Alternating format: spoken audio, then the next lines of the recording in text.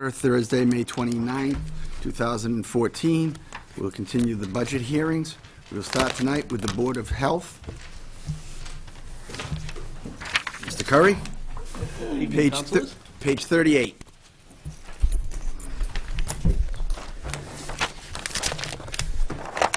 Okay. Board of Health, Personal Services, $405,422. Health expenses, $55,600. Total Board of Health, $461,022. Comments or questions from the council? Councilor Di Natale.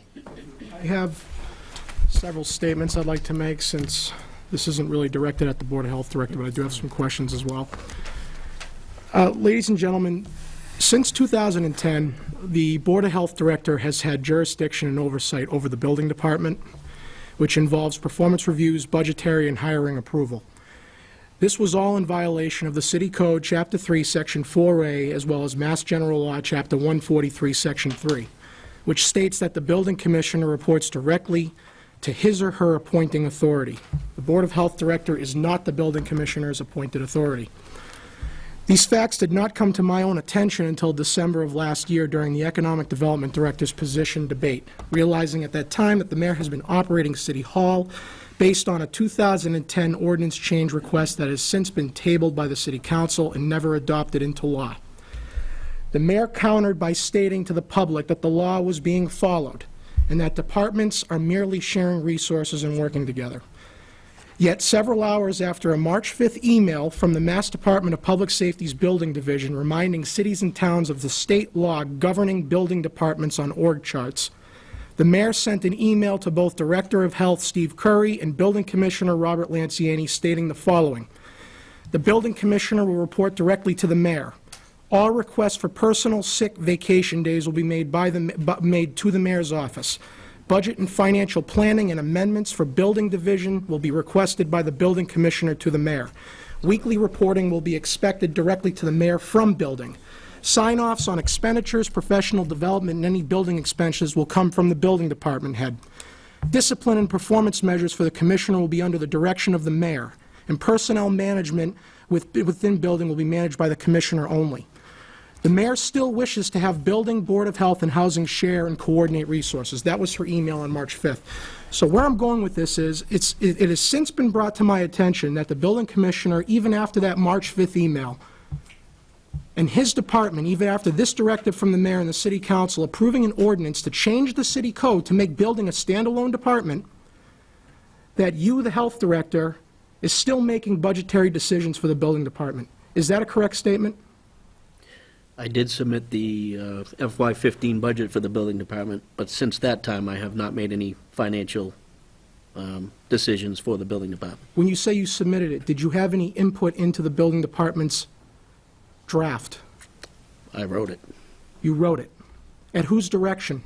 The mayor's direction. Was this after March 5th? Yes, it was.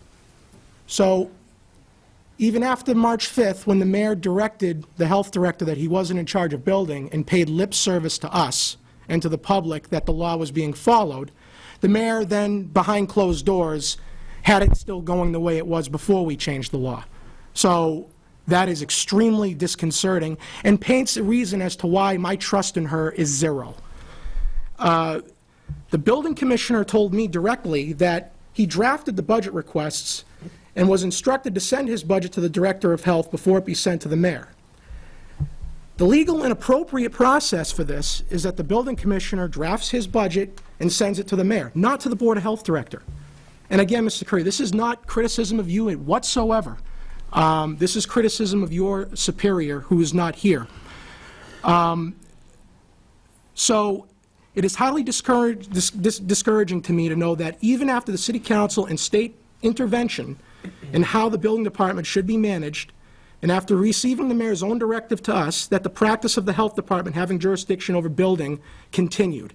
And I might add that if you look in the package that she gave us, and unfortunately I don't have it readily available, there's an org chart in there, which reflects what the city code says. The funny thing about that is, the city hasn't been operating under that org chart in 4 years.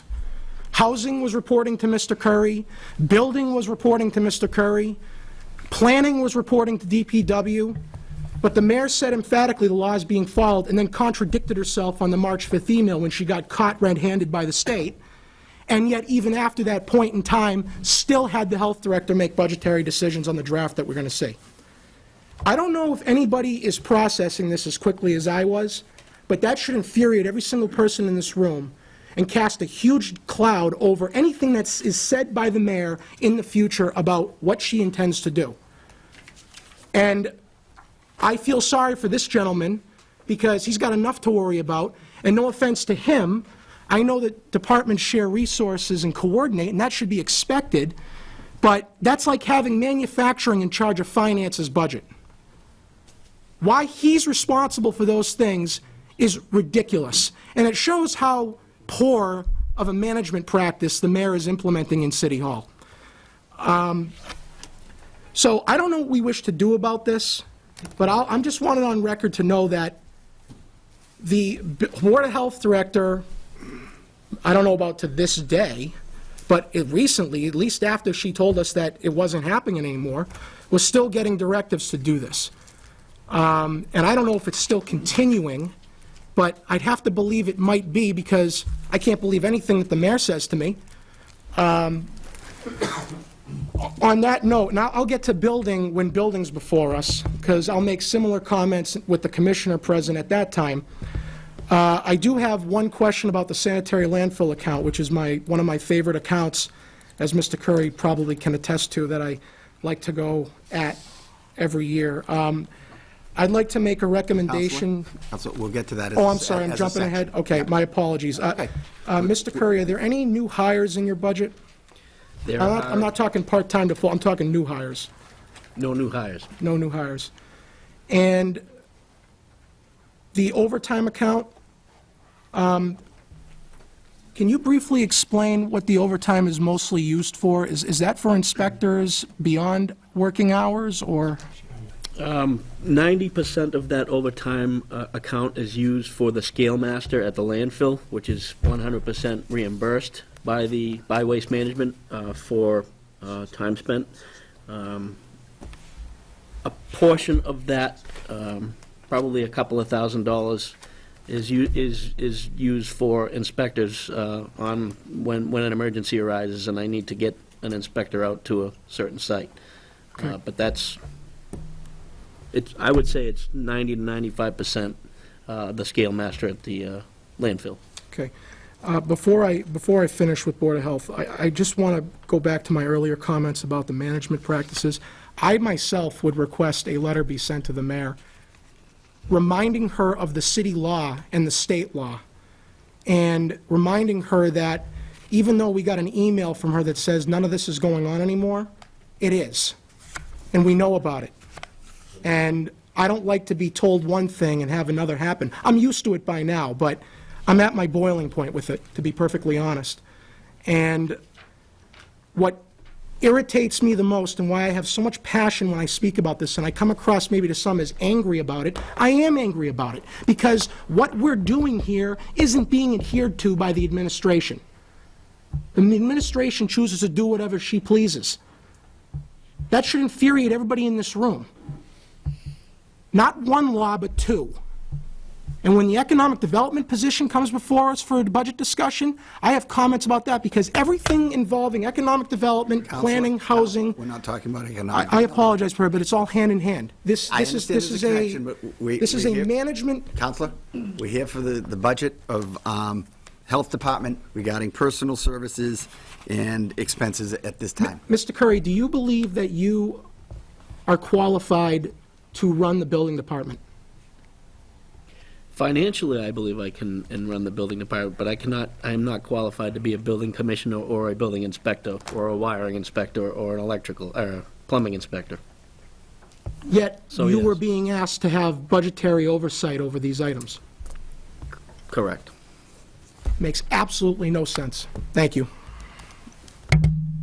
Steve, if I could just ask one question. The less CDBG funds, the 134,000, How many positions? That would entail 4 positions. 4 full-time positions or parts of? Parts of, well, there is one individual that is paid 100% CDBG, one sanitary inspector. Okay, And then there are 2 part-times that are 100% CDBG. Yeah. And then a clerk is 50% CDBG. and that's where the 134 comes from? Correct. Thank you. Counselor Kuchmarek? Thank you, Mr. President. Mr. Curry, thanks for being here. No choice, Counselor.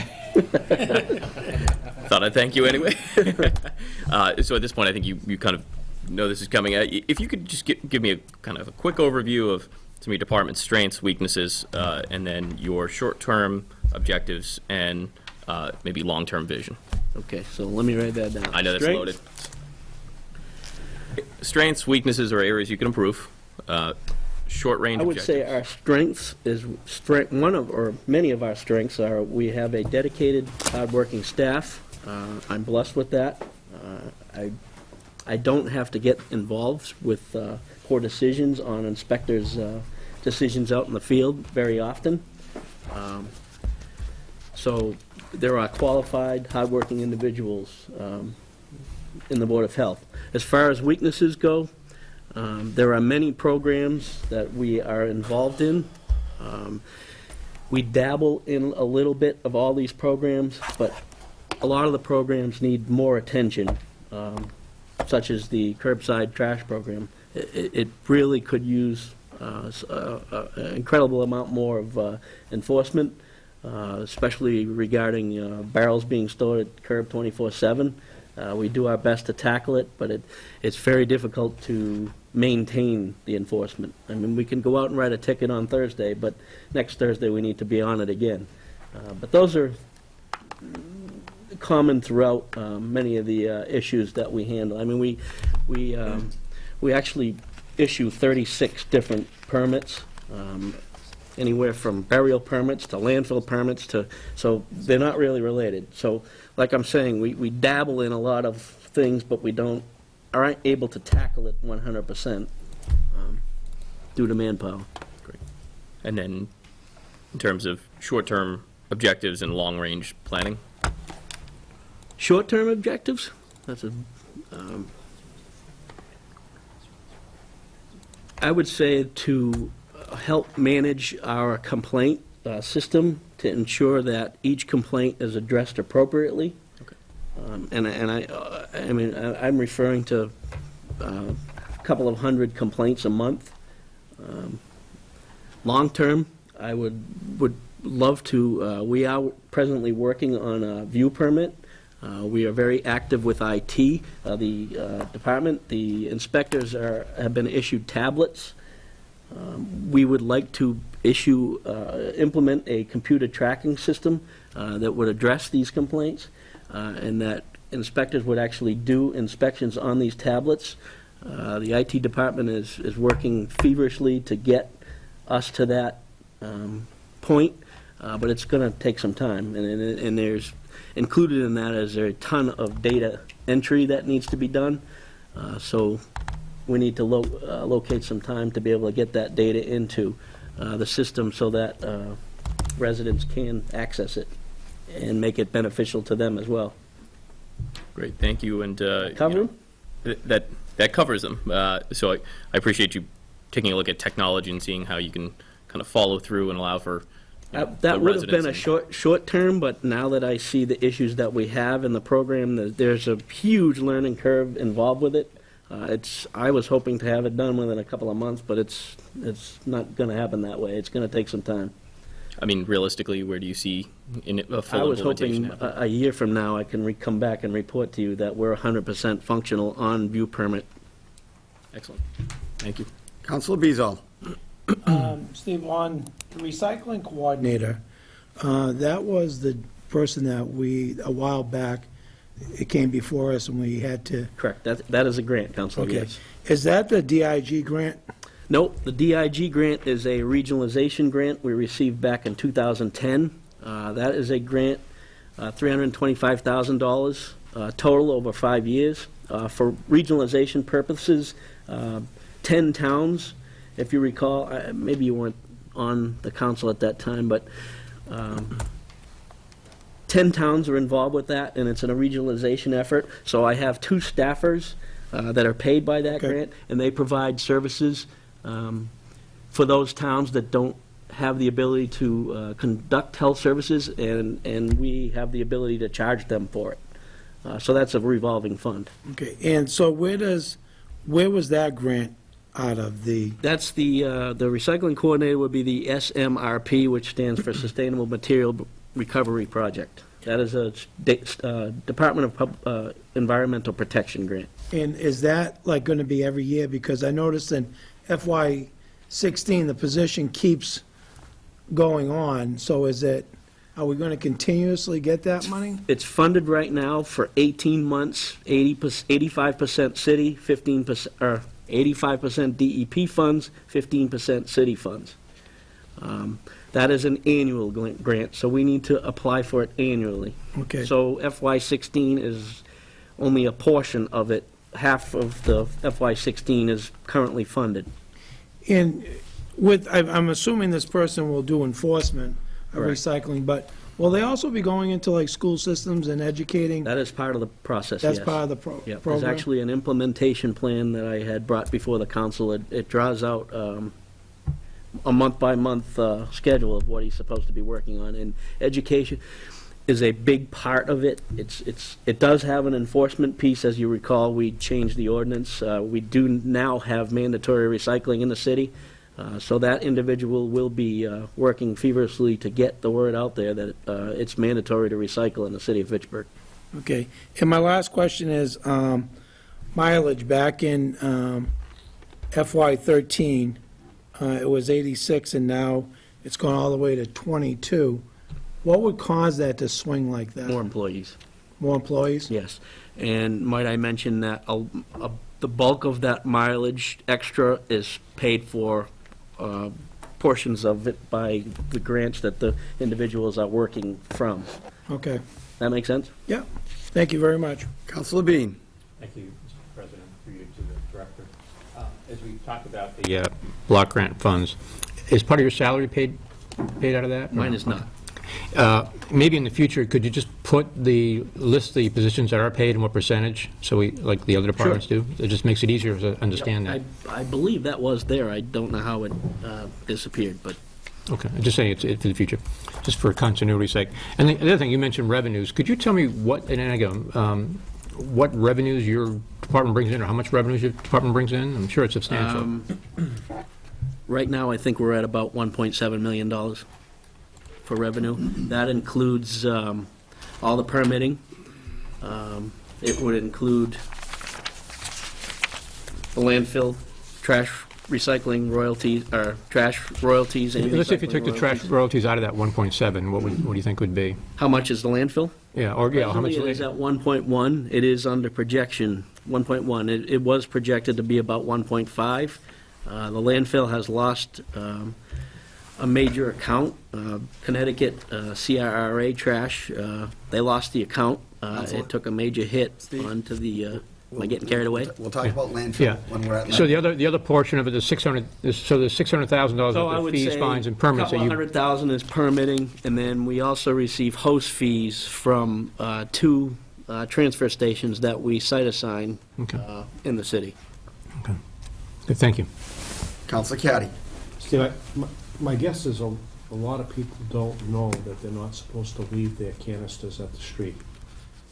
You said you have given out fines. How much is the fine for doing that? The fine is structured by the ordinance.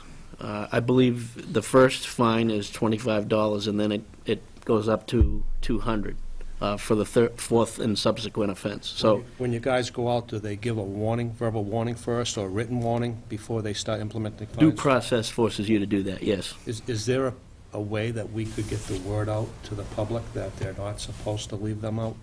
Yes. It seems as though, I mean, I like the system, it works very well. You drive down a street on rubbish day and you see the canisters lined up, you don't see any trash on the ground anymore.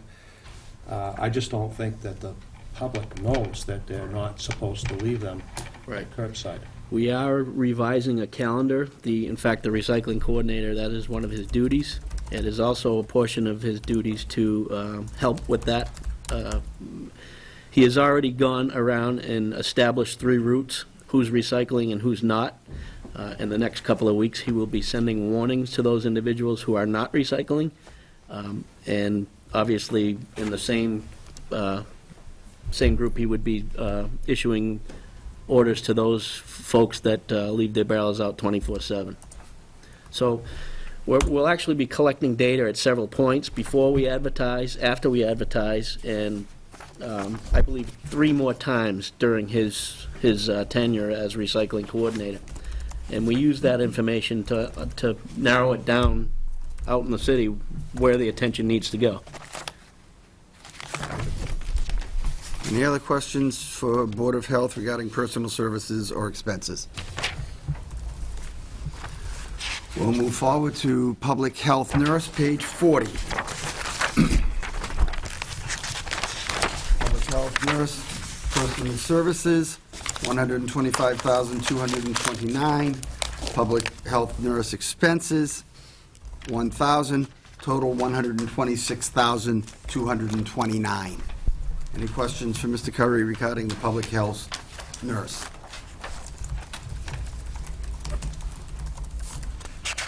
Seeing none, we will move forward to rubbish collection and disposal, page 40. Contract fees, $1,450,000. Contract services, $535,000, total of $1,985,000. Steve, we're showing $1,985,000 here, and yet when you answered a question a little while ago, you were talking about bringing in less than that. So am I correct in stating that this budget is not balanced? If you were to compare the 2 revenues as to an expense, You got revenues Makes on one sense. side and you got expense on the other side, and they Yes. don't meet. correct. What's the shortfall? The shortfall is due to the landfill losing those accounts. I'm sorry, what's the amount of the shortfall? An estimate, I would Yeah, I say, understand. probably $200,000 present.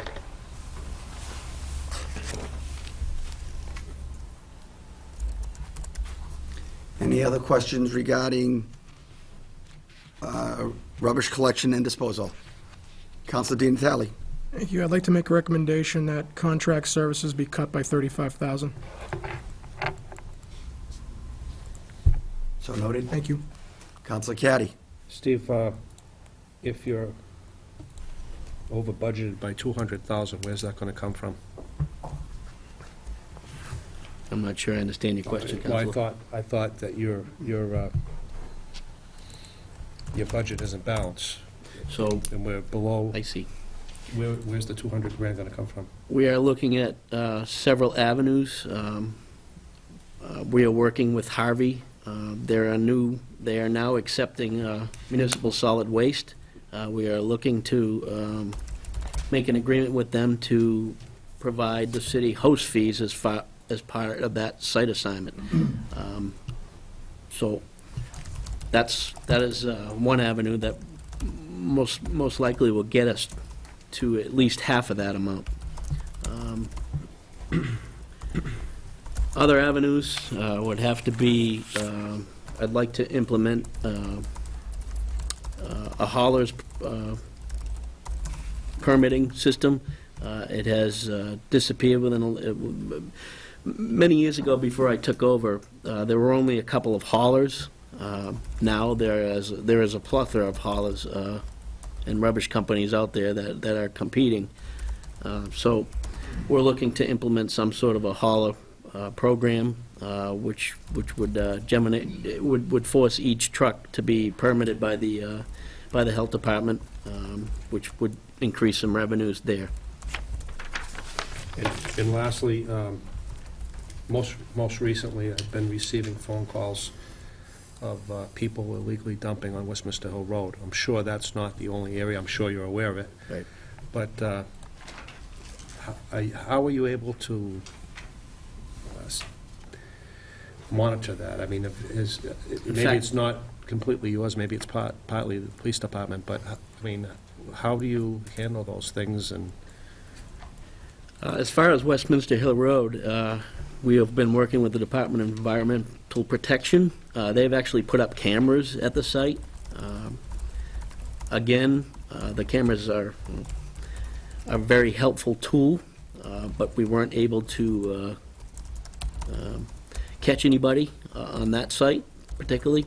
But I do work continuously with DEP Strike Force to get cameras in certain areas that need to be addressed. There are a few hot areas in the city, as you know. I want to answer that question delicately. thank you. Any other questions? Board of Health, rubbish collection and disposal. Thank you, Mr. Curry. Just, Oh, what? just one thing to Mr. Curry. I just want to thank your department and you for always being responsive and getting back to me every time I called and every time I brought concerns before you. So just want to thank you and your department for that. Thank you, Counselor. Moving forward to Council on Aging, page 46.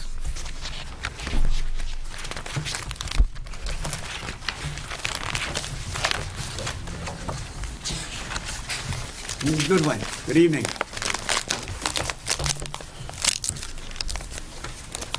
Council on Aging Personal Services, $161,963. Council on Aging Expenses, $15,030. Senior Center Building, $46,460. Total, $223,453. Questions for Ms. Goodwin regarding the Council on Aging? I'll ask one.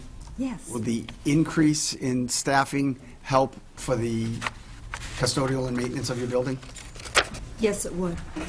This year, the mayor has included increasing our custodial staff from 22 hours a week to a full-time position due to the increase in the usage of the facility, and not to mention the second floor is completely occupied with either programming or the veteran suites in the state rep. The Senior Center Council on Aging receives an awful lot of assistance and/or money from outside sources, being the Friends of the Senior Center in that type of thing. And that's wonderful and good, and everybody involved in that should be commended. But is there sometimes a feeling that the senior center is able to support itself and do all of these things and generate money themselves, so that the city isn't as responsible for the senior center as I believe we should be? Would you concur with that? I do. You know, after being at the senior center 10 years, I have to honestly say, if it wasn't for my minimal staff, but also, more importantly, the volunteerism and the support that we've gotten through the community to keep that building going and open, I mean, we couldn't have done it. And we do that through the Friends of the Fitchburg Senior Center, who have raised thousands and thousands of dollars over the course of, 20, 25 years that have supported us.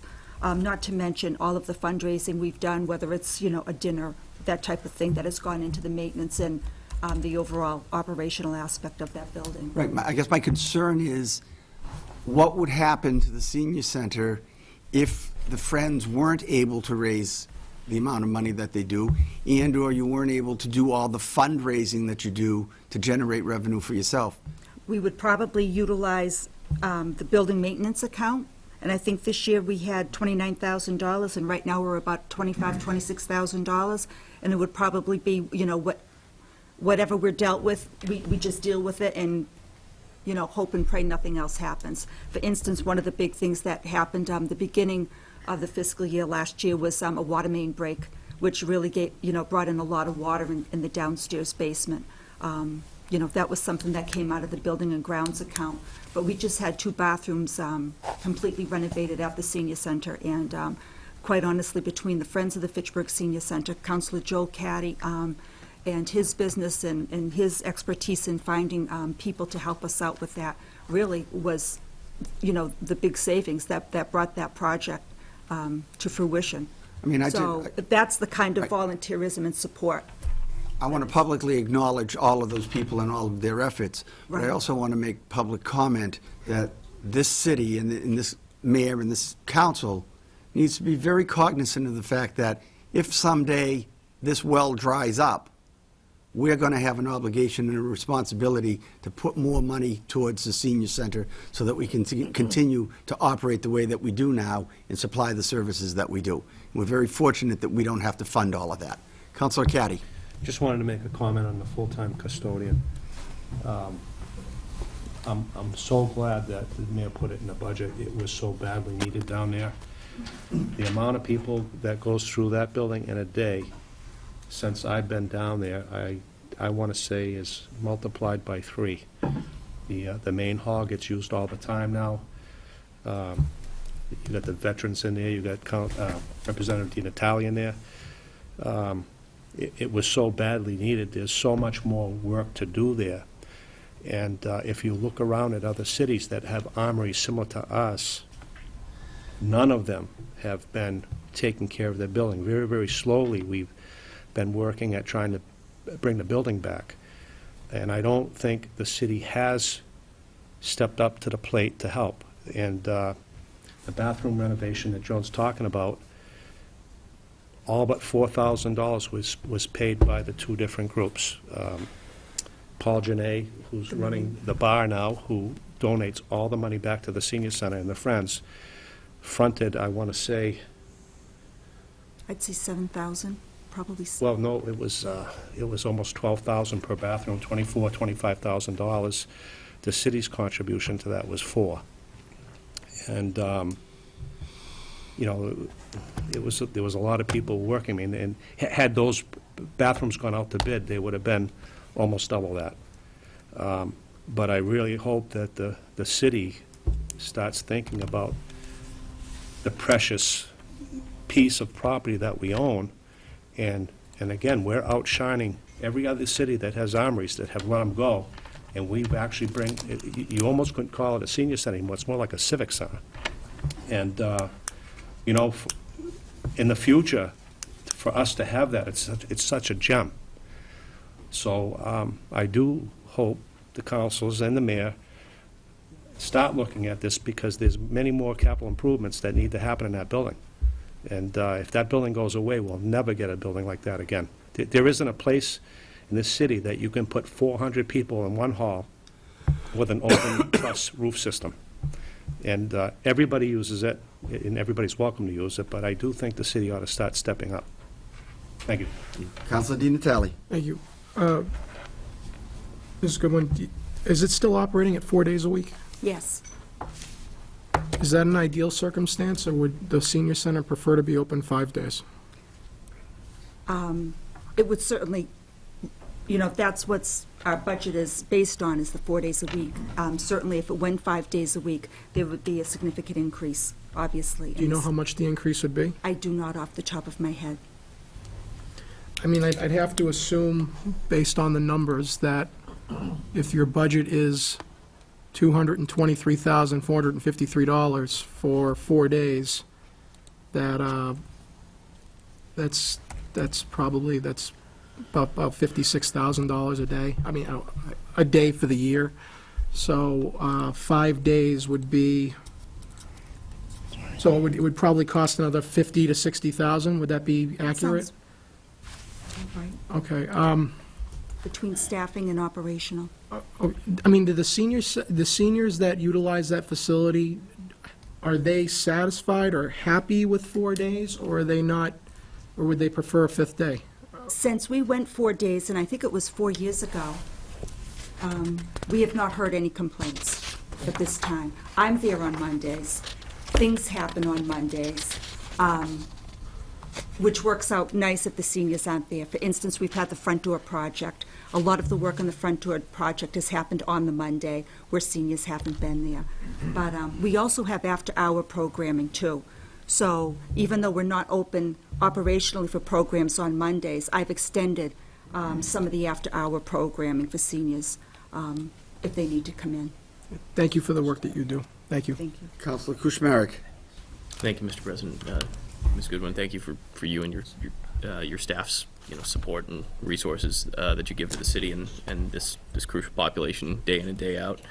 I think many who utilize the existing resources and services that you provide have spent a lifetime investing in this city, so we're indebted to this population, and we owe them as much as we can possibly afford to give them. So I'd love to see us continue to invest not only in the building and its capital, but in additional resources for you.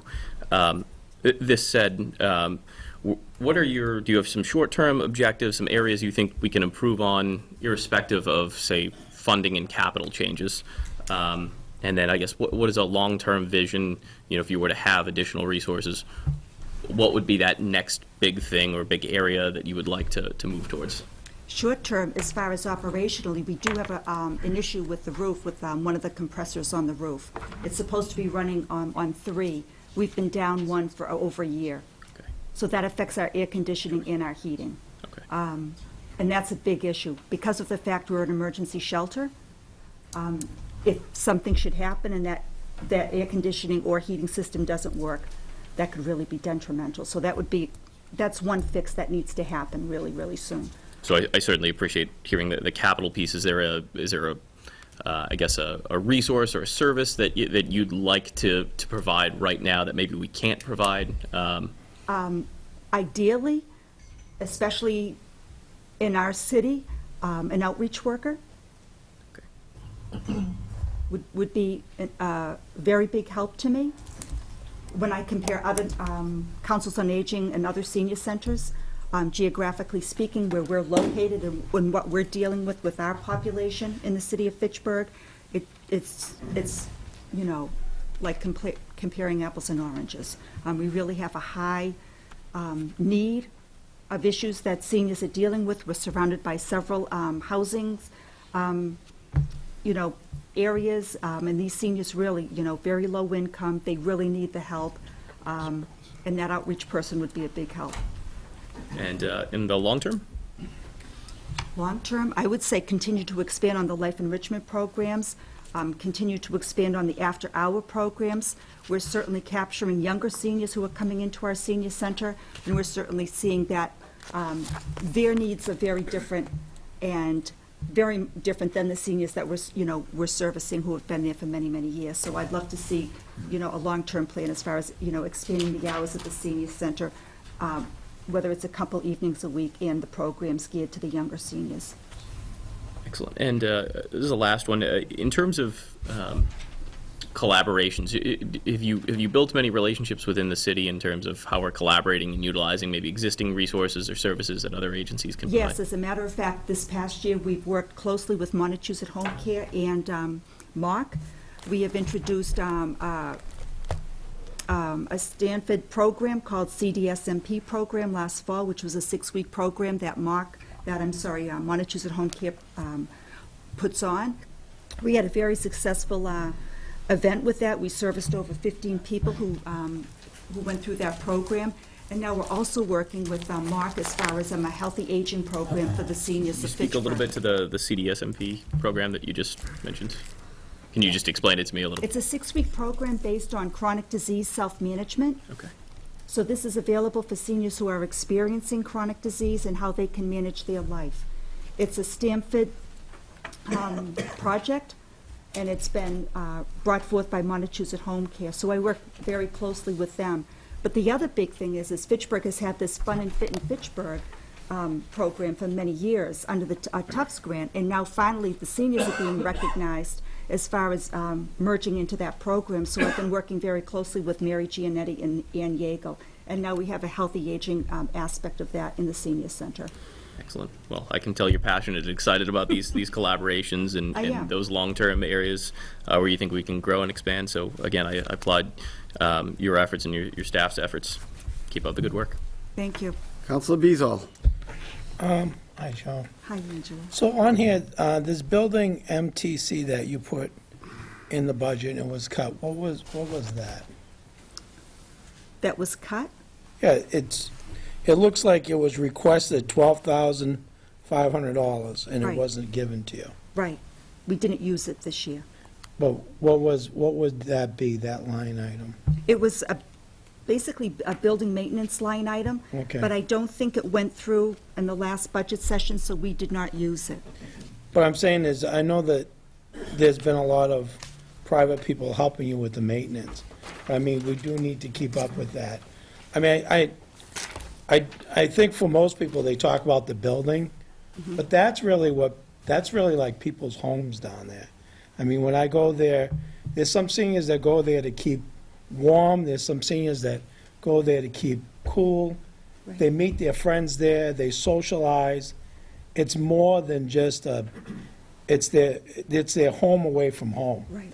And I firmly believe that if we can get it open longer and go 5 days, I'd love to see that, because, you know, when you talk about people socializing, this may be the only place that they can go to socialize.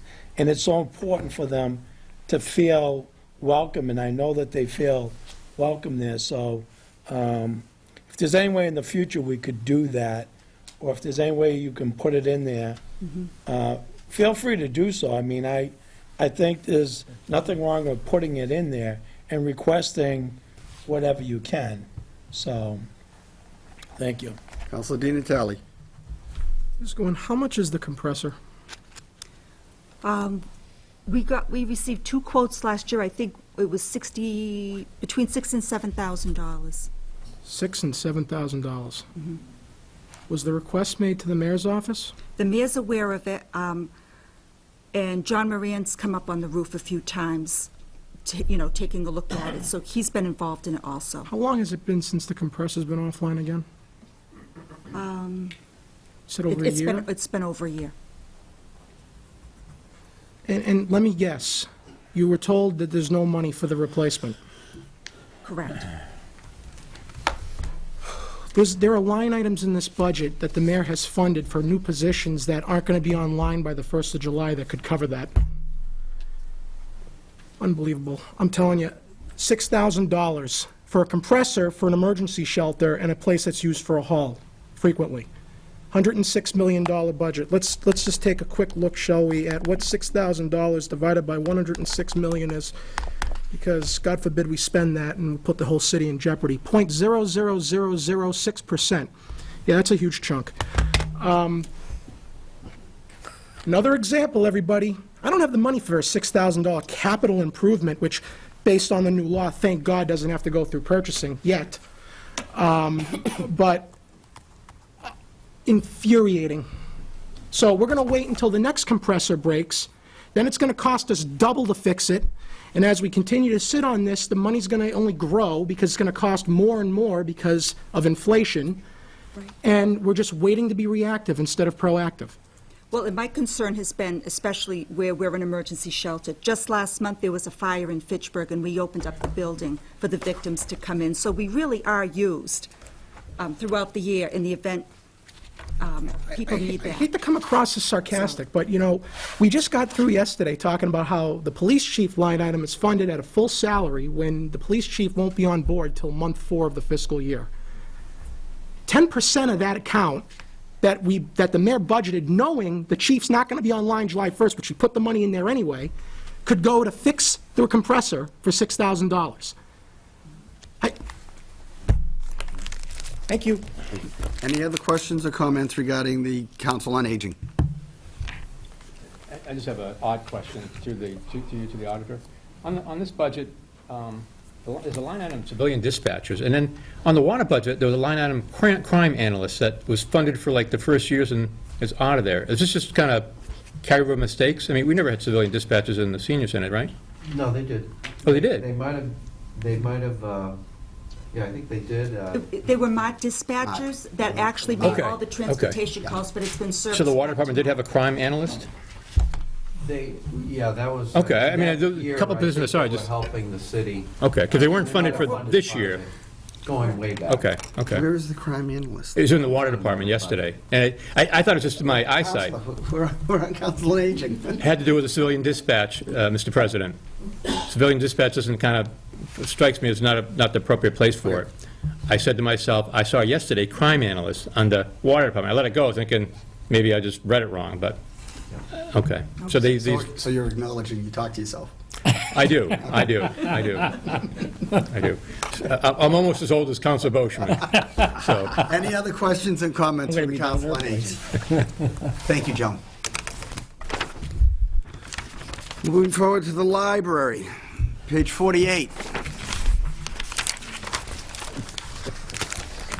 Hi, Sharon.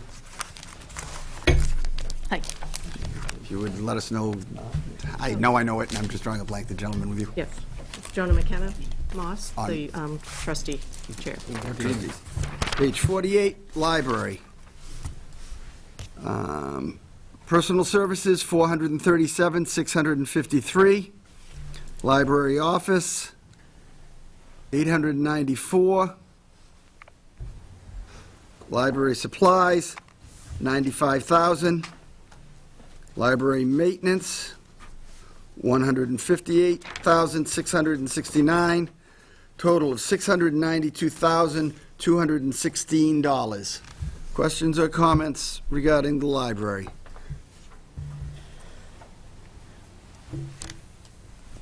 I'll make a comment. Thank you for what you do. Thank you. Councilor Kuchmarek. Thank you, Mr. President. Mr. Bernard, first, thank you for the services that you provide and the wonderful facility that we have available to our residents. Can you give me a sense, the state of libraries are changing, and everything is kind of going digital these days, and we're seeing that in libraries across the United States. Can you talk a little bit about kind of that next step and the steps we're taking to kind of adapt to the digital age? We, as a member of a consortium, belong to the CWMRS network, and they provide ebooks and e-video down streaming for everybody to use. So we're part of that, and that's part of our network fees and covers that type of thing. We're finding, in Fitchburg, it's a small percentage of people that use the ebooks. Our circulation is very low. Books aren't going anywhere. Certainly DVDs have taken over from VHS. That's changed considerably, and that's one of our challenges, is keeping up with things as they come along. One of the big things we have are the public computers. We now have 14 word processor internet type in the adult library, 6 in the children's. We really could use a computer lab. We would like to have a homework center. We'd like to have a teen center that would have computers for them to use. We did just add a computer in the local history room for people to be able to use for genealogy research. So we're working towards that. Tablets of some sort would be wonderful to have. We could do that for a homework center, not necessarily desktops anymore. We're changing that way. Excellent. So, kind of along the same lines, a question that I had for the Council on Aging, I guess, short-term, kind of irrespective, or taking into account our current funding, where do you see that we can expand our scope of services and offerings, and then long-term, irrespective of funding, where would you like us to be? With the funding we have, I think we're doing as much as we can. We have computers that are aging. We have, I think, 15 that need to be replaced because they're on Windows XP, and they need to be made to Windows 7. We can't operate with Windows 8. A lot of our programs wouldn't work on that. So that's a big thing that we need to do. Moving forward, we would like to do an outreach program of some sort. We do have one that goes, volunteer handles going to nursing homes, leaving large type books.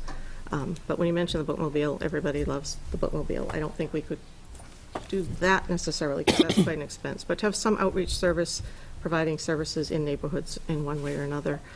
A teen center, again, for the students after school.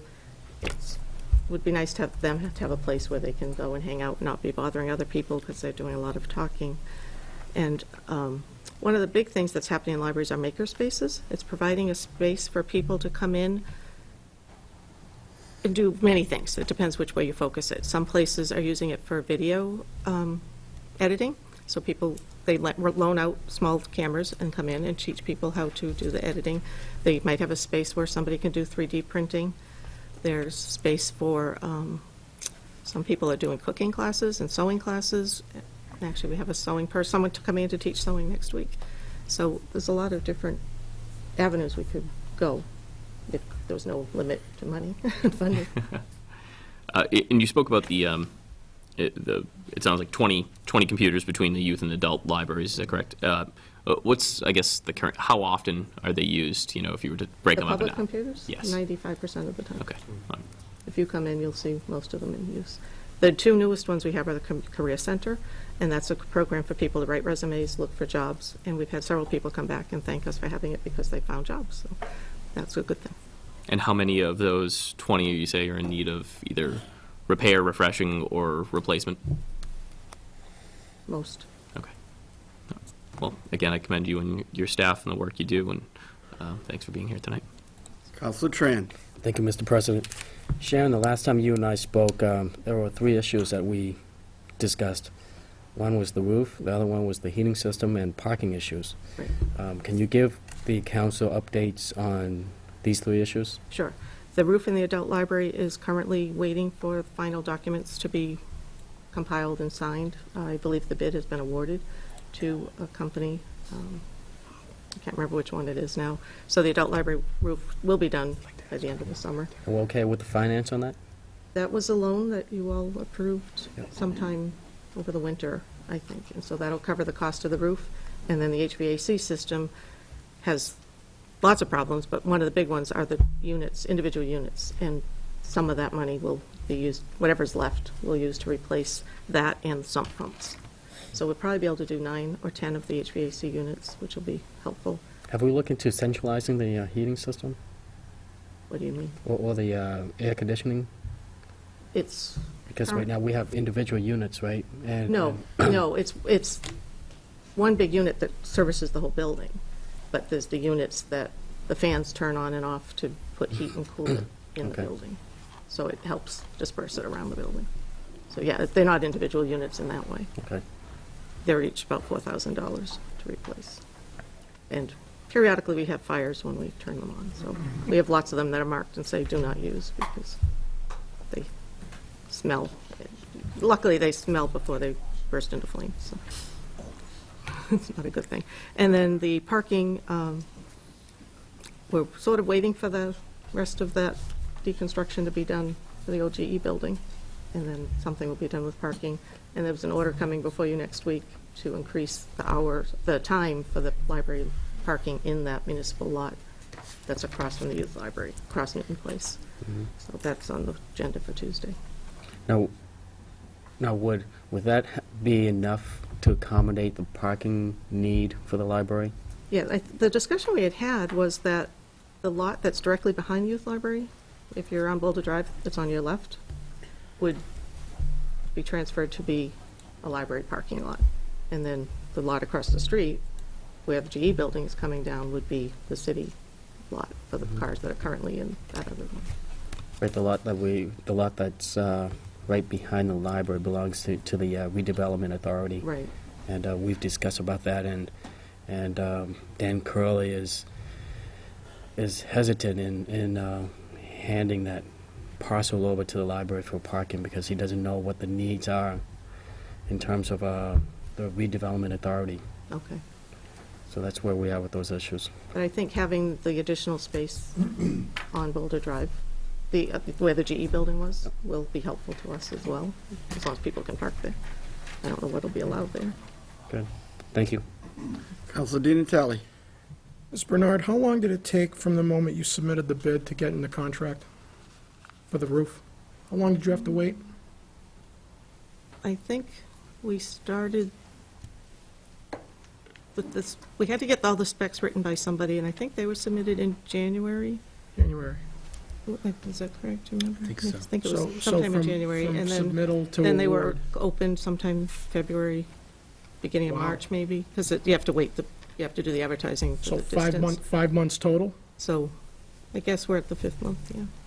You're one of the lucky Because there were ones. 3, the fourth bidder is the one who's getting the contract, because the first 3 were rejected. But you submitted it in January and it got sent forward in February? Well, whatever, I don't know what the time is. I'm just, from submittal to submitted it. contract, Oh, it was about 5 months. Right. right? Well, it's not, we don't have the contract Boy. yet, so Thank you, lucky stars. You're one of the fortunate ones. we're waiting. Thank you. Any other questions or comments regarding library? Thank you. Thank you. Moving forward to veterans, page 45.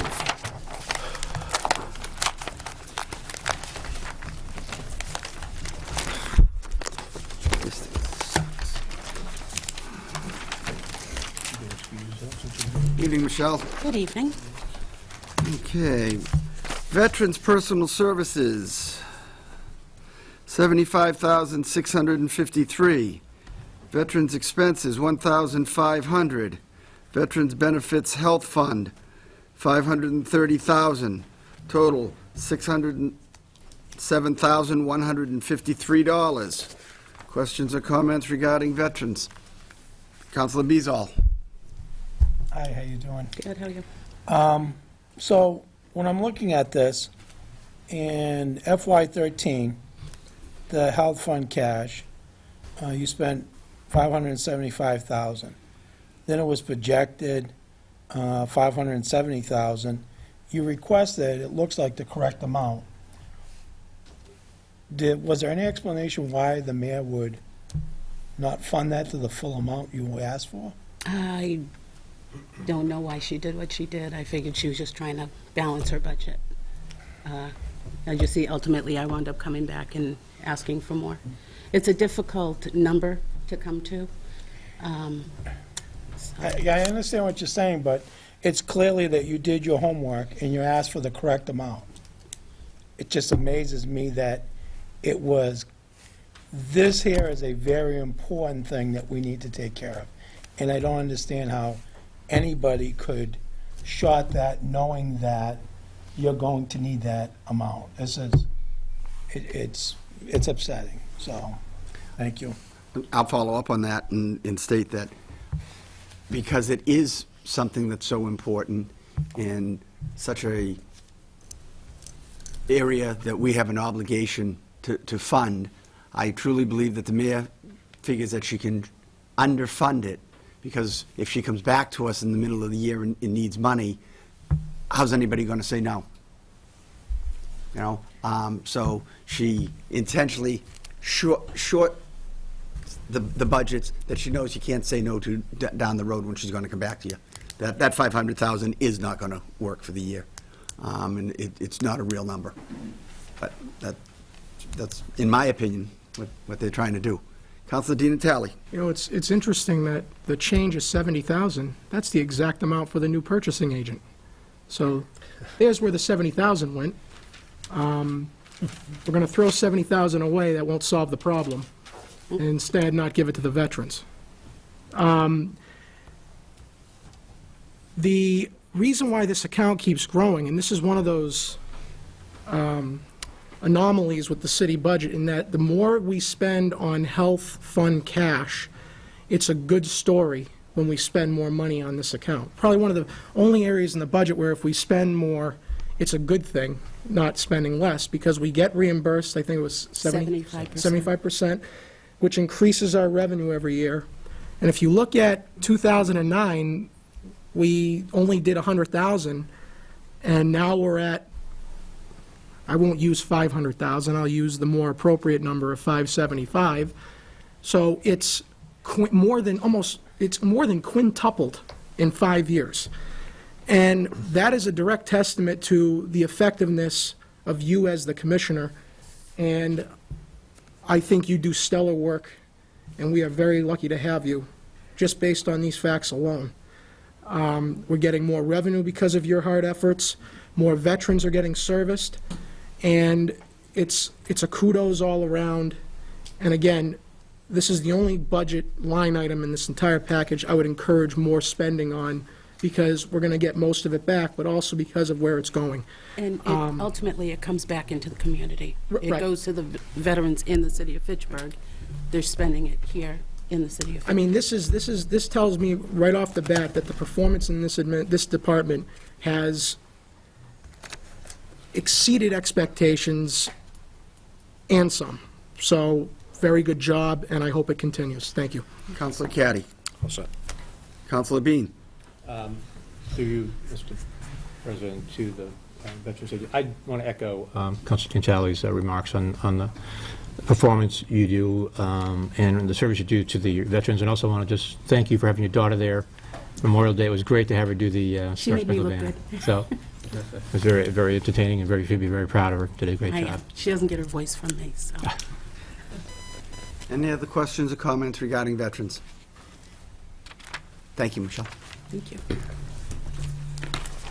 Moving forward to the airport, page 53.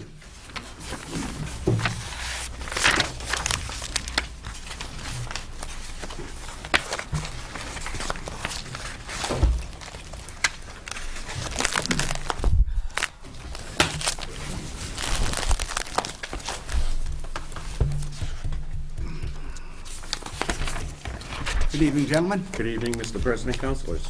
How are you tonight? Good. Okay.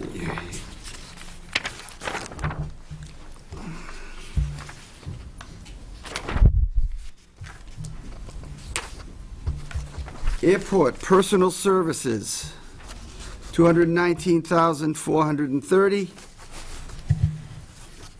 Airport expenses, $625,629. Airport total, $845,059. Questions or comments regarding the airport? Councilor Di Natale.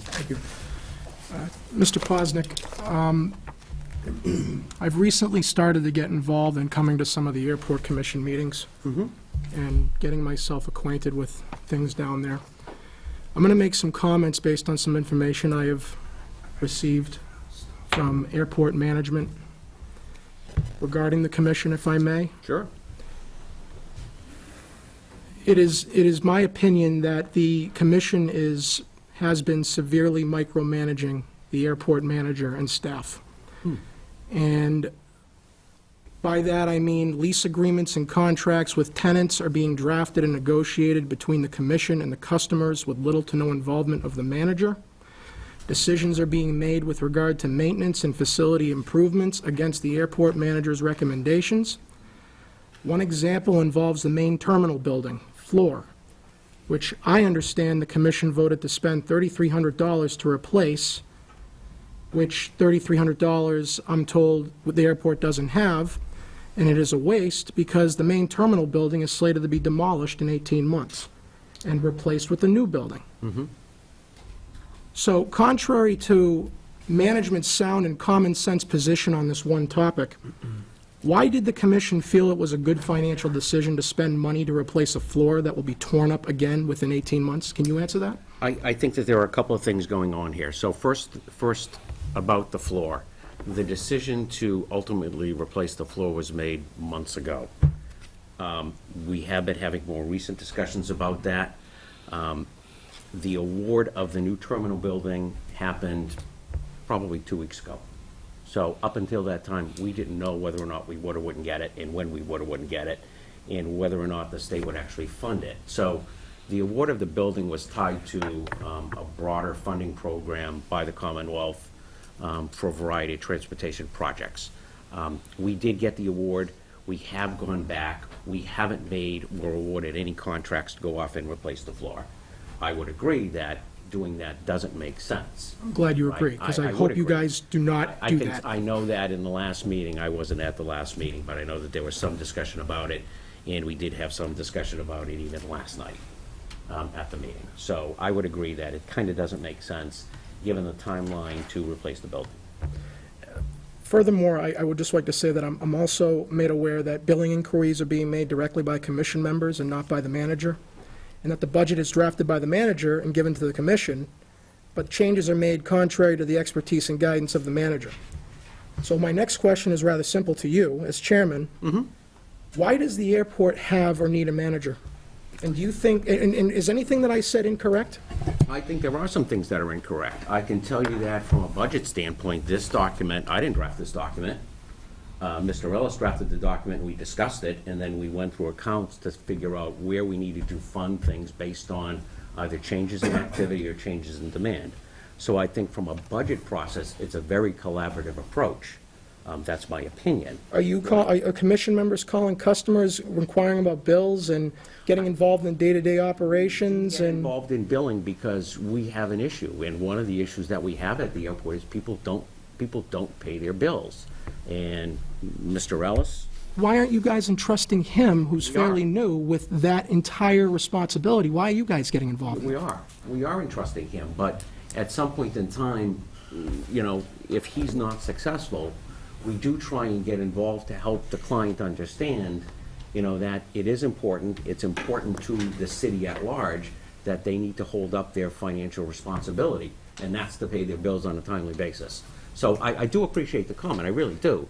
And we really don't want, I mean, trust me, day to day, I don't want to be in that business. That's not my job, right? Thank you. It isn't your job. It isn't my job. But what I want to do is I want to make sure that we have a zero budget at the end of the year, right? That our revenues cover our expenses. And right now, that's not the case. And it's because we have a lot of people out there that are not paying their bills. But what I'm trying to understand is, why are you guys getting involved with that? Isn't that his job? It is his job, but again, I think the way we look at this is a collaborative approach, right? If he's not successful or if they're ignoring him, we feel that it's our responsibility from a fiduciary standpoint to become engaged and help the customer understand that they have a responsibility. And we think that's appropriate. I have to, I mean, that's my opinion. Are you drafting lease agreements and documents without the airport manager's knowledge or negotiation The involvement? leases that we typically use have been drafted previously by the city and modified with conversation with the client. To the extent that leases are being discussed, Mr. Ellis has been in every lease discussion that I've been in, so I don't think that anything is being drafted outside of the process. Everything goes back to City Solicitor Barrett for final review, and then we work any language changes, if we need to try and get the language correct from a legal standpoint. So that we can institutionalize the document. My concern is, and has been, that management is being hamstrung by the commission when we, I mean, you can shrug your shoulders and I'm smirk, not. but I'm telling you, if I don't say it, no one else will. I understand you're trying to work with him and trying to do what's best, but we have a new manager, and a lot of these responsibilities that you've confirmed that you get involved in, I don't understand. I mean, that's what we have a management staff to do. I don't think we get involved in that many of the day-to-day operational things. I think what we try and do is get involved in the exception activity. And I honestly, when we look at the way that the business runs very well at a very high percentage of the time. There are exceptions, like any business, where somebody else does need to get involved. It needs a different set of eyes. It needs a different level of expertise. And that's when we tend to get other folks involved to try and have the conversation, to try and negotiate a path forward. Because sometimes we'll have conversations where the customer says, no, I don't want to do this. And then we need to I do would something else. strongly recommend and hope that these duties are done by management staff, and the commission works as a partner and collaborator and an overseer, but not someone involved day to day and getting involved in the jurisdiction of the management staff. Okay, that's all I'm asking. And I am going to be continuing to go to meetings more often, because I should anyway, to understand what the airport is doing. I would invite I everybody. wasn't greatly impressed by some of the conduct at the last meeting I went to, and I told you that. Sure. But one question outside of this whole subject is involving security at the airport. When you drive down Airport Road, you see parts of the fence, perimeter fence, that have been hit by probably accidents or cars that are damaged. Yep. And you've got no fencing along major parts of the perimeter. So Yep. what is the airport doing to address fencing the entire perimeter of the facility and making it in a condition that just not anybody can just get in there? Because it doesn't look like it's very secure. I don't. answer the first part of that. Okay. When an accident happened, and just to let you know that there have been 5 accidents on Crawford Street that damaged our fence just this year. When an accident happens, I get a copy of the police report from the Fitchburg Police that gets forwarded to a company called Munitech, who does our claims and repairs, when they collect the money from the damaging party, they come down and they repair the fence.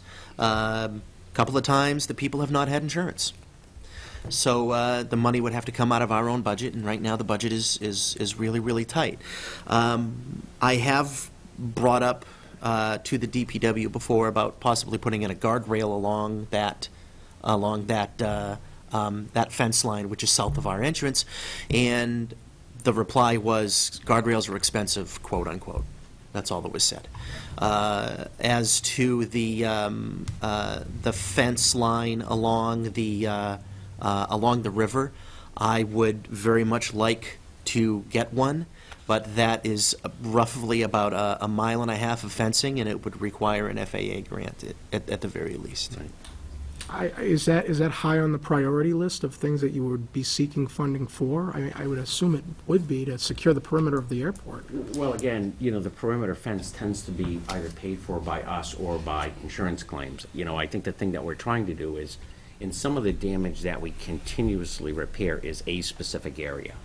And that's why we've requested, can we put a guardrail in? Can we put something in?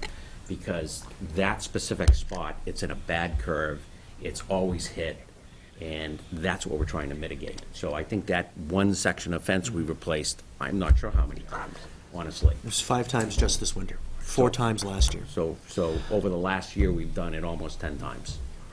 And it's just that one place, and it's just because of where it is. It's in a bad spot, it's a curve, people skid off the road in the winter, they go right through the fence. And I think even this past winter, we had one event where somebody went through the fence, and then a week later, somebody went through the exact same spot in the fence, or within feet of it. So that's what we're trying to do. Can we get information, Mr. Saracen, on how this enterprise, or this fund is doing in terms of deficit surplus over the last 6 years, if we could? Where it's heading this year? Where is it heading this year? Are we going to hit target? Are we going to be over? We're very under? close. So last year, we generated a positive cash flow of about just under $66,000. This year, it's going to be very, very close. We're currently over budget by about $50,000. The wild card for us in terms of the budget is always, do we have to buy fuel in June? Because if we have to buy fuel, it's a significant expense. We probably spend anywhere from, $40,000 to $75,000 if we have to buy one load of avgas or a load of avgas and a load of Jet A. And so obviously we generate a lot of revenue off of sales of fuel. So if we get hit at the very last week of the month, we end up being, upside down in terms of the Where expense did that versus revenue. 66,000 that we made, where does that go? It stays in the fund. Is that used the following year, or is that like put away for a rainy day? It basically stays in the fund, and any losses this year would be offset by that. So it's kind of like retained earnings? Yes, Yeah. it's a cash flow balance. Right. I'm just thinking about Yep. for improvements to the airport. I mean, hopefully some of that money could be used to plow back into the airport for things that you can't necessarily afford through your regular budget process. I would agree that you want to use the profits. I mean, legally, any profits made at the airport have to stay at the airport. That's Correct. FAA regulation. I would agree that we would want to use those profits for the betterment of the airport, but you also have to consider that the airport's revenue is dependent on several factors, one being the economy, the other with fuel sales, and you have up years and down years. And it's kind of like, the way that I look at it, it's a large portion of that is actually a stabilization fund. Last year we made money, this year we won't. It protects us in case of a loss. So we have to be careful about what we spend the money on. Thank you both. I've taken up more than enough time. Thank you. I just want to say a couple of other things, and that is, when you look at the airport and where we are today, we're kind of at a very transformational stage, right? We've got a new terminal building coming in. Based on the award by the state, we'll be, presenting the program to the capital committee in a couple of weeks, and look for capital funding for that, for our share. We've got basically, $200,000, funding requirement on a $3.5 million building that the state's going to put up. We've also got some other major construction projects that we would like to do. We've got some new businesses that have decided to make the airport home. So over the last couple of months, over the last 6 to 8 months, we've had a couple of new business come on the airport. Last night, we've had a new flight school come on the airport. So we've got a lot of good, positive activity. The problem that we have at the airport is we're very space constrained. We don't have enough infrastructure, so we've got to do something there. We've got a couple of buildings that are 80-plus years old that we need to make some decisions on. So, part of what we're going to present to the capital committee is, a couple of recommendations on doing something with the infrastructure so that we can start, either growing the tenant base a little bit more in a little more positive direction in generating additional income on the site. Over the next couple of years, we've also got a new runway, and that's a significant capital requirement for the airport. Our component of that is, $500,000, probably in 2017-18 year, when that project starts. And leading up to that, we've got significant grants related to the easements in support of that. So right now, we presented to the council previously the Phase 1 aviation easement grants. We're going to be presenting Phase 2 and the final EIR grants shortly, followed on by Phase 3. And, right on that is, the terminal building as well as other capital projects. So there's a lot of activity going on in the next 5 years. I know the airport's had many issues in the past, but I have a lot of confidence in Mr. Ellis's leadership, and I hope for continued positive things coming out of there. Thank you. Councilor Bean. Thank you, Mr. President, and I'd be remiss if I didn't bring this up again. I think I brought it up the last budget meeting, but I believe there's a leak in Hangar 13. Just a leak in Hangar 13? Yes. There's a leak, small leaks in most of the hangar roofs on that airport. I understand that. Just keep it in the back of your mind as you're doing Yes. things. My concern was, as the Chairman Posnick brought up, is the new flight school. We've had a flight school there for a number of years, and some of our councils had been receiving emails, and I think maybe the city attorney might have been involved in this, but we had a flight school that's been there, that's been based there for a long time, a long time business, and now my sense is that business is being moved out, and you're bringing a new business in, and I'm concerned about that. I don't know if Mr. Beck is familiar with this. It's a new business. We're not what's it for? moving that business out. So the business is staying at that location? Yes, they will be staying at the airport. There are 2 successful maintenance businesses at that airport. There are 3 successful charter operations at that airport.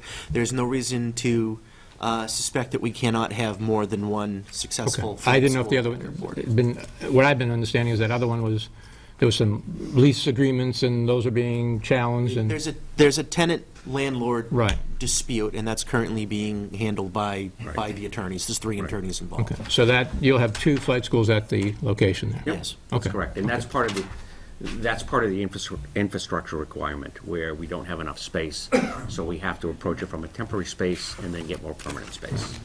The other business that I've had an affection for is obviously the restaurants. It's been there for 30-odd years. Steve and Jean do a great job. I assume the restaurant will be there until the new facility, and then they'll have new space there. Have they been? The way that the new facility is going to be built, it's being built next door to the existing terminal building, so the new building is going to go up. There is going to be space in there for a restaurant. One of the funding issues we're going to be coming to the city council with is money for a build-out for a restaurant in that structure.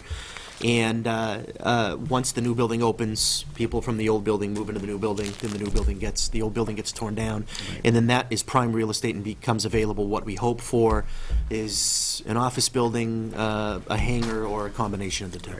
And what size will the new terminal building be? 4,500 square feet. I met with you and Councilor Boschman were there. You were talking about the large building, medium building, and small building. There's 3 different sizes. What it is We have the large building? Medium. Medium, okay. Medium. So at the medium building, okay, and that'll be so that'll have room for the restaurant, what you needed for, a pilot room and... Yep. And then admin offices. Yes. And admin, okay. Okay. Conference room, admin offices, a pilot lounge, 200-square-foot pilot lounge.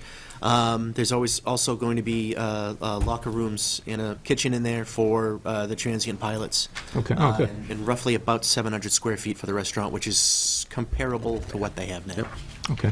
And has there been any more talk on the self-serve gas that you were talking about one time? We haven't not? done anything with that, and part of it is, you know. I didn't see it in the budget here, so I just- It's not in the budget this year. There are other more pressing capital needs. So it's Okay. taking a little bit of a backseat. And you mentioned 3 charters. Could you just name them, just so we're familiar with them? So, Skyline, they fly single-engine Cirruses. and where do they usually go? They go all over, or just from point A to? All over Okay. the Northeast. All Okay. over the Northeast. The Skyline, yeah. Bullock Charter I'm familiar is with them, yeah. the two Jet. Learjets, and there's also a small outfit called Harvard Air Taxi. And they take you any place? Yeah, same thing, single-engine Cirrus. Okay. It's good to know. I mean, not for me, but for other people to know. Yeah. Thank you. Councilor Green. Hi there. Hello. Scott, I think you're doing a great job at the airport. I'm, happy to see the improvements are being made. On the line item of airport improvement, and it's gone from 17,000 and change up to 40,000, can you just explain what those improvements will be? That is how we cover the grants. Money comes from the FAA or Mass DOT Aeronautics. It goes into that account, and then it goes out to whoever it needs to go out to for that. So that account is going to fluctuate throughout. That's the local share portion of the federal grants that we receive. And part of the challenge in terms of the growth in that fund is that, with the economy and changes in federal funding programs, the grant shares have decreased from a federal level. So we're required to pay more money against the grants. So our local share component has gone up significantly over the last couple of years. Typically, it was 2.5%. It was 95% federal, Right. 2.5% state, and 2.5% local. And now it's gone to, I think, 90% federal, 5% state, and 5% local. Right. So we've got a hit on that. Plus, the growth in that is, again, the additional grant projects that we're doing for the next couple of years. So finishing off existing grants, plus the 2 new grants that will be put in place. All right, thank you. You're welcome. Any other questions for the airport? If I don't bring it up now, crime analyst, so you had one, you don't have one now? Yeah, What was that? That was the problem that they had with a prior manager, where there was investigation. I think that was Dave Bouvier. Dave Bouvier. I think there was. Oh, okay. Okay, no names. Yeah. Sorry. But crime analyst, I didn't know what they're, okay, I got you. Yeah. Thank you. Okay. It was in another department. I was just wondering Okay. why I could continue to see that. Any other questions or comments regarding the airport? Thank you, gentlemen. Thank you. Have a nice evening.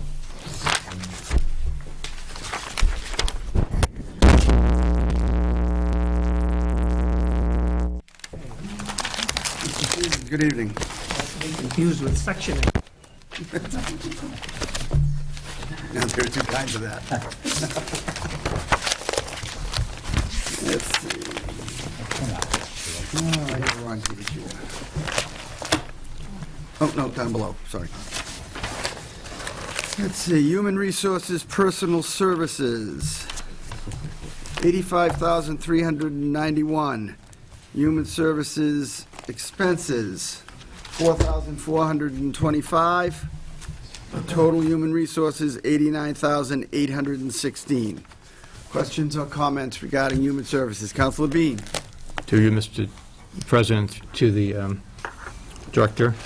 I had a quick question. How many vacancies do we have? How many vacancies do we have?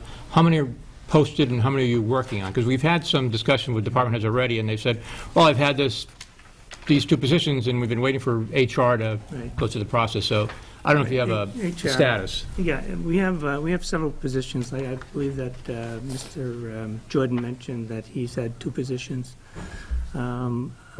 And I think Mr. Marinier has 1 position open. Again, we're not, I have to wait for approval on those types of things. Are those the only ones in the city, then? We don't have any We other? also have open position for a recreation director currently. And we also are going to be working on the wastewater director shortly. Okay. So nothing in public work, those are the only ones. The ones you mentioned, just for the water, wastewater, you've already hired the one in purchasing, Yeah, right? I believe that we have a position in the DPW also that Okay. Mr. Laxo is looking for. Okay, thank you. Any other questions or comments? Councilor Tran. Thank you, Mr. President. Mr. Stevens, I'm not sure if you have been keeping up with the city council budget sessions in the last few meetings. There has been discussions on inefficiency, lack of productivity, and on and on and on. Are you aware of these issues? Are you talking about my department? Other departments that have come before the council in the last couple of budget sessions. One in particular is the problems we're having with the procurement department. I'm just wondering, because you are the human resource director, those issues are in your purview. Are you aware of those issues, and have the mayor keep you in the loop in terms of these problems? Well, yeah, I have to be, I am aware of the issues with procurement or purchasing. As you may or may not know, my office is separated by the mayor by only a 5-foot petition, so, yeah, I am aware that we do have some issues. Not going into details in terms of personnel, but do we have any kind of performance review process in place at City Hall? We have annual reviews, but it's not for all employees. We do have an annual review. And those reviews are not applicable to all employees because of Union contracts. union contracts? Yeah.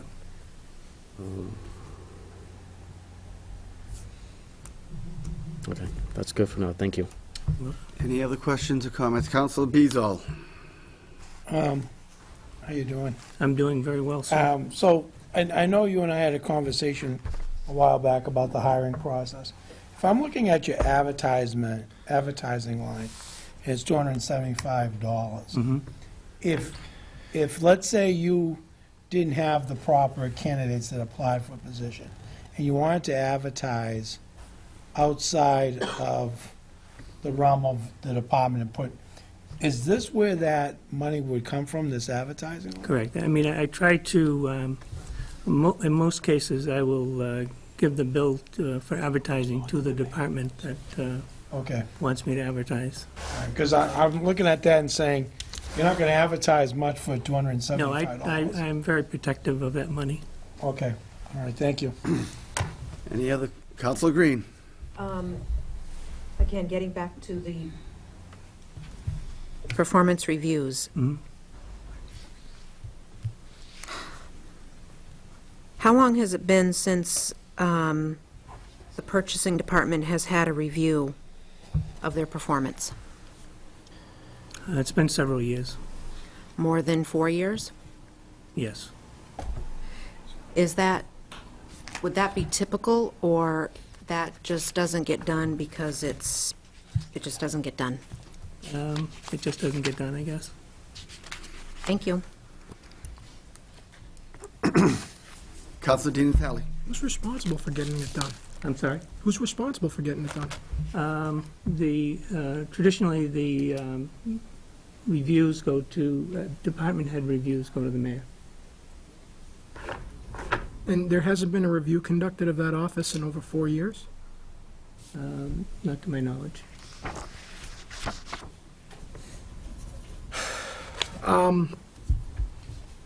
That's scary, because where else is that occurring? Are there other departments that haven't had a performance review in more than a year? Traditionally, mayors have, I'm not sure how Mayor Bean handled this, but I guess... Appropriately, whatever it is, appropriately, I guess I'll say. But the mayors have not been strong on performance reviews. Councilor Green asked a fantastic question just now that I wasn't aware of. And did everybody hear what we just were told about? I know it's the mayor's, I'm not holding, because you work for the mayor, so I understand how that works. But I know it's the prerogative of the mayor to have performance reviews whenever he or she wishes. But, if I'm a taxpayer sitting at home listening to this right now, I would be outraged. Just because we're told several times over that to fix problems that are occurring in areas, we need to add people. How can we arrive at that conclusion when there's no performance reviews conducted that's on file with your office? The mayor may very well sit down with a department head during the course of the year and talk over issues that she may have with that department. But is it head. documented, Mr. Stevens? I don't know. I don't have the documentation.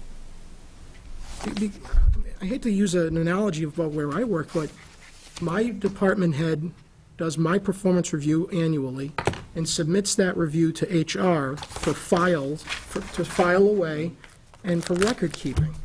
So whether the performance review is done every year or not, the record keeping of it is extremely suspect.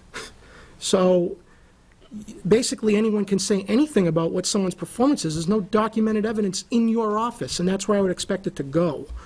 I wouldn't expect any mayor to hold on to reviews and not share it with you or give it to you. This is really, really concerning to me. And it explains why inefficiencies in certain areas of the city continue. And the appropriate course of action that the executive officer has made is just add more people to the problem. I don't know what we do after these meetings, everybody. I would like to think that I'm keeping myself well composed, and I normally do with this, because this is a big problem. Do we have to file legislation to change the code to require annual performance reviews where warranted, where allowed by contract or by law, and it be filed and stored with the Human Resources Director? Now, I can hear some people maybe saying, well, are you micromanaging the mayor's responsibilities? No.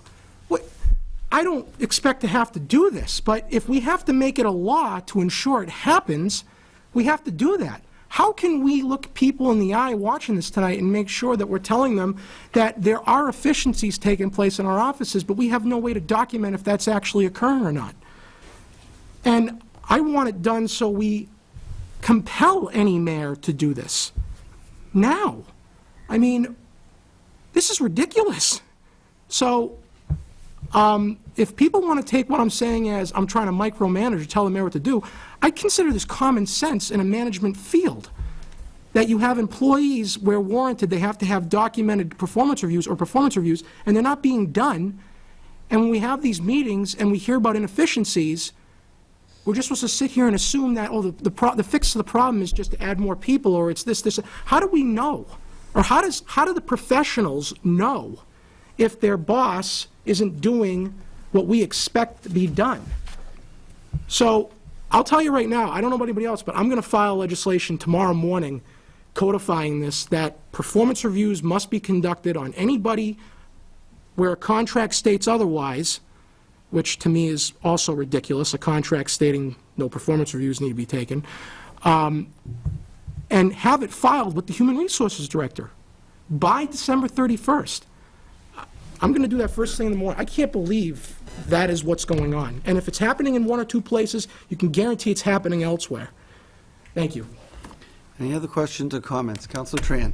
Thank you, Mr. President. I manage enough people in the private sector to apply what I do to this scenario.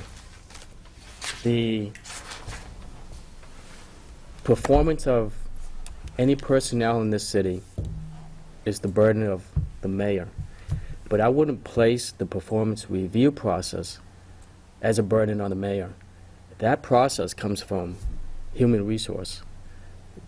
The person or the department, in this regard, the human resource, should be pushing for the process to be done. I believe that Bernie should be well aware of what's going on in City Hall. Any problems, any issues that are being brought to the council or to the mayor, Bernie should be aware of those issues.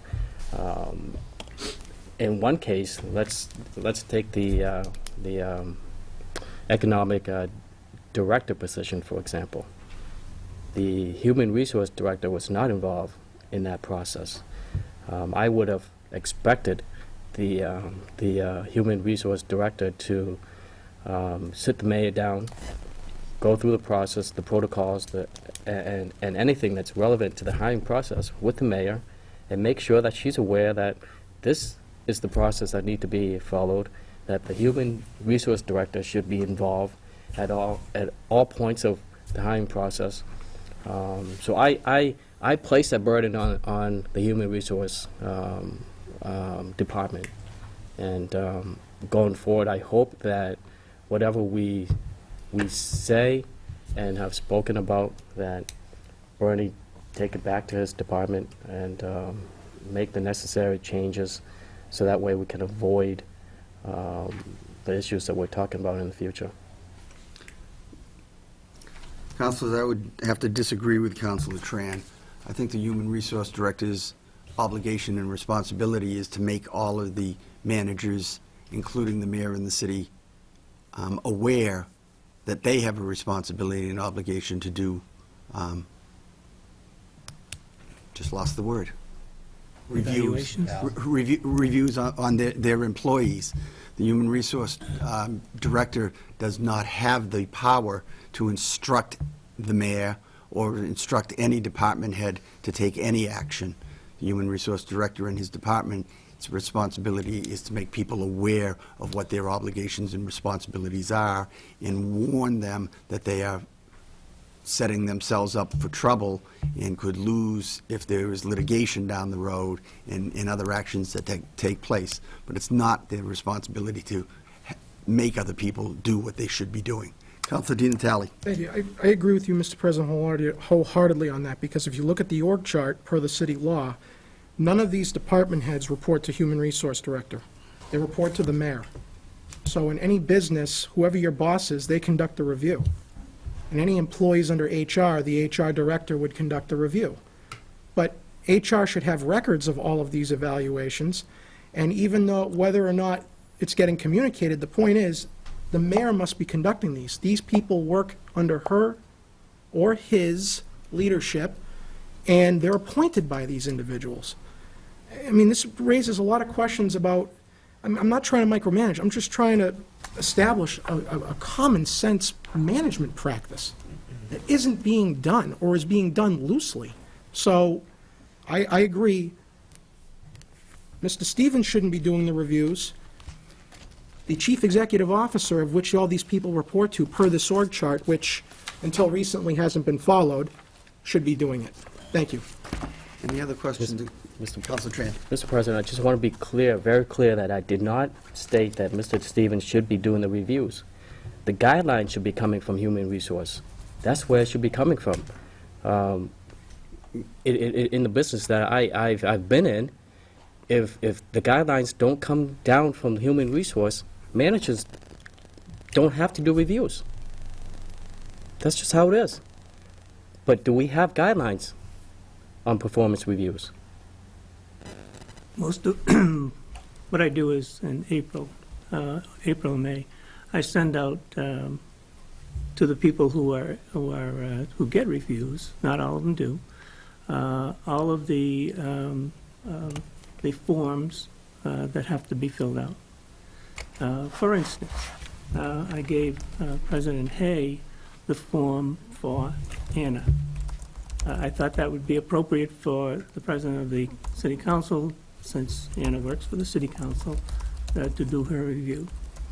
And beyond that, I sent Anna forms for her employees who are eligible for review, and Anna traditionally does an excellent job and reports on time and so on and so forth. So the people who are eligible for a review annually get the form. I separate the forms by department. I separate the forms. I get a list that I have to manually separate by department and by person. So a little work goes into it, but I get it done. Thank you. Following up on that, if I could, just quickly, Bernie, do you send those to the mayor for the people that she should be? This doing year I reviews tried on? something different. I wanted the department heads to give me a self-review, and I did get most of those back. And sometimes I have to follow up. Everybody's very busy. I set a deadline, I sent them out, I set a deadline. Most people comply with the deadline, some don't, and I have to chase them. So people did a self-review. The mayor did not do a review of those people? Correct. Thank you. Any, Councilor Beazle? I just wanted to commend you on that. I mean, that is the practice in the industry, that the associate does a review on themselves, and then their supervisor does and then you sit down and compare what they've done and what the supervisor's done side by side. And what it sounds as if there's no standard practice or there's no standard operating procedure in place to actually have these done at the same time every year. So I commend you on sending those out. That's probably what an HR person would do. But then if you don't get them back, then as an HR person, you go to your supervisor and say, I've only received 50 of the 85 I handed out. Here's a list of the people, and it's up to your supervisor to actually go and seek out and find out why the other ones didn't come Well, back. I try to give it a personal approach. I will approach the department head and not warn him, but tell him that, I need the reviews Yeah. back. Yeah. That's excellent, thank you. Any other questions or comments for Human Resources? Councilor Green? Did purchasing department do their own review? Did the I have not director? got it back yet. Thank you.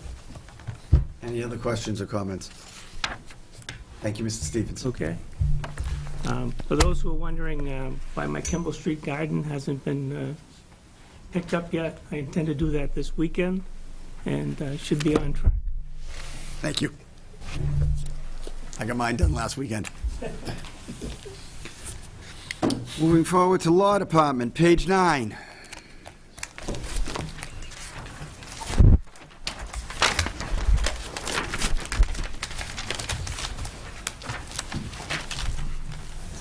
Good evening, Mr. President, Councilor, Councilors.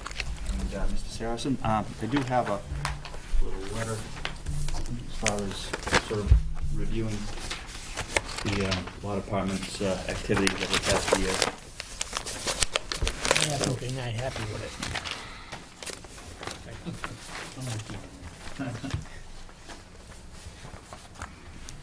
Thank you, John.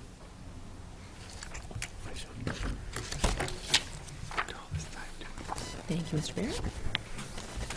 Trying to get out of my line of questioning, aren't you? Okay. Legal Services, Personal Services, 156,000. Labor mediation, 72,000. Legal expenses, 33,600. Total, 261,600. Questions or comments, councilors? Councilor Di Natale. The previous city solicitor, Attorney Ciota, it was 4 or 5 years ago. Mr. Ciota had his own private law firm. He came before the council, I believe it was in 2009, lobbying us to substantially increase the salary dictated by ordinance. And the main reason for him doing that is because, as he told us, he's retiring from his private practice and he's going to be full-time for the city of Fitchburg. And he also stated that the reason for this also was all the money he was spending on administrative support staff would go into funding that extra salary line item for his full-time duties. Fast forward a few years later, after Mr. Ciota retired, and the law stayed the same. By the attorneys before us, their predecessor's own admission, having a private legal firm does not make you full-time with the city. Those are his words, not mine. And that was his sole justification for increasing the pay. What I think should have happened is when Mr. Ciotta retired, we should have amended that ordinance to have the amounts revert back, and maybe even state that if you have a private legal firm, this is the salary you'll make, and if you don't, this is the salary you'll make. And again, I'm just making these comments based on what he told us was the justification to do this. It wasn't that he was underpaid, it wasn't that the job required more money, it was, I am dedicating myself full-time to the city. Anybody can construe what I'm saying any way they want for personalities or whatever. I'm not even going to get into that because that's not what this is about. But it usually trends that way. I just don't understand how we can continue to compensate our attorneys that have private legal firms when their own predecessor stated that his compensation was based on being here full-time, having an office here, not having any other clients. And therefore, I would recommend that the city solicitor line item be reduced by $28,000 and the assistant city solicitor be reduced by $9,000. And I will be filing an ordinance change request tomorrow. Well, I'm sorry, when and if the council approves my recommendation. If the council does not approve my recommendation, I am going to recommend $24,000 be cut out of administrative assistance. Because, again, back to when we had the prior solicitor, we didn't have to pay for that anymore because of the increase. And I know I'm going to hear several times over that we get more than what we pay for, we work way more than 40 hours, and we use more of our staff on city matters than private legal matters. Of course, I have no documentation, time cards, or anything to verify that. But I really think we need to do this. And the cut would increase this pay over what it was when the former solicitor had the increase by factoring inflation and all the like. And I just want to make it back to what it used to be, factoring in inflation, because that was the justification given to us, and that no longer applies. And I think we should have done it 2 years ago, or whenever the past solicitor retired. I have long been a critic, not of who we have representing us, but of how we do things in the city of Fitchburg as opposed to other cities and towns who privatize their legal services. And they do everything that, and I've confirmed what they do, everything that these gentlemen do, and I even went as far as say, keep who we have, but have it be under contract. And of course, the discussion got into personal nature, and one counselor said that I'm looking to tell the mayor who to hire, which wasn't ever in my request. It was to set the ordinance so that the type of status of employment is what this will be, not who the mayor can hire or not hire. I don't care who the mayor hires or not hires. I just want the status to change. And I got into a huge battle with that, and I lost. A few months ago, if I think Councilor Caddy might recall this and others, we were at a finance committee meeting, and I made the statement that Leominster spends on average $185,000 a year on legal services. And I got that confirmation from the Leominster controller, Mr. Saracen's counterpart, and he gave me all the facts and figures of what they do. The mayor at the finance meeting said to the committee that Leominster spends over $600,000 on legal services. And there was no documentation to support that statement, so I went to the auditor in Leominster and got the proper documentation and evidence that said they spend $185,000. And the $600,000 that was referred to was for contract negotiation increases, so salary raises. Because some councilors correctly questioned what the mayor stated because it was incorrect. I don't know why it was incorrect, but got the homework, got the facts, and brought it before you. So, like my issues with IT in terms of money being spent, law department spends on average, and I'm taking out of this equation code enforcement, judgment awards, because those are non-recurring hits to the budget, $313,000 on average a year. Leominster's is $185,000. And I've already heard all the reasons why we can't do this, and I don't expect these gentlemen to tell us that they agree with me. I don't expect the mayor to tell me she agrees with me. But the facts are there. Now, in terms of the facts that we were just provided, I'm not doubting what I'm given, but I can't adequately account for what we're getting for services and how many hours are being spent, unlike if a law firm or a private attorney would bill us by the hour. And everybody says, well, if you bill us by the hour, it's more money than what we're spending. There's a little thing called benefits that we're not tied to for 20, 30 years. And there's also, so I'm going to get into another battle with this in terms of other cities spending far less than us to get the same services, and they are the same services. And I've lost that battle once. I'm not going to fight it again unless someone else wants to bring it up. But what I am going to do is, what I think is reasonable, is recommend these cuts in salary line items and change the law, because I am merely following the creed of the past solicitor for the justification why they were set at these levels. And I agree with his assessment. So I'm going to have those recommendations stand. If, in fact, those don't go through, I'm going to go after the $24,000, because either way, I think they shouldn't both be there. Thank you. Yeah, following up on that, councilors, if you look at the book, in 2008, we were at 56,868 and 45,492. The justification, as Councilor Di Natale said, for the increase was that Mr. Scioto was becoming full-time, and that we took money that we used to give them to pay for their staff, and instead just included it in salary. And I had concern with that because it raises the retirement amount. An example is Mr. Scioto, by doing the last 3 years at $91,000, increased his pension by almost $14,000 a year. That adds up. That adds up. And I think that we need to look at those numbers and figure out what is correct and what is appropriate. You know, the justification, as Councilor Di Natale said, was there for full time. Councilor Green. Hi there, gentlemen. Can you tell me how many hours you're putting in a week working on all the, you know, as I perused, you know, this, how many hours are you putting in taking care of all this stuff that you're taking care of?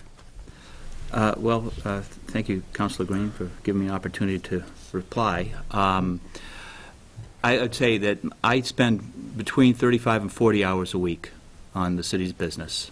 You know, that's an average. Mm-hmm. You know, some weeks it will be less. Other weeks will be more. I don't keep time cards on it. I try to keep a record of it, but quite frankly, we're so busy to do that. I just, you know, maybe I should do it, but we spend a lot of time just trying to keep up with things.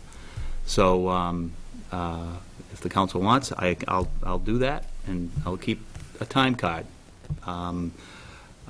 But we do spend that much time, and that's just my time. Mark, I think, is maybe a little bit less, but between 20 and 30 hours a week. Okay. On an average. That can, as John says, that can vary. If we have to go make about 4 or 5 court appearances, sometimes in a week, or sometimes maybe 1 court appearance, that may eat up a whole lot of time. And we've been doing a lot of court appearances to try to deal with code enforcement. We spend a substantial amount of time in preparation of filing lawsuits to making sure that people are complying with zoning regulations, safety code, Board of Health. So it's not just like running to court, it's preparing all the documents, making sure they're sufficient, and dealing with that. We've also had to deal a substantial amount of time with the police department on one particular officer. We've had to gone to court, I don't know how many times, with those issues. We've been dealing with Superior Court and a whole host of arbitration issues, civil service issues, license to carry issues, unemployment. So it's been a full amount of work. So some weeks, it's all of a sudden I feel like all I'm doing is Fitchburg. And then some weeks when it's a little bit quieter, you know, it's usually 20, 30 hours. I mean, between John and I, we must answer, I don't know how many emails a day of various people asking us things.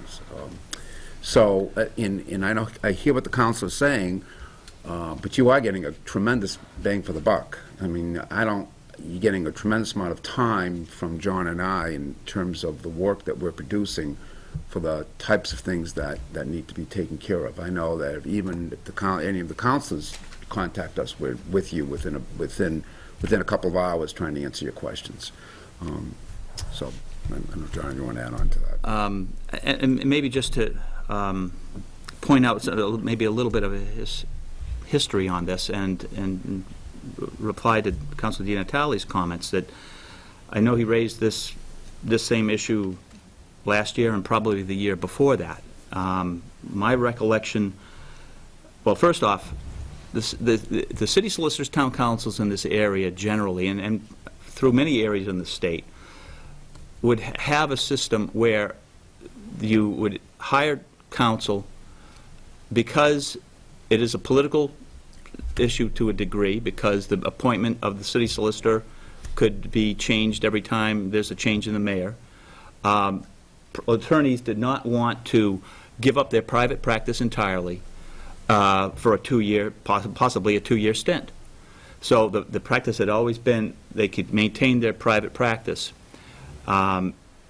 Ciotta was at the point where he was not spending he was spending very little time on his private practice, and it seemed more practical for him to make the argument that he should go full time. Worked in City Hall, and he was a full-time employee as it was anyways under the retirement system and under the benefits that were provided and offered when he took the employment. And at the time, he was also, and I'm a little bit fuzzy about this, but my recollection is that the increase in his salary and mine as assistant did go up, even though in fiscal year _09, even though he was not working at City Hall full-time. I believe that there was in recognition of the fact that the time that we were spending for the city's, on the city's behalf, warranted that raise, and then he did go into a full-time at City Hall. He was also getting essentially the code enforcement expenses, because he was largely doing the code enforcement expenses. He was doing the code enforcement on his own. So he was getting the average salary plus the $15,000 into fiscal year 2010, $20,000 fiscal year 11. It seemed to us last year that it made more sense that we would be doing code enforcement within our salary, but as it was in the past, there was a provision for administrative expenses, and that money should be applied towards administrative expenses, support services, and staff, and that's the way it had been years ago. So it's something where I feel that we have actually reduced the legal budget for the city over the last couple of years. We have been taking on, as Mark said, more of the collective bargaining and more of the labor stuff, so that we have saved, as Councilor Di Natale pointed out, in fiscal year 10, we had some huge labor expenses, and there was a judgment award of $300,000. He's using that, and correct me if I'm wrong, Councilor. It's not in my calculation. All right, so the 300 isn't, but you're using an average of 600, or whatever it is, 463 in fiscal year 10 to come up with an average over the past 5 years of 313. I just, it may be quibbling, but, we have tried to keep it down to 261. I don't think the council at this point wants to debate, as I certainly don't want to get into the personality issues, and it's certainly your prerogative to decide how you want to handle this, but I think that Mark and I and our staff have worked hard for the city of Fitchburg. I think, as Mark said, we've provided good value for the expenses, and just briefly in terms of what other cities get or pay for their legal services, there's a full range. I don't know. Last year, I know I did a review of it, and there's some cities that pay far more than Fitchburg of a comparable size, and there's some cities that pay less. Why that is, maybe some of it's because it's they have other problems, other issues. I don't know. Can I ask then for you just to clarify what labor supplement for $50,000, what that is? And then the second part of my question is administrative support for $24,000. What are those two line items? The 50,000 is for the Labor Council. We do still need assistance from Labor Council, which the city has had for the last several years, Deutsch Williams in Boston. And they, when we have a matter that's, maybe beyond our depth, or we need some extra assistance there in Boston, they can go over to the Civil Service or the Labor Management Bureau and deal with that sometimes more expeditiously than we can, taking time out to drive down to Boston. Rick, you haven't, I think the mayor's lucky to have you. Thank you. Councilor Caddy. John, in criminal or property matters, what's the going rate for an attorney in private practice right now? Going rate, if I have a private person come in, well, see, in Garden's a little different market than Fitchburg, but my rate's about $225 an hour. And I bill for everything. John, every are you any email. different, or My private billing rate's $200. do you know what you make per hour, given your time you put in? I do, I ran the numbers. You want me to give it to you? I'm loath to say it, but I think it's somewhere around $60 an hour. It's exactly $60 an hour. If you, you said 35 hours to 40 Yeah. a week. I ran 35, divided it by your 109, and it comes to $60 an hour. So I guess my point to the council is if you have two people before us that are working 60-something hours, and you use their private practice rate, divide that by 3, because that's what we're paying. And if there was no demand, we could farm it out if there was no demand.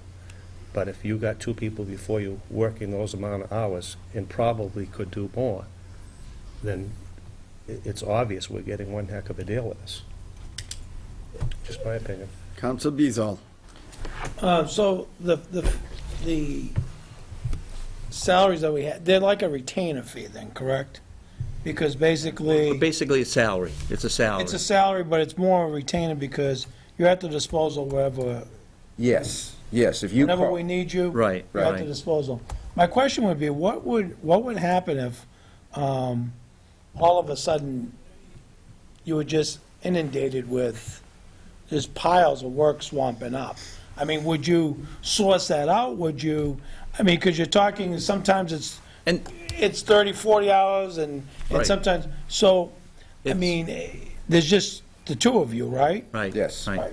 That's a good question, Counselor, and it has happened in times past, and I guess most recently, we do have a line in the budget for, I think maybe it's under litigation special counsel now. We do have a line for, it just comes under code enforcement now. We do have a line there for code enforcement, but it's also code enforcement special counsel. We had it's been inactive, quite frankly, but we did retain special counsel to help us deal, this was back when Mike was city solicitor, to deal with the airport and the FAA controversy that we had a few years ago. We retained Scott Lewis of Anderson and Krieger to help the city deal with that, particularly because of the special area of FAA rules and regulations.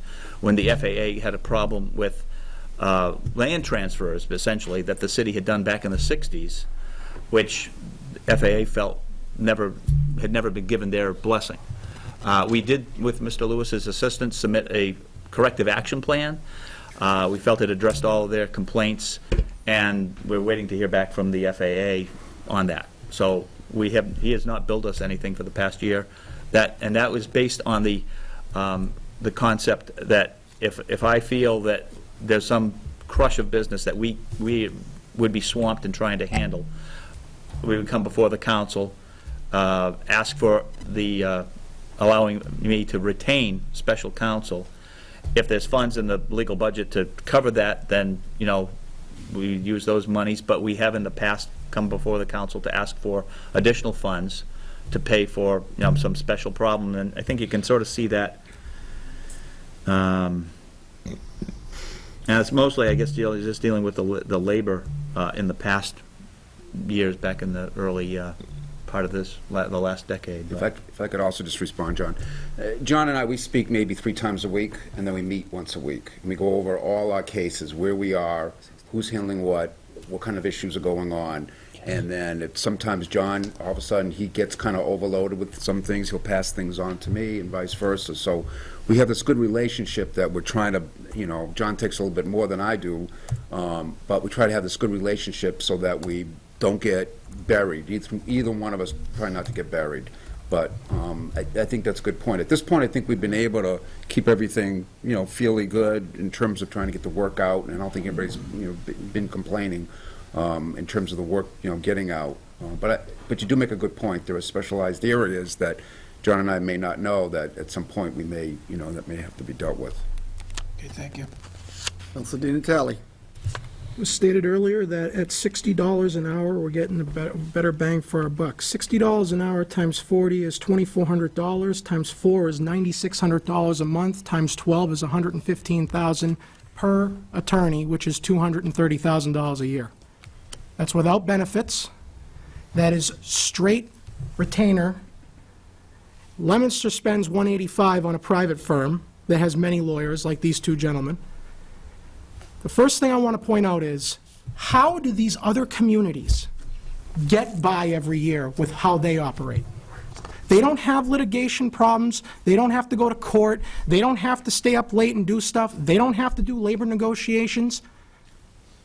I'm sorry I'm beating a dead horse here, evidently, but I fail to agree that if we don't do something different, all hell's going to break loose, and we're going to spend more money. I'd rather pay $115,000 per year for one attorney each and end it there. So I don't know where the facts are from the numbers that we're getting a better bang for our buck. We're not. $60 an hour would be wonderful. Hell, do 70. It's the obligation beyond that point that these other communities don't have to pay.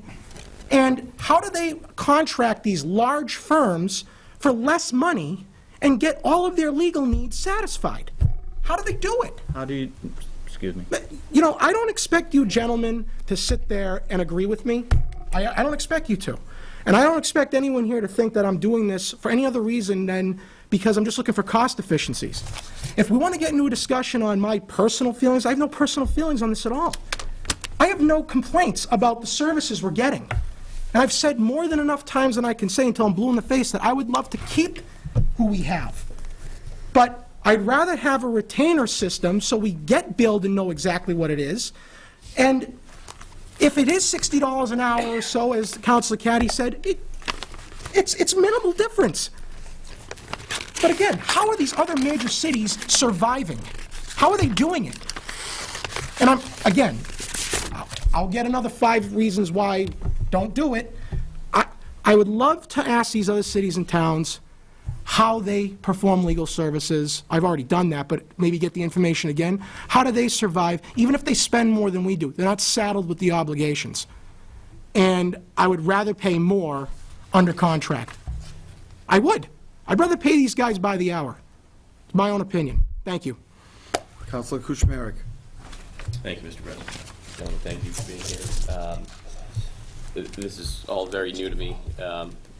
You're salaried, but you don't have an office, and you don't work the regular hours, but I understand the sort of the unconventional nature.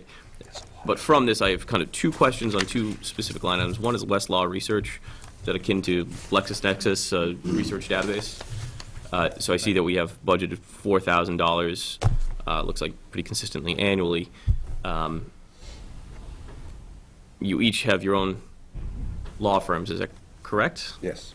You each have access to Westlaw research or something akin to it through your own law firms? Is that correct?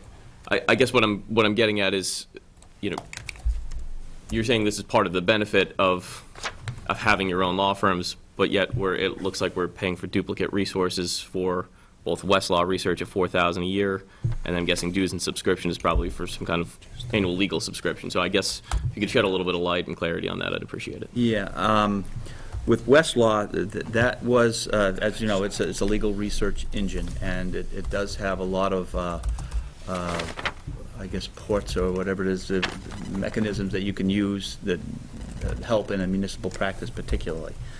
I know Mike Ciota found it to be very useful. We only use it for city business because in my private practice, I do have a separate, essentially what I largely use is the state law library, which is online. I know Mark at one time privately used Quick Case or Fast Case. Fast Case for a while. yeah. There's also, we can do legal research under our Mass Bar Association membership on CaseMaker. There's another system. Mike felt that the Westlaw was very good, and it is very good, a very good thing, and we have used it. We're in a contract right now, so that's why it's budgeted, but we're looking at whether or not the amount that we get out of it is worth the price. So that is something, Counselor, we are looking at, considering. We are in a contract now, but whether or not we'll continue that, if it is worth our while, that's something we're under consideration. The social law library has, John and I just talked about it, has comparable at substantially less. So we're actually looking into doing that, getting that service rather than Westlaw, and it's substantially cheaper. And in the dues and subscriptions? Basically, that's paying for our membership in the City Solicitors Town Councils Association, and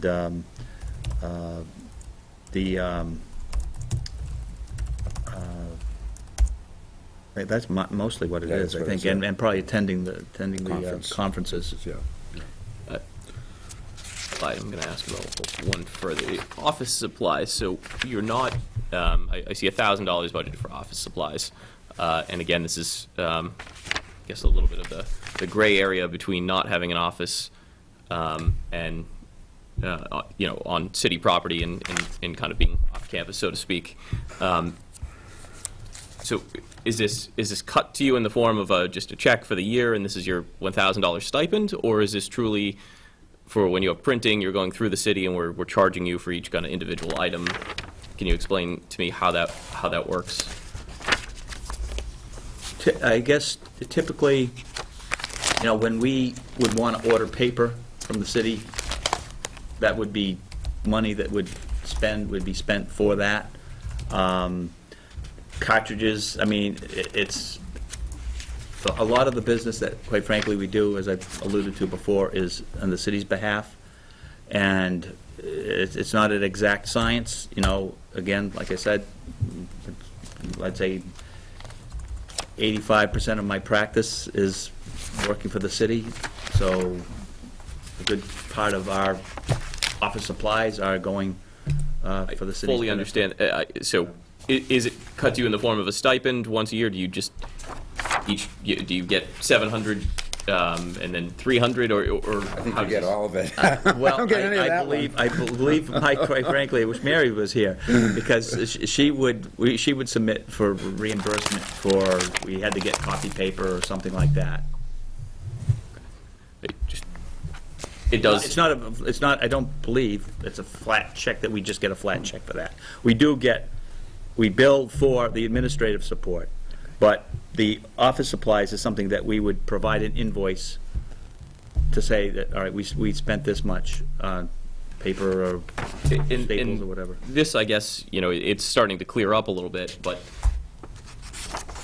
it's tough, as you alluded to earlier. Maybe keeping a time card does help kind of benchmark when you're on city time and when you're not on city time. To me, it sounds like, I have no doubt that you're both working the hours you say you are things are very clearly getting done, but there's no, I don't see any, direct review or accountability. I have no idea that, you could be submitting receipts for $1,000 worth of office supplies, and you could be using it to subsidize. And again, I'm not accusing and I'm not implying by any means that you are.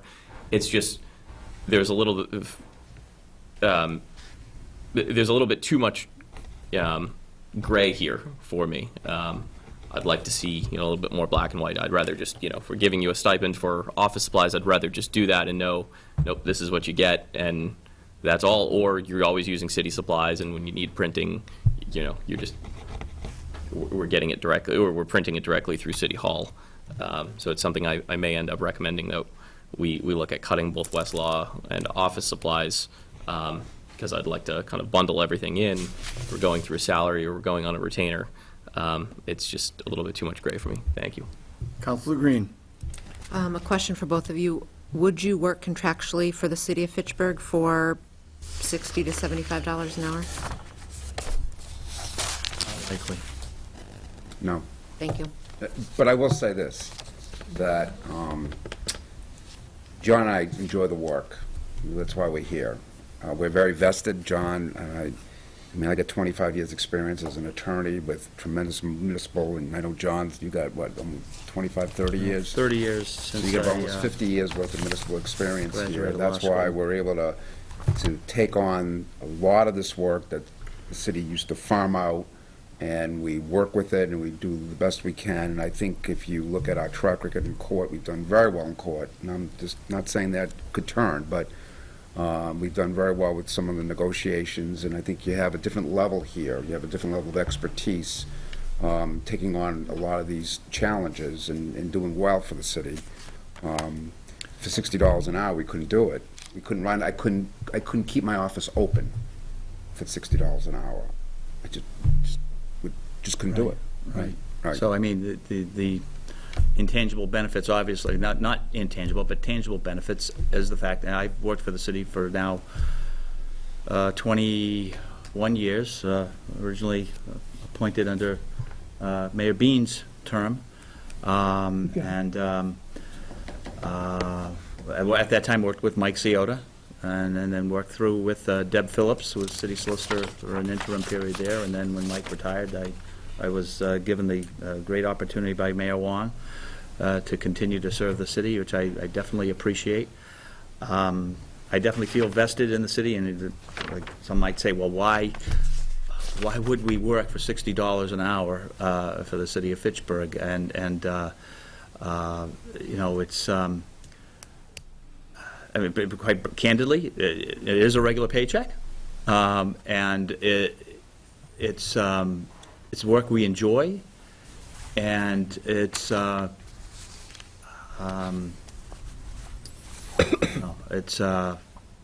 if you were to do it on a private attorney basis, I think the way it's set up now, we have a little bit more flexibility, and I can only share this anecdotally, but from what I've heard from other towns, is that they have very strict lines about who can contact the city solicitor and or the town council. And I don't know, maybe if that was changed, there'd be some changes in the services you get, and it could be more cheaply done. I don't know. But right now, I think, we are trying to be responsive to a lot of the needs of the city, answering calls from counselors or department heads, or sometimes other folks, not necessarily department heads. We're pretty much always on call, so. I mean, it's not only department heads, it's even the engineers. We're doing, I'm involved with lots of easements now with the engineering department, and it's like, I'm losing more hair over this. But we're dealing with every level of city government who contacts us, we try to respond. So it's just not department heads, just not the mayor, it's just not city councilors. It's anyone who wants to prevent themselves from getting into a lawsuit, or am I doing the right thing? They just want some advice. They have access to us. And maybe that's not the way we should be doing it, but it's always been my opinion that you want to prevent lawsuits or prevent issues from happening before they, challenge challenge other things. Thank you. Counselor Clark. Thank you, Mr. President. I looked through some old files and I found something that I thought was interesting. And I understand what Councilor Di Natale is saying, and I understand what he said, the same thing basically a few months ago. I can remember having a council session, and in the session, we were talking about the same thing. And we had some information from our lawyers of exactly how many cases they were working on at that particular time. This goes back to October 1st. And at that time, they were working on close to 35 different cases. That's a lot of work. I'm guessing that's a lot of work, some easier than others. Is that a general figure, that what you guys are working on as far as the number of cases that you currently are working on, or? You know, it's hard to sometimes quantify it, because like Mark said, there'll be one matter that will come up, and this is my bugaboo, is I try to set up a file, you know, for things that you know, more than just a off-the-cuff, yeah, this is okay, go ahead and do it. If you have something that does require spending some time investigating, contacting people, research, try to open a file, because sometimes that issue will come up again, and you try to refer back to that so you don't have to reinvent the wheel. So I think the cases, Councilor Clark, are probably cases that are specifically in litigation, and not necessarily every matter that we're dealing with. And I'll mention, too, the fact that we do have insurance for much of the litigation that we have in terms of tort litigation. Mm-hmm.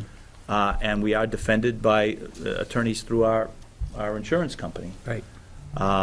But that does involve some coordination with their attorneys. In fact, we have a matter that we are hopefully going to be settling. Well, we have settled. I was hoping to get, I don't know if the mayor's still here, but hoping to get the mayor's signature on a settlement statement. Basically, we have to conclude the settlement, but our insurance company's providing any reimbursement for the complaint. But we also do the workers' compensation in-house. That's not always done in-house by the attorneys for the city. So, touch wood, it's been relatively quiet lately. But.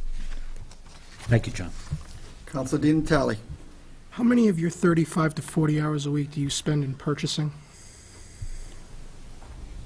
Right now, I would say probably 7 or 8. How many hours does your administrative staff spend in purchasing? A week? Probably 5 to 8. So, some days she might be there for Mark, 4 hours. do you spend a similar amount of time? I am spending not as much as John, but I am a little bit, maybe working on 2 issues right now, I think, right, on purchasing. Right. Probably 2 or 3 hours, maybe a week, So- maybe 2 hours a week. Yeah, I mean, John's got the bulk of purchasing. Let's just say 10 hours between the two of you a week. That's well over 10% that you guys are not doing on other matters, primarily because of the problems we've been having in that office. Because I understand what we've been told about the problems, and good thing you guys are there, because you guys are there to straighten it out and make sure everything's done right. But, you know, I wish those 10 hours would be used more appropriately elsewhere, because I don't see anything about supporting purchasing in this document that Councilor Clark read. So 10 of your hours a week, which is 40 hours a month, times 12 is 480 hours a year, you spend in purchasing. That's what you just told me. Well, Counselor, you know, it's a rough estimate You know, and again, from week to week, right, lately, we've been spending I have been spending a lot of time with purchasing. Now, I have to reply to some extent that I would be spending that time anyway in purchasing, because it's not purchasing per se. There are problems there, but there are also, there's a connection between purchasing and the law department, because I have to review contracts. And that's part of it. And in course of reviewing contracts, there are sometimes problems that are not generated, not caused by purchasing per se. It's a function of the purchasing issue. For example, insurance certificates. I've spent quite a bit of time dealing with a problem with a contractor who the bid was awarded for them to come on to do the work. One of their conditions, and stop me if I'm getting too detailed about this. Stop. I know you've got other things to deal with. But no, briefly, without getting into the weeds, it's a matter that does require my attention to go over it, to work out the problem. It's not something that purchasing did. It's a fact that there was changes in the insurance certificates. The requirements that we had for insurance provisions were not being met. We've met once with the insurance company and the contractor to try to resolve it, contacted the state insurance commission, and I think we have a resolution of it, but that's part of the time I spend. I find it very hard to believe that your time is spent in there all the time because you have to be there. I find that hard to believe. Based on everything... No, I'm not saying that all of my time is spent because I would have to be there anyway. There are problems, and I have been, trying to work on that also. Thank you. Any other comments or questions for law? Thank you, gentlemen. Thank you. Thank you, Mr. President. Thank you, councilors. Moving forward, community development, page 32.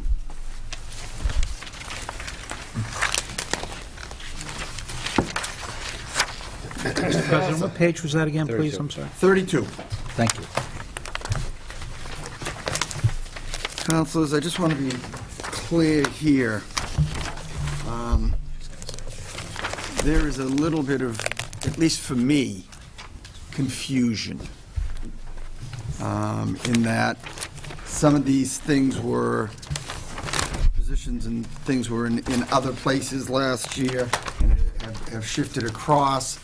I did ask and received from Mr. Saracen, because some of the employees, whereas, if you take for an example, somebody, the lawyers that were just here, you could go across from 2008 and see what they were made in the personnel side. You could do that with Mr. Stevens and others. Here, they were somewhere else last year, and then this year they're somewhere else again. So if you all can refer to the sheet that Mr. Saracen gave to us, you might be... I thought you gave that to everybody. I don't have it.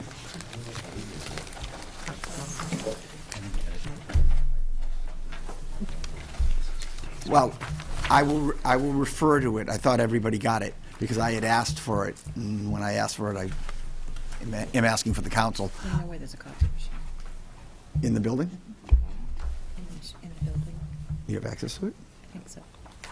If you got it. Did you get that? Yeah, I'll take this one. So I'll refer back to that, and Ann is going to try to get copies of that for you.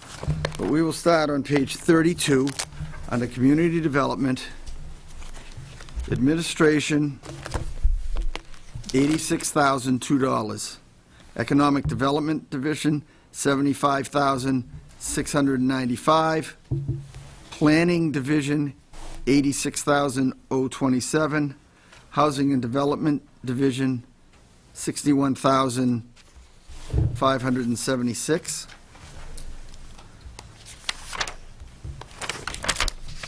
And then we want to turn to page 33, is that correct? Is that the way you want to do it, Larry? That'd be fine, Counselor. Is that the best way? Okay. I'm not sure.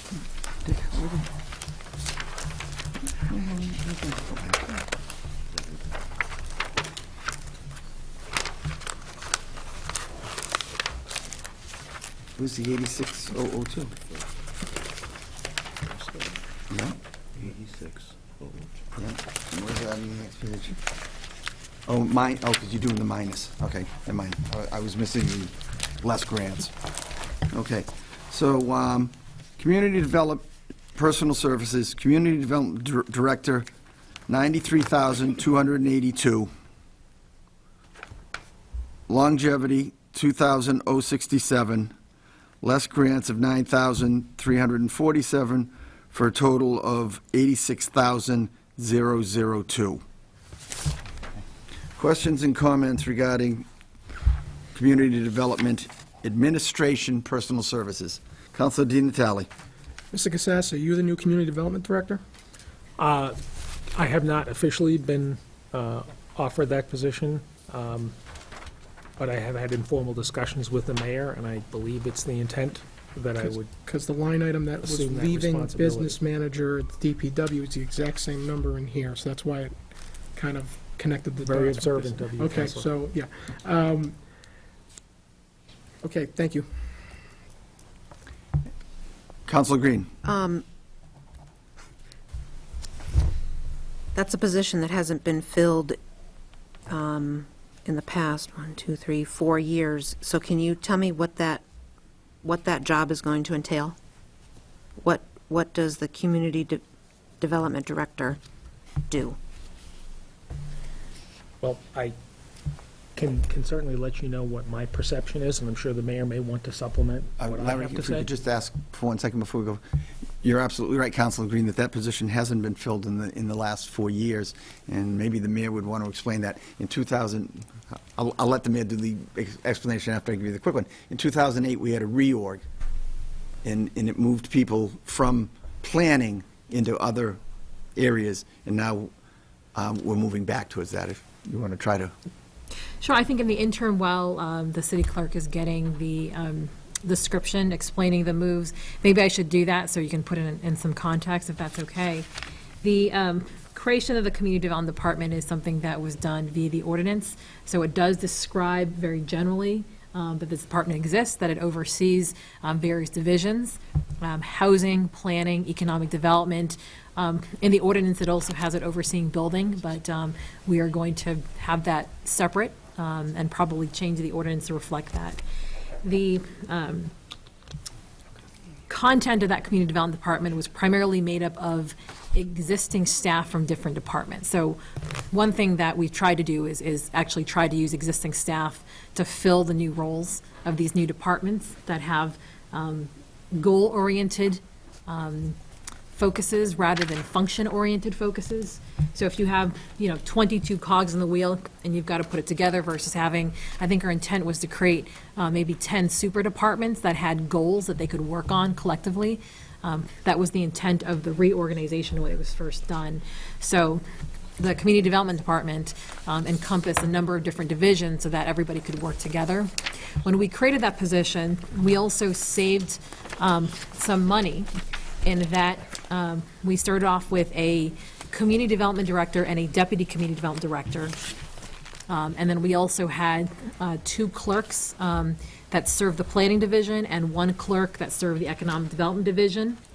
And in downsizing in 2009, we eliminated the department head, we eliminated the division head, and we eliminated 3 clerks. So we eliminated 5 people within the Community Development Department.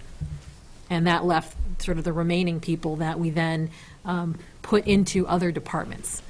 And per discussions with the council, we're reconstituting that department again, minus those positions that were created. So it's sort of a smaller department than the original Community Development Department that was created. I'm not sure if that makes sense. Councilman, we're going back to what is actually what we should be doing. Okay, all right. What happened, we had 2008, we had a reorg. That created this. Then 2010, we had another reorg that the council never passed, but we started acting upon, and now we're going back to the 2008. Okay. Without adding the staff that was part of the original office. Okay. All right. That's why it's been empty for the past 4 years. Correct. Okay. And then my question was, what is this community director, what are you going to do? What is your job going to do? Well, I believe the role of the community development director will be to coordinate all of the activities of the division, of the 3 divisions that form part of community development, which is something that we arguably have lacked over the past several years, and that is essentially making sure that the community development personnel, planning personnel, the housing personnel, and the economic development directors all work as part of a team, an overall development team on behalf of the city, because all of those activities arguably fall under the jurisdiction or the general heading of community development.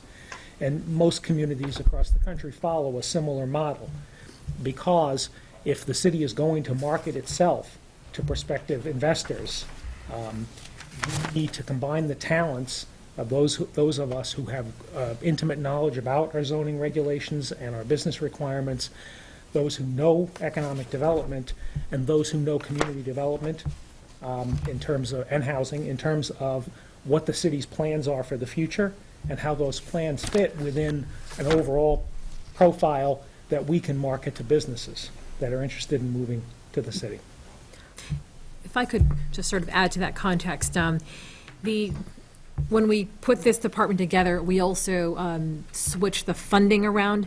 The funding sources also dictate what people do, because if you're, for example, 100% funded by a grant, then you can't work on anything but that grant. Otherwise, you need to actually supplement that with city funds.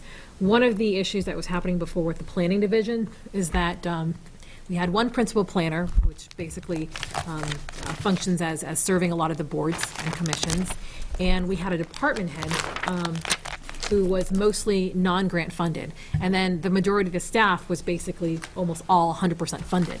So the planning division was primarily doing community development block grant work.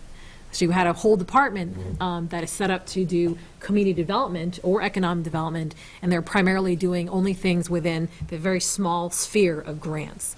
And if there was a project that we wanted to do, which was beneficial to the whole city, then you essentially only had one person who could do that, and that was a department head. That structure didn't work. So one of the things we wanted to do was to create a department head who was basically not a department of one, and then overseeing a bunch of people who are specifically funded by specific grant programs only. But we wanted to create that development team where you had a bunch of expertise that could coalesce around different projects and achieve a vision of the city, such as working with developers, working with housing, working with businesses, and so on, under one umbrella of community development.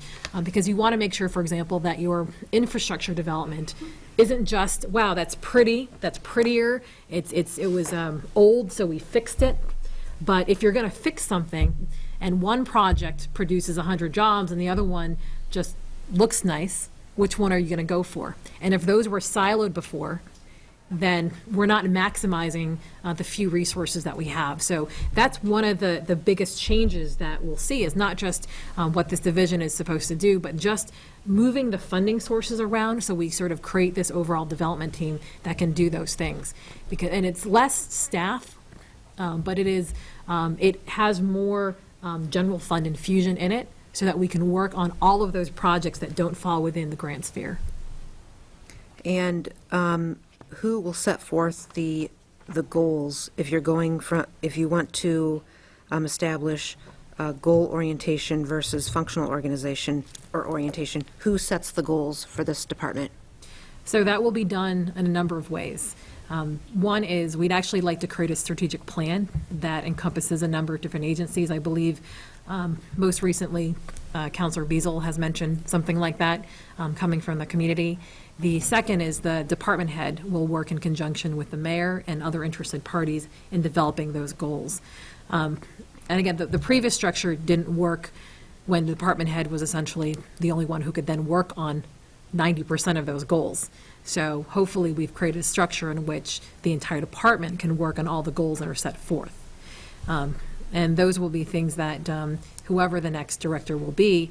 And right now, we need to do the, based on the funding, we need to finalize negotiations with the union because we're eliminating positions and we're creating new positions. And once that's established, then I can have an interim who can primarily be the driver of those goals. Will this department do reviews for, will the director do performance evaluations or reviews on each of the 3 different departments they are overseeing? Yes. Thank you.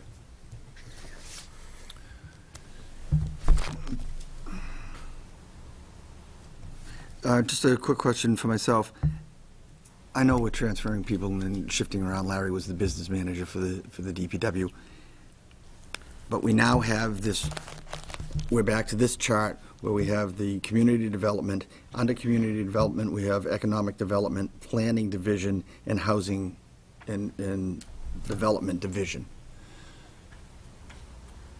When you select somebody to be the director, department head, whatever you want to call it, of community development, is that a position that needs to come before the city council for approval of your? The permanent full-time position will, but the interim position is something that I can fill on an interim basis. Okay, you can fill interim, but Yeah. full-time person will have to come. So my follow-up question is then, if the full-time person for community development needs to come before the city council for approval, would the folks underneath him, Economic Development Division, Planning Division, and Housing and Development Division, need to come before the city council for approval? I think the council's best able to determine whether that was the intent of the ordinance that was passed. So whether it is or not, we can certainly follow that, but if it isn't, and that's the intent of the There just council, seems I to be can certainly do that.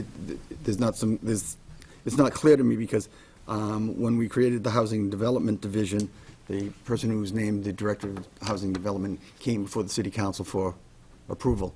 But when we did the Economic Development Division, that person didn't. So I just want to make sure that we have some continuity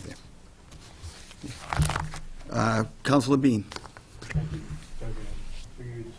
Mayor Larry, you might have answered this, but I'm not sure. So the new community development director, who will be reporting to you then? What, all the staff? So the economic development director will be reporting to you? That's a change from originally we thought, right? Mayor, you had sent us a memo, and I'll get to that later when we talk with that position, but the memo you sent in October, the economic development director was reporting directly to you. So is that change, or how's it, or is it going to report to the position that Larry is now interim in? Yeah, every single one of those positions will change. It poses some complex issues because you would normally lay everyone off and then rehire positions. But all of it is subject, including the layoff and the hiring, is subject to negotiations with the union. So we would want to work within that context, which is certainly our intent. So the number of people that work underneath the community development department would report directly to the director under the new structure. Okay. Including the economic development director? Including. And that'd be a change from what it is right now? That's correct. Okay, thank you. Councilor Di Natale. I have a petition currently for legislative affairs that I'll touch base with the chairman on tomorrow that mandates that all division heads are subject to council confirmation under the department head, so we don't have any loose interpretations of the code like the last time we had a new hire in this area. This is the city org chart that reflects what the law is. This has not been followed in 4 years until recently, when everyone caught wind of it. The Economic Development Director, as Councilor Bean stated, it was told to us that they serve on the mayor's staff in a confidential capacity. I don't see that anywhere on this org chart that conforms to the law. I see Economic Development Director, Planning and Housing under Community Development. And if there is no Director of Community Development, the logical conclusion from any org chart you draw is the 3 divisions below them report directly to the mayor. Not in confidential capacity, not on her executive staff like the assistant and the clerk. So the solicitor's interpretation was grossly inaccurate, because if you read Chapter 3, Section 4, it says very clear, these 3 positions report to the Director of Community Development. And if they don't report to the Director of Community Development, they report to the mayor. So that's why I put the petition in, but I find it interesting that we'll get confirmation abilities on one of these positions, but not the other ones.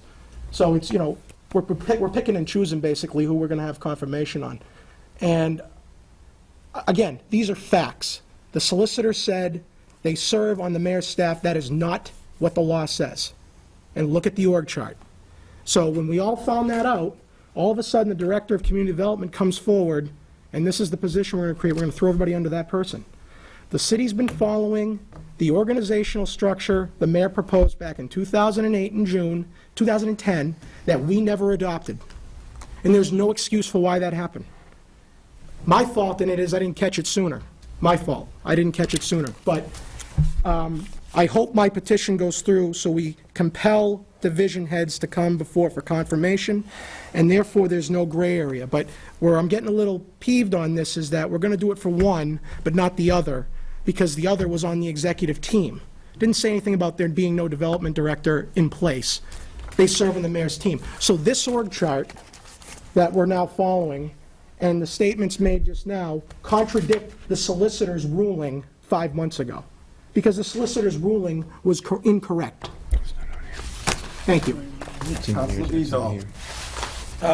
Very excited about this position.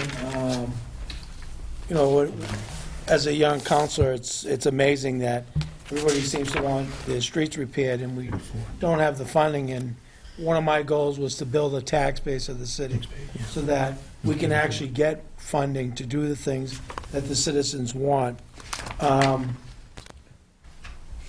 I hope that once this position is created and you're allowed to have some input on who is actually working in this department with you,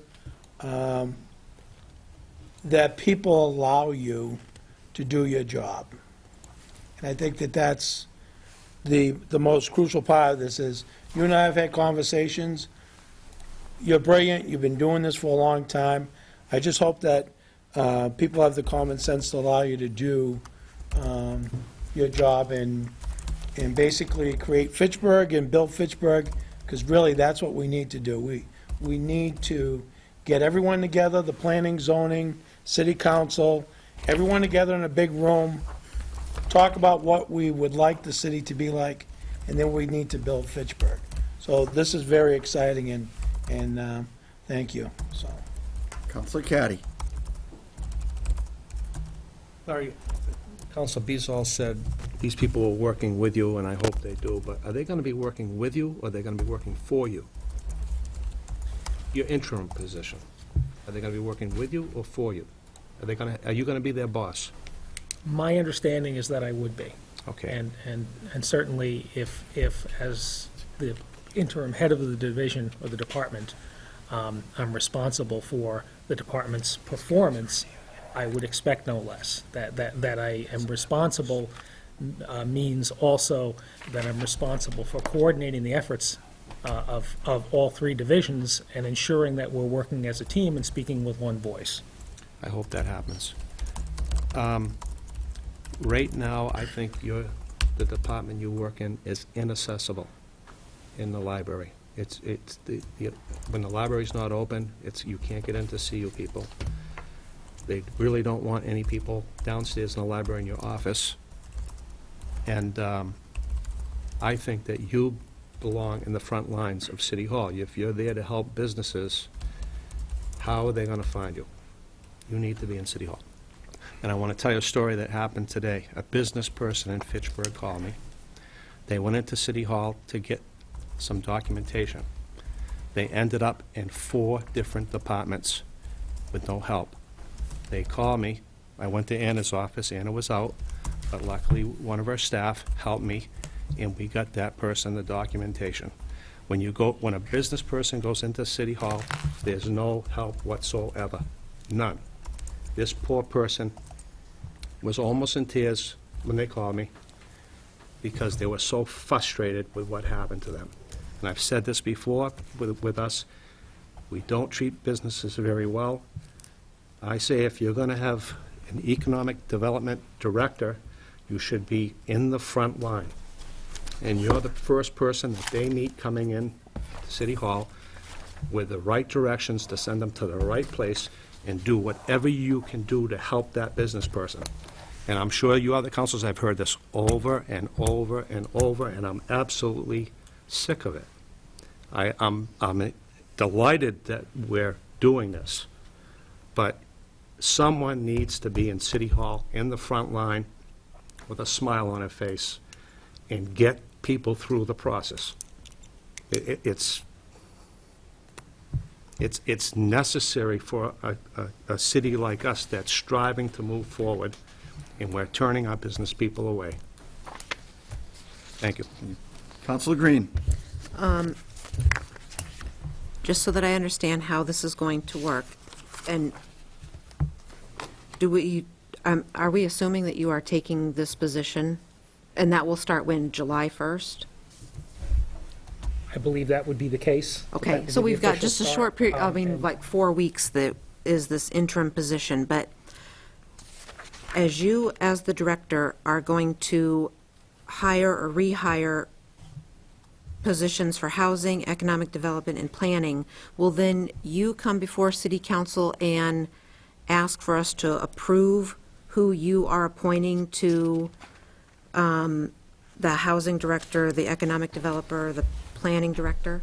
Is that how it's going to work?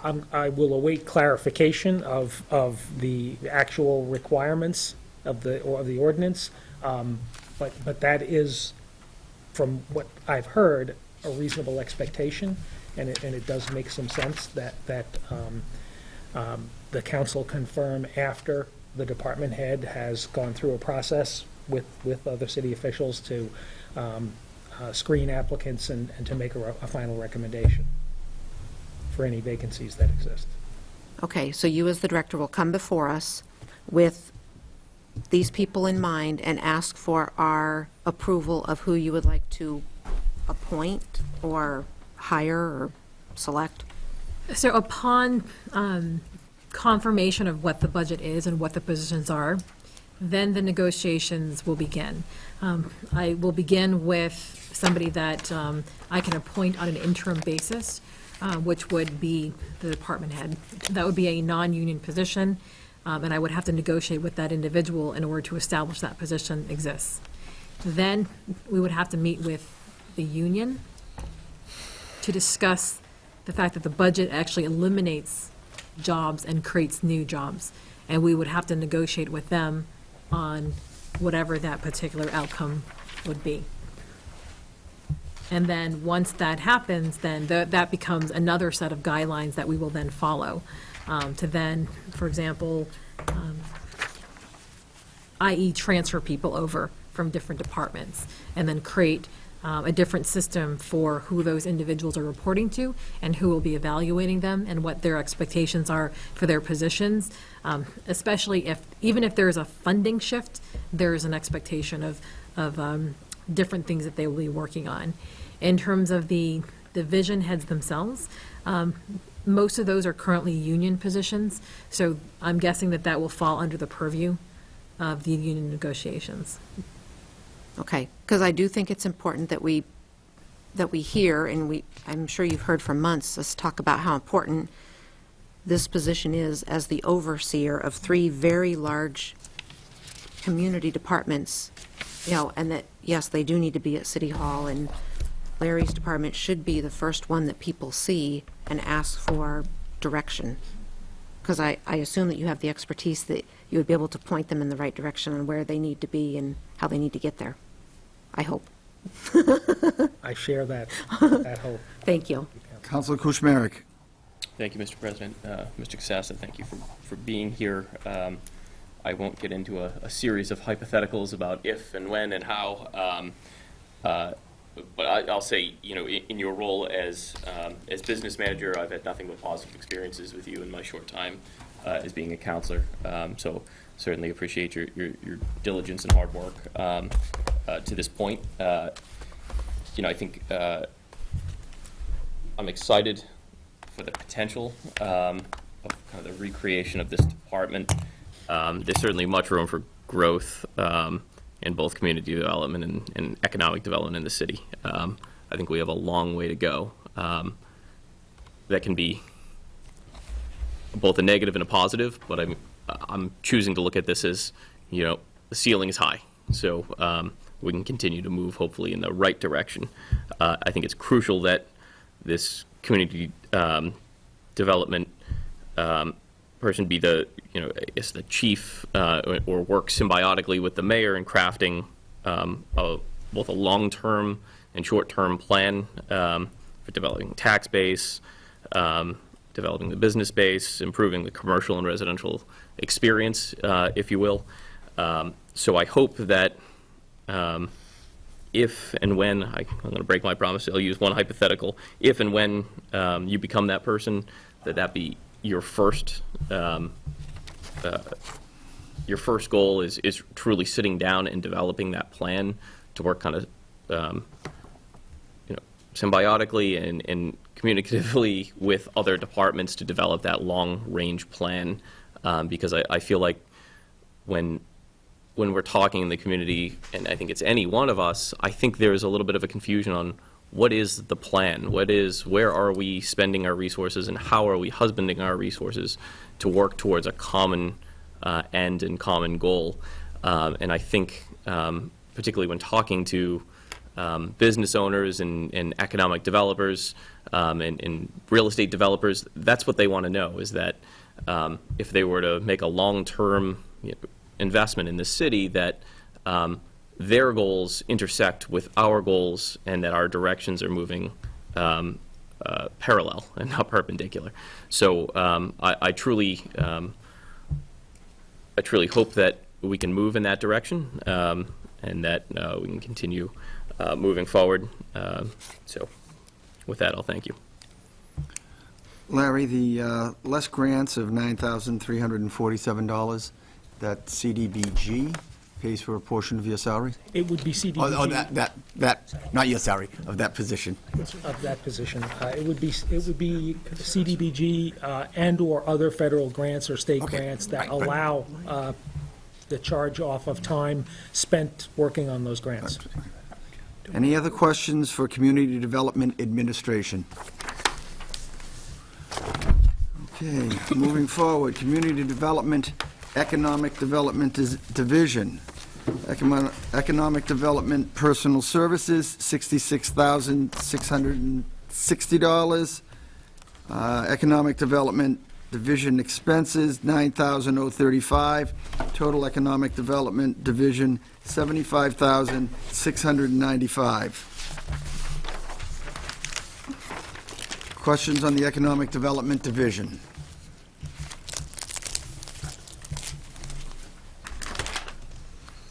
Councilor Bean.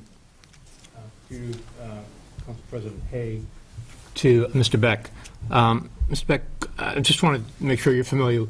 The mayor sent the council a pretty detailed email back November 1st outlining her description of the position, who would be reporting at the time was the mayor.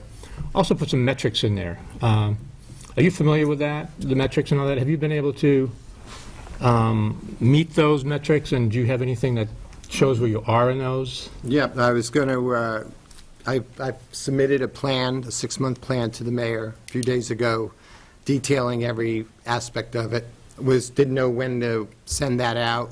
We're fine-tuning a few things. I wanted to make sure you saw a really finished first draft, but I'm pretty excited about it, and it has been submitted to the mayor. So I'll speak to those specific metrics. Right. So those specific metrics were in the creation of this particular position. And in terms of feedback that I've gotten from it, I didn't get much. But when I did meet with Mr. Beck, we went over that. And if you can see within here, you have the Director of Economic Development, you've got a clerk, and you've got a downside. There's actually 3 people within the division. There's also the unfilled role of marketing. So when we sat down, we created a new set of metrics, which is reflected in a 6-month plan, which is actually much more expansive than the ones that I had, which was very numerical and broadly qualitative versus, or broadly quantitative versus qualitative. Some of the metrics that that we talked about, that initially put forward, we've actually, we're looking at creating a new system in which to implement those metrics. A lot of it involves getting data and information through the assessor's office. So this is where the community development office is going to be really critical here. So utilizing the data in the assessor's office, which can actually calc things like increase value of the tax base, which is not just in physical construction, but also in things like equipment and other kinds of valuations. That's the return. The return is, have we expanded our tax base in terms of those dollars, and is there a net value? So they're providing the foundational system in place, and we actually plan on working very closely with ward counselors to develop plans for each ward. And then the housing and the economic development person, we're going to be the front people in helping to implement the development within that ward from both a housing and a business side, as well as the overall marketing and other community development, other infrastructure. So, so we've been sort of meeting informally and creating those mapping systems, figuring out if we can capture value in those areas that's based on this metric. So the assessor's office has really taken the lead in actually developing the system for the metrics. And then under this division, housing and economic development would then go and implement the projects that would then be fed back into that system. I mean, the metrics was important for me because as we, doing our due diligence, as we, this is a new position, will we continue it or not, that whatever report you have would be important for me to be able to see in order to determine whether this is worthwhile investment.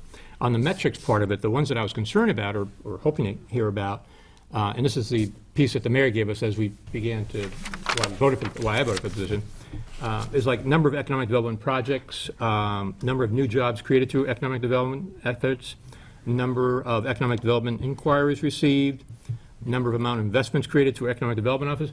Those are the things that are important to me because if we're not creating jobs or creating opportunities or retaining business, we're not doing the right thing. The marketing thing, I think it's okay, but it's more about jobs. I mean, my kids, were always, they had to move out of the area because they couldn't find jobs here.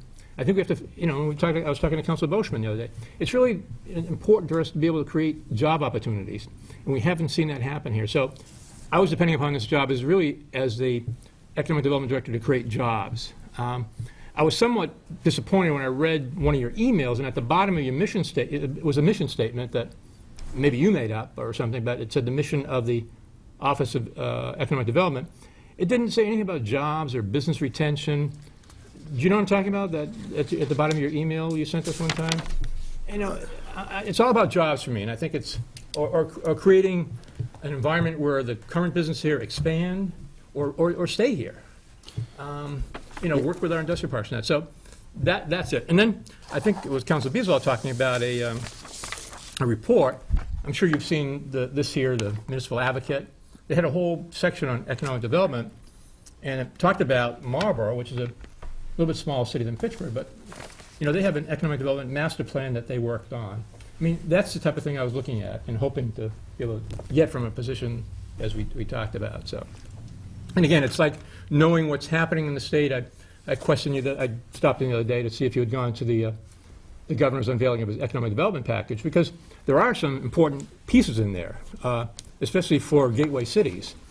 And those are the type of things you should know about, so that when businesses ask you about the job training programs and the other programs mentioned in the governor's package, those are things you'd be telling people. So, right, and I received those press releases. I'm actually a fellow for the Mass St. Gateway Cities Leadership Council, so I'm representing the city on that council, who meets regularly. So I'm, Ben Foreman is the director of that. So his reports I get through, and I'm participating in that, representing Fitchburg the best I can. And yes, I mean, I probably have read more economic development plans lately than I've had in my whole life. And but we need one. I'm saying is we need one. But we have several that have been created over the last several years that are very strong. The MIT one. We need one that we're going to work with from this point on. I'm saying. Yeah. That's all I'm saying. I'm not. And I'd be when I can share what has been developed, and this is where we're at right now, I really would expect, since this has been a real collaborative process and had input from literally hundreds of people from the city and outside the city, and here's what I believe that marketing is so critical to creating jobs and getting businesses here. Because most of the perception, both internally and externally, around Fitchburg is wrong. And so I think that's been a major reason why we really need to refocus on really great branding, what our assets are, which are extraordinary, and highlight in a positive way the assets that we have, which are, for a small city, I think are just not being recognized regionally. And excuse me, but I understand the marketing part. Don't get me wrong, I understand the marketing all part. right. I'd like to specifically address your question, maybe that will help you out. Okay, sure. So, the traditional way of doing economic development is the primary reason why I felt it was necessary to eliminate that position previously. Because what we had is we had a reactive system in which we were going to events that the state was putting on. We were waiting for businesses to contact us, and we were doing projects that didn't have metrics in place. So if you're working on a project and creates 10 jobs, but you've spent a $70,000 salary doing it, and those 10 jobs would have come in whether that person existed or not, I go with that. then you're going with the wrong metric. What we decided was that the metric was, are we going to impact the tax base of the city in addition to jobs?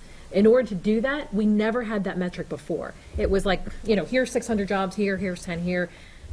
We're going to measure those anyways. Those are really easy to measure. But what we, especially with the property tax ceiling, we wanted to measure the actual impact on the wards. And what we found out is that some of our policies were not bringing the right businesses. So the business would come in and they would not be the highest and best use. They would have a very low job per square foot ratio, because what they would do is they would look at the current comps. And they would say, the current comps are $4 a square foot, so that's what we're going to come as, and that's it. What you want to do is you want to upgrade retail. So, for example, meeting with DiGiorno Properties today and talking about you can either have the tenants who, if they're not doing well, what they want to do is they want to lower the rents, and you could keep going in that cycle. Or what he wants to do is he wants to give a major facelift to that entire development in order to keep the rent up and drive more revenue to the businesses so they can support those higher rents. That's essentially what we need to do in the city. So Ryan was doing a lot of that work when we eliminated the economic development position under my office, and not only created proactive things like code enforcement that were eroding the tax base, because it's not just going here, but it's things that we're doing here and measuring that.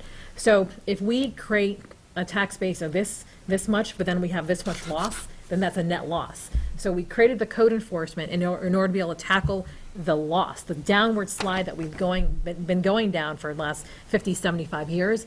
And then we also reviewed state policy. So like some of the programs that the governor unveiled are things that my staff, especially Ryan, have had direct input into. So a lot of the market rate stuff, the job retention, many of those were Fitchburg at the forefront of suggesting those, lobbying those, and creating those positions. There's many incentive programs where instead of going to a press release, a press announcement, we're the ones that actually created the teams that actually created those things in the first place. Met with DeLeo, met with the governor. So that was not happening before. It was a very reactive, like, here are the tools that we're given, and let's just see if whoever comes in the door, we can sort of fit those in, and that's what we do. There's no return on investment there. So the new system they're creating is really linked to this return on investment. The piece that we talked about is job retention and job creation is much easier done when you have everybody in the community reaching for that higher level versus simply just bringing people in. And one of the problems that we had is we had our own community disinvesting in Fitchburg. And part of it was linked to, you call it marketing. I call it perception, morale, all of that stuff. And that was really low. As, the chief elected officer in the city, I can tell you, I have had very little time to spend on those kinds of things because we've been spending most of my time doing financial operational stuff. So that was the biggest thing that was missing for me, and something that I requested that be focused on, is get people to be positive about the city If you're positive about the city, you're going to stay here, you're going to invest here. If you're negative about it, you're going to disinvest in your property. And that feeling alone is probably going to create more dollars or prevent more loss than just focus on specific projects. So what he's doing is a direct reaction to my distaste for the way that things were done before. And I feel like the need for the Fitchburgs of the world to step up in terms of these gateway city, working cities, and be much more proactive. Because I can tell you at the most, where even with all that, most of the state policies are still contradictory to the things that Fitchburg actually needs. And we can certainly get into more specifics there, but it's a constant battle for resources. Just getting back to, my concern was those 5 metrics I talked about. It's really about job creation, retention, reaching out to the business community, job training programs, keeping what we have and expanding it. So that was really my thought of the Economic Development Director. When the mayor sent her letter to us, or emailed to us, she did say that your responsibility would be the chief marketer, but improve the city website. Now, I don't know if you spent any time on it, but the city website is probably the worst there is. I mean, the other night we were here and we were talking about some other purchasing. I went on Wista's website. I found all their stuff. Leominster, everything. You go into Fitchburg, the purchasing department wasn't even there. And that's just an example of there's very little transparency with our website. There's very little information you can get about the operation of the city. And I know it takes a lot of work, but I don't know if that's your website, what you're doing with We the have a website? new website, new slogan that we're fine-tuning now. I've been working with our departments. We want to make sure. I think it's going to be a huge hit. People that have seen it have been very excited, worked really hard on it.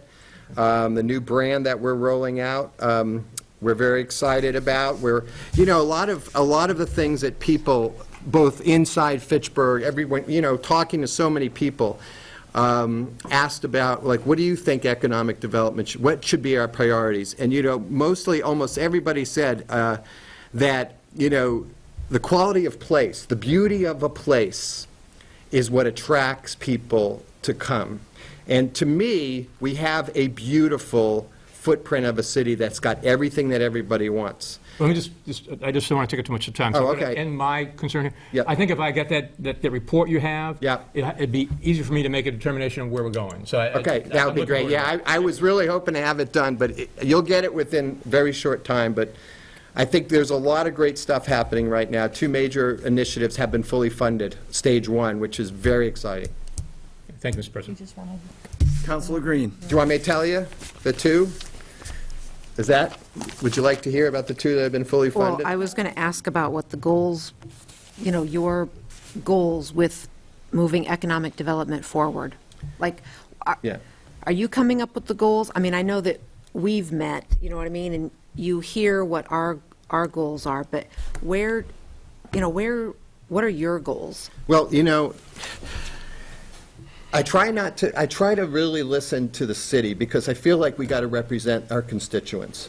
So, when you look at an economic development plan, they're fairly generic. But in Fitchburg, it has so many people that have so many passions about what they think need to change the city.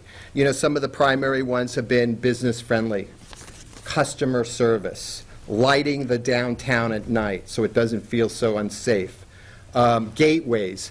Can you clean up the gateway so that experience coming into the city can be, a little bit like what Great Wolf is trying to do, right? That's their whole strategy, is to get this kind of buzz about their theme that you're buying into. And I think we have all the themes here that are already successful.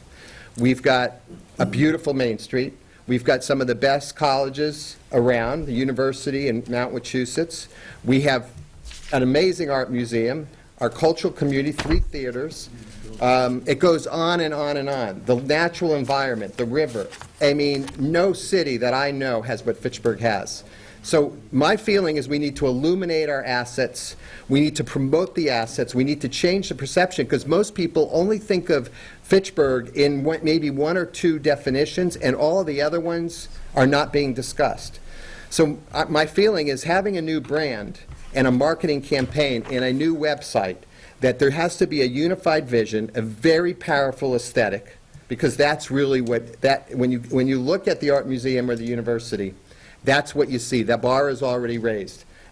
Those places are as high aesthetic as you can get. And so we need to fill in the blanks for the rest of the city. And we have architectures and parks that are there. We need to just clean it, light it at night, make people feel excited. I just want to say, and I'm very proud of this because the efforts, we started a Create Change Fitchburg leadership group after talking with 500 or so people. And there's city councilors involved and people all ages and backgrounds.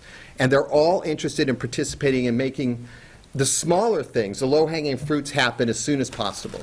And what I've realized and what's exciting now that, you know, for example, Andre Ravenel has got every school kid doing something that can fill the windows in the downtown. So all the empty storefront windows can have young people, their poems and their images over these empty windows. Just think about that. What does that mean? All their friends, all their family coming down. Add up the numbers. We're talking now easily 5,000 plus people there. Building relationships with the university and Mount Wachusett College. We have them now fully invested to collaborate with. I'm meeting with their head of marketing on both the university and the college. We're meeting about how do we work together as one vision because they're invested in Fitchburg equally. If we are successful, everyone's successful. So my feeling is every person can contribute and participate in our economic development. And because you talk to everybody and they say, I'd like to, you know, do the weeds. I think that's economic development. Another person says, clean the potholes. Another person says, make it a streamlined process so that it's, turnkey. You go into City Hall. And, people complain about, why can't you be like Leominster? I get walked in there, businesses said they're handheld and it gets done in an hour or two. We need to make a lot of internal changes, but I really think what we need to do is get people feeling positive, especially on our 250th birthday, feel inspired to participate. Everyone I've talked to, there hasn't been one person that hasn't wanted to participate. This I'm very proud of, to see the city ready for change. And I feel like we can do small things well, like the cleanups, like lighting all of our beautiful assets, like getting these gorgeous gateway sign billboards up that are already paid for. All the banks are involved. Civic Days is going to be 40,000 plus people. 300,000 people are going to come from Great Wolf. These are people that have a lot of exposable income. If we don't look great and polished and beautiful and excited and happy and people friendly, we're going to miss out on that large amount of people coming from Great Wolf. So we really have to work closely. And this is why, I go down to Great Wolf and look how they do it. It's a culture. They're establishing a theme and a culture. That's what we're trying to do now at this point. And we've got as good a theme and culture as they do. So there should be no problem with us drawing 300,000+ people just on Fitchburg's assets. I believe that. Thank you. You're welcome. Councilors, before I go to the next councilor, I just have a question for you as a group. We are now approaching 10:30. We have, 9:30. 9:30. Sorry. We have, 10:30 somewhere. at least 5 more people who want to speak simply with this department by itself, which I'm guessing is going to bring us to 10 o'clock. If you want to go beyond that and bring the other people in, that's fine, but if we're not going to, maybe at this time we could let them know that this will be the last one we'll do, because this will take us to an extended period of time. What's anybody's thought? Let's finish. I'll stay. Okay. Councilor Tran. Thank you, Mr. President. Mr. Beck, have you developed and sent out a survey to the business community?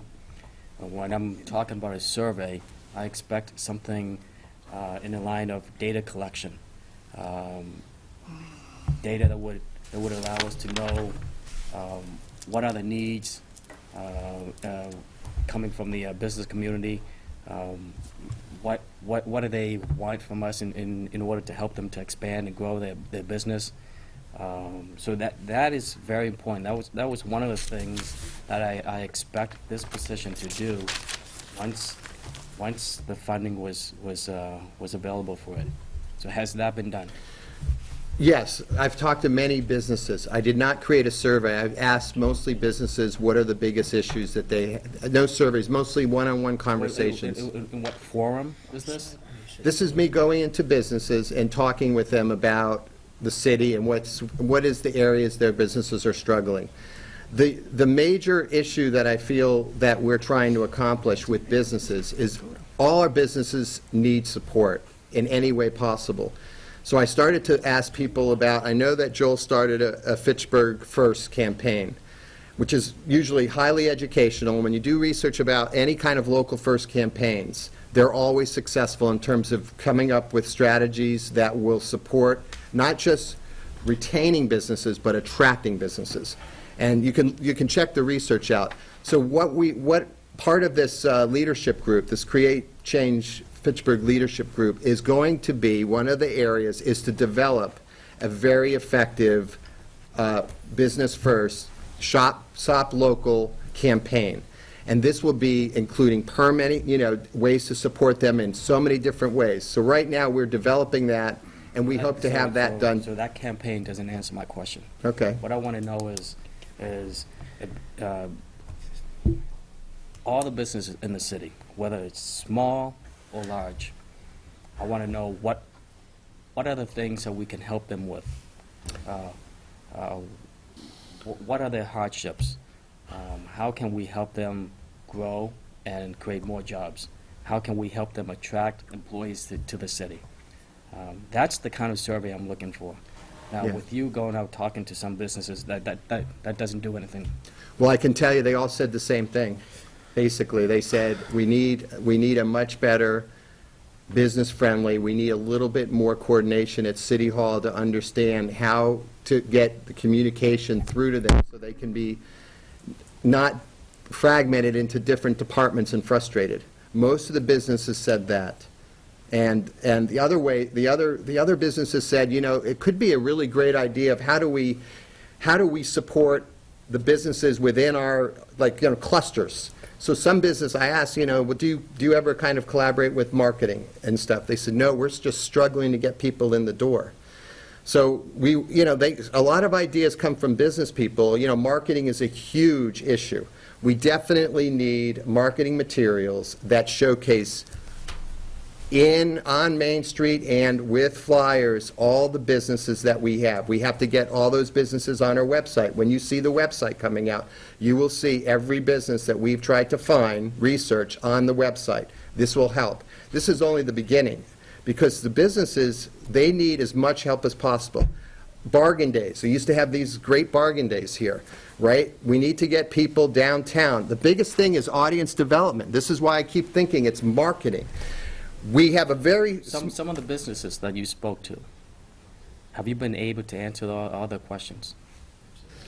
Well, it's a type of thing where every business is different. Because some business was telling me, you know what, Jerry, how come I have a $1,000 electric bill when I only have 3 or 4 these lights, but the low-cost lights. He can't figure it out. So I go talk to Duffy. I said, how is this possible? He said, I bet you that's connected to another thing. Then we called Unitel. So I had to call Unitel. Unitel said, oh, we'll have to send someone to check that out. This is a very common thing with a lot of these businesses. The other thing is parking. Major issues with parking. Everybody has come to me, almost every business, especially on Main Street, has talking about parking issues. I park here, and I get a ticket. I know I've been in meetings with city councilors where parking has been an issue. Every business has a different issue depending on where the business is. But of course, the biggest business is how do you attract customers? How can we get more customers in? And that's why I feel we really need a major campaign to try to build our community to understand we have great businesses here. We just need to market it, and we need to use our website, and we need to use our social media. Marketing could do it. This is how I've seen, when I worked at the museum.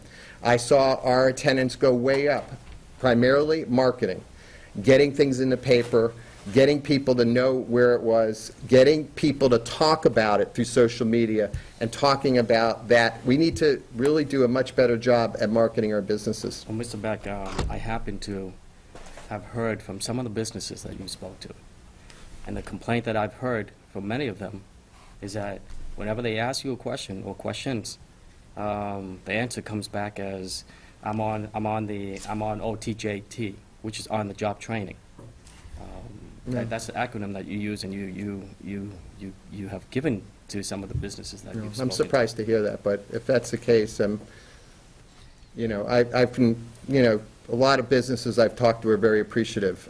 You know, there was a local business near the university that, you know, was talking about trying to get more business. We were able to do a huge cleanup at the high school, and we were able to get the high school to purchase, instead of going to like Leominster, for example, they went to a local business. So I don't know who those businesses are, but believe me, I am passionately about trying to get business support in every way possible. And, you know, there's a lot of talent we have here who are good business people that I'm speaking to that are coming up with great ideas. And I'd be happy to work with you anytime to go into these businesses and go back and meet and talk to them and bring in the best talent we have, because we've got some incredible people involved in this collaborative effort. Not one person can change the city. It has to be everybody working together with their knowledge base and come up with the best plan, a unified vision. And that, to me, whether, you know, I mean, is everybody experienced in every aspect of business and economic development? Nope.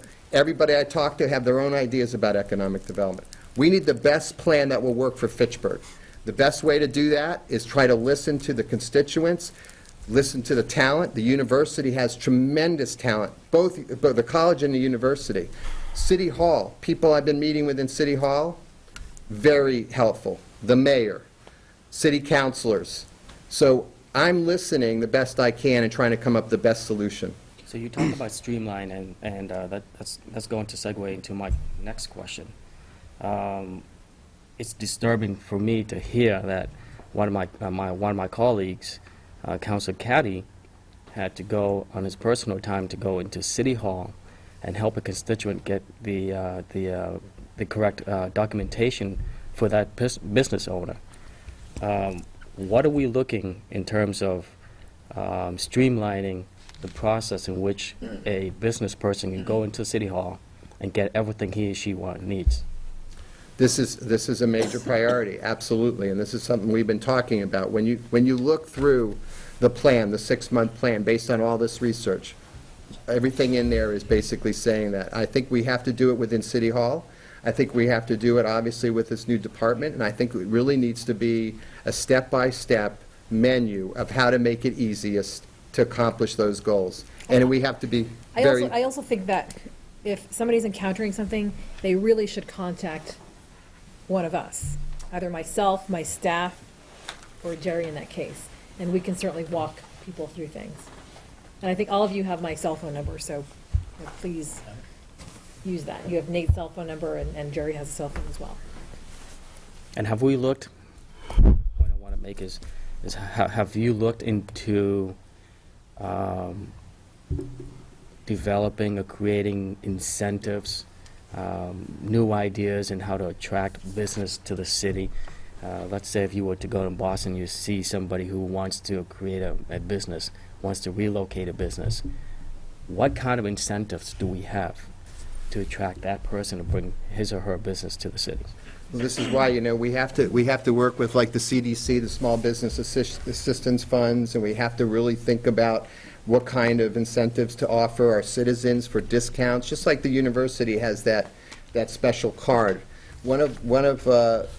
There was a suggestion by a police officer that said, you know, if we can get every citizen to know that we could get a discount for every business and put all our businesses on this card, this is not a large cost, and then they would be able, the citizens would be able to see this card, see all the things in their neighborhood, and be able to go there and get discounts. But this does take time to build those relationships for those discounts, but at least gets the public to know who's in their neighborhood, where they can get certain things.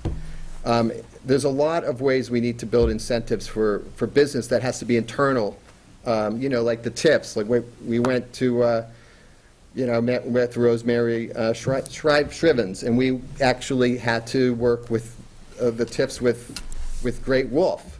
And so when she was talking with me, she brought me in and said, there are all these programs that we can help business with. And so this is, and the same with the chamber as well. So we have a lot of people that are helping us trying to figure out business development.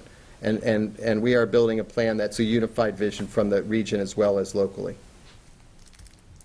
Quite honestly, Mr. Becker, when I asked these questions, and when we created this position, we made it very clear to the mayor that we want someone to come into this position with the background and the qualifications to do the job. With that person, would have answered my questions with immediate answers. And I didn't get those answers from you. I'm sorry. You didn't.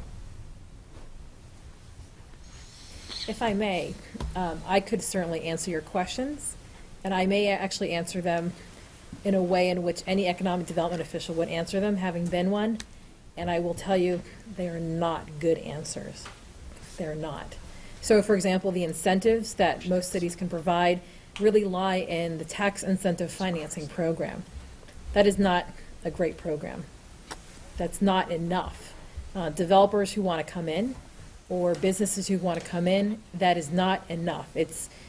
Their real estate taxes are often the smallest portion of what they need. So the incentive programs need to be tailored to the specific thing that we want to attract.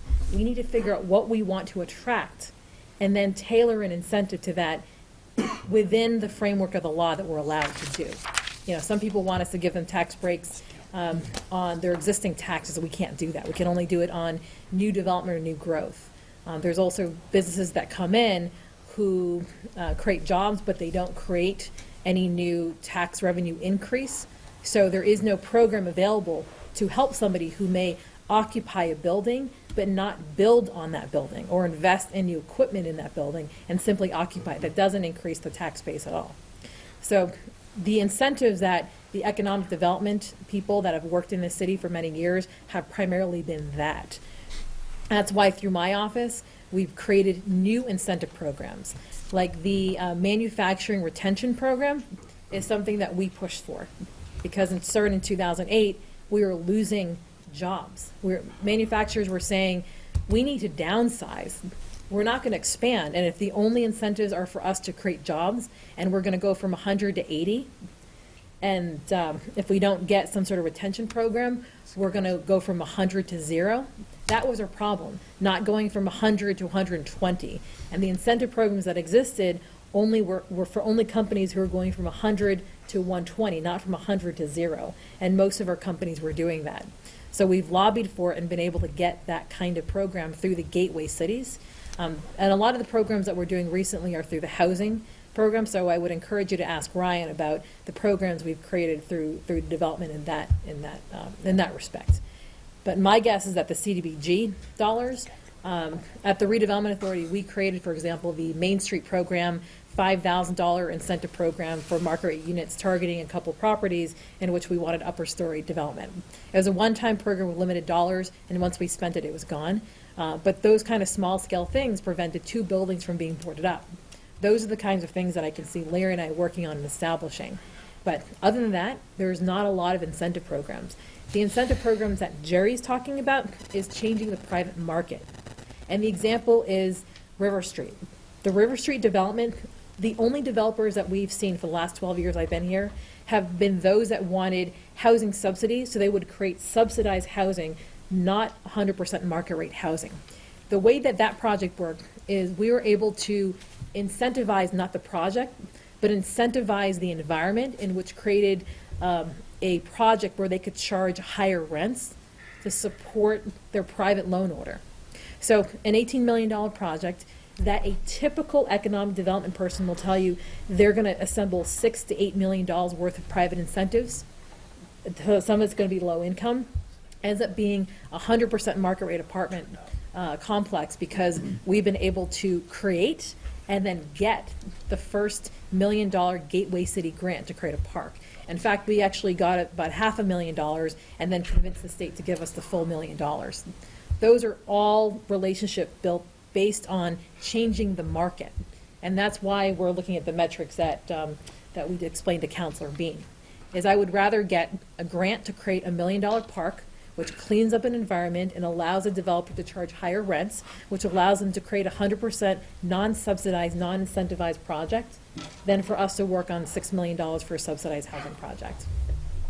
I appreciate your comments, Mayor, but with all due respect, we hired an economic director to answer these economic questions, not you. Thank you. Councilor Di Natale. Thank you. My questions are from Mr. Beck. Very quick answers. Can you tell me what the percentage of real estate property tax base is in the city of Fitchburg right now? What's the real estate property tax base in the city? I don't know. What is the percentage of the industrial tax base in the city? I don't know. What is the percentage of the commercial base in our city? Don't know that. Do you know what the tax levy limit is, the number? Not yet.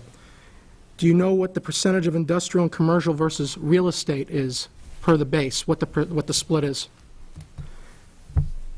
How many acres of industrial developable land do we currently have? I don't know that either.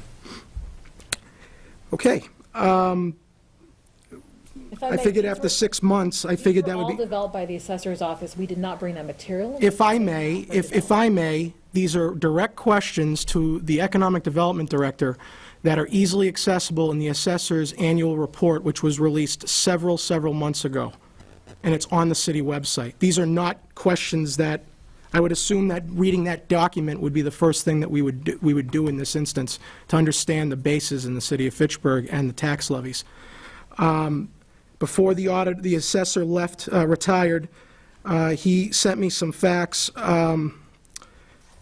Since 2008, 25% of the tax levy has decreased, taxable values have decreased, while the tax levy has increased by 25%. The single tax rate has increased $8.59 with an average shift of 24.5% to commercial and industrial. The average growth value has decreased from 2.35% in 2008 to 0.95% in 2014. And growth revenue has decreased from 2.4% to 1.05%. Mr. Beck, do you know the percentage of growth revenue that has increased as a result of housing and residential in the last year? I don't. It's 35.9%. And do you know what the percentage of industrial revenue growth has been in the last year?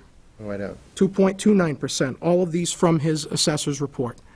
I would expect that after 6 months, the Director of Economic Development would have these concrete facts memorized, as well as the areas of commercial industrial developable land, as basics for what is intended in this job that we intended it to be. I would expect those things to be known. And I understand if it was been a couple of weeks, but it's been 6 months. So I'm not happy that these facts aren't known by you from the assessor's report, which is accessible on the internet. Thank you. Councilor Bezal. After hearing that, I'm glad we're all going to work together on fixing the tax base, because it definitely needs it. Just a comment, my hope would be that the new Community Development Director actually meets with the Human Resource Director and actually reviews the present job descriptions and actually sets some goals and metrics and holds the people accountable. But I think the most important thing about this is we've got to allow people to do their jobs. And by that I mean, sometimes I feel that people aren't always allowed to do their jobs. If you want to hold people accountable, you've got to let them do their job. So it's going to be great to hear back City Council and the Mayor, to hear back some of the reports that we get from the Community Development Director. So pretty excited about it. Thank you. Councilor Caddy. Mayor, I'm not satisfied with the answer of what happened to me today, and let me just explain myself of the incident a little bit more. At 10 minutes of 4, I received a phone call from a business owner who had a terrible problem. She needed documentation. If she didn't have that, she was going to have a problem with her business tomorrow. She had gone into the City Hall and went to 4 different departments and got no help. I happened to be on Main Street when I got the call, And I went right to City Hall, and again, Anna's office took care of it for me. I got the documentation. If that business person didn't know me and have my cell phone number, she wouldn't have gotten that. When she got to City Hall, if this happened again tomorrow with another business owner in the city who doesn't know anybody, who are they going to run into that's going to help them? Who's going to be at City Hall when there's a problem and this poor person doesn't know where they're supposed to go, what office, and that office sends them to another office, and then to another office, and then to another office? Who's going to be that person tomorrow morning that's going to back up our businesses? Because we do not have that. And more so, there are some departments in City Hall that aren't business-friendly. If I ran my business like that, we'd be out of business. We're talking about marketing and branding the city. Please listen to me. I didn't make this story up. This happened today. You know, tomorrow morning, when another business owner comes in, who's going to be that person tomorrow morning that's going to say, let me help you? Let me tell me your story, and know where to go. Know that document they're looking for is in somebody's file. That's the problem I'm having. And I guess you could answer the question, but I don't think you can answer the question. Secondly, you're telling me that Jerry's going to be working for Larry. Larry's downstairs in the library, and Jerry's office is in the back of City Hall with his back turned to the front door. There is nobody there. There's nobody there. I don't know if you heard, we're losing another business on Main Street. I heard that this morning. Another restaurant is leaving Main Street. I don't know if you've heard it. Another business is coming off of Main Street. A viable restaurant, and we're losing it. Jerry, we were in a meeting this morning with Pride, and I'll say this. The outside seating and sales ordinance that some of you young councilors weren't here when it happened was passed 2 to 3 years ago. There is one business in this city that has an outside seating and sales ordinance, has a permit. I've gone to other businesses that want to get that permit, and they've told me, I'm not going near City Hall. I'm not going near there. And I told you the war story of what happened. We need to do something. I mean, I understand the bigger picture, but I'm talking about the nuts and bolts. Tomorrow morning, a business owner walks in, you're busy, you're somewhere else, you're in the library, and Jerry, you're in the back room. They run into, I don't even know who they talk to. The treasurer's on the right, the assessor's on the left, the Board of Health and building is here, and Anna's office. Who do they go in? And they talk to someone, they don't know nothing. These are regular people that are trying to stay in business. They don't know who to talk to. It's god-awful. That's my complaint. If economic development can fill that role, I'm all for it. But, and Jerry, this morning, I was telling you, I was in Federal Hill in Rhode Island last week. Oh, my God. You couldn't walk down the sidewalk. There were so many restaurants and outside seating. It would bog your mind. I took pictures and I'm going to send them all to you. It would bog your mind. It was crazy busy with people. We have one business in the entire city that has an outside sales and seating ordinance. One. Why? Why hasn't someone gone to these people and saying, you know, come on, we'll help you get through City Hall. One of my friends that I spoke to try to convince them to do it, I'm not going near City Hall. What does that tell you? You know, we need to do something like now. Someone needs to be in the front of City Hall and has to start advocating for our businesses. And when someone comes in, my God, that wants a new business and wants to try, let's take them out to lunch. You know, let's do something for them. Sorry. Councilor Boishman. Yeah, Mr. Beck, how are you? Good. Listen, I want to be a devil's advocate. I heard you talk about perception. I always talk to you about perception, man. And I'm going to talk to you about perception. The people of Fitchburg know we're good. We know we're good. It's the outside world that says we're terrible. The realtors tell everybody, What the hell are you doing, moving to Fitchburg? Why are you moving to Fitchburg? I had a friend go down to the sad place in Auburn, Mass, Monday or Tuesday. A couple guys walked in there for maintenance on his car, and this is a true story, I'm not making up. Two guys that weren't dressed up as ties, just normal guys. And the guy said, where's the best place you can buy drugs? And the guy says, I don't know. He said, Fitchburg, Mass. Why? He said, because there's not enough cops down there to handle the situation. There's only 40 cops for 40,000 people, so you can walk the streets and buy your drugs and go home and party. These are the kind of things that's hurting us. And as, the volunteers that you talk about, it's great that we talk about volunteers. Like everything else, volunteers become old. When they don't see things happen, they just say, hey, forget about it. Forget about it. At one time, we used to have the cleanup. It was packed, remember, Councilor Joel? Packed with a lot of people. Now you get 5, 10, 15 people show up, and it's always the same people. And I feel bad, because it becomes old. And I told you, Mayor, and I'll tell you, Mr. Beck, we talked before, I've been reading in the paper like you have, and the state keeps on saying different things. We lack the necessary skills to compete. We cannot compete. We don't have the skills. We can see it. We got double-digit unemployment. We got 40%, right, am I right, Larry? 45% people poverty level downtown Fitchburg, they live downtown? Am I right on that statement? We, approximately 45% of the people living in the downtown College and Elm Street neighborhoods are below the poverty line currently. So I, as a businessman, say, what kind of clientele do we have? Do they have money? No. What's going to make me go downtown? Because we put out the berms? For who? For more people to sit around and do nothing and hang around down there? Are we having the people move? A lot of people are afraid of that.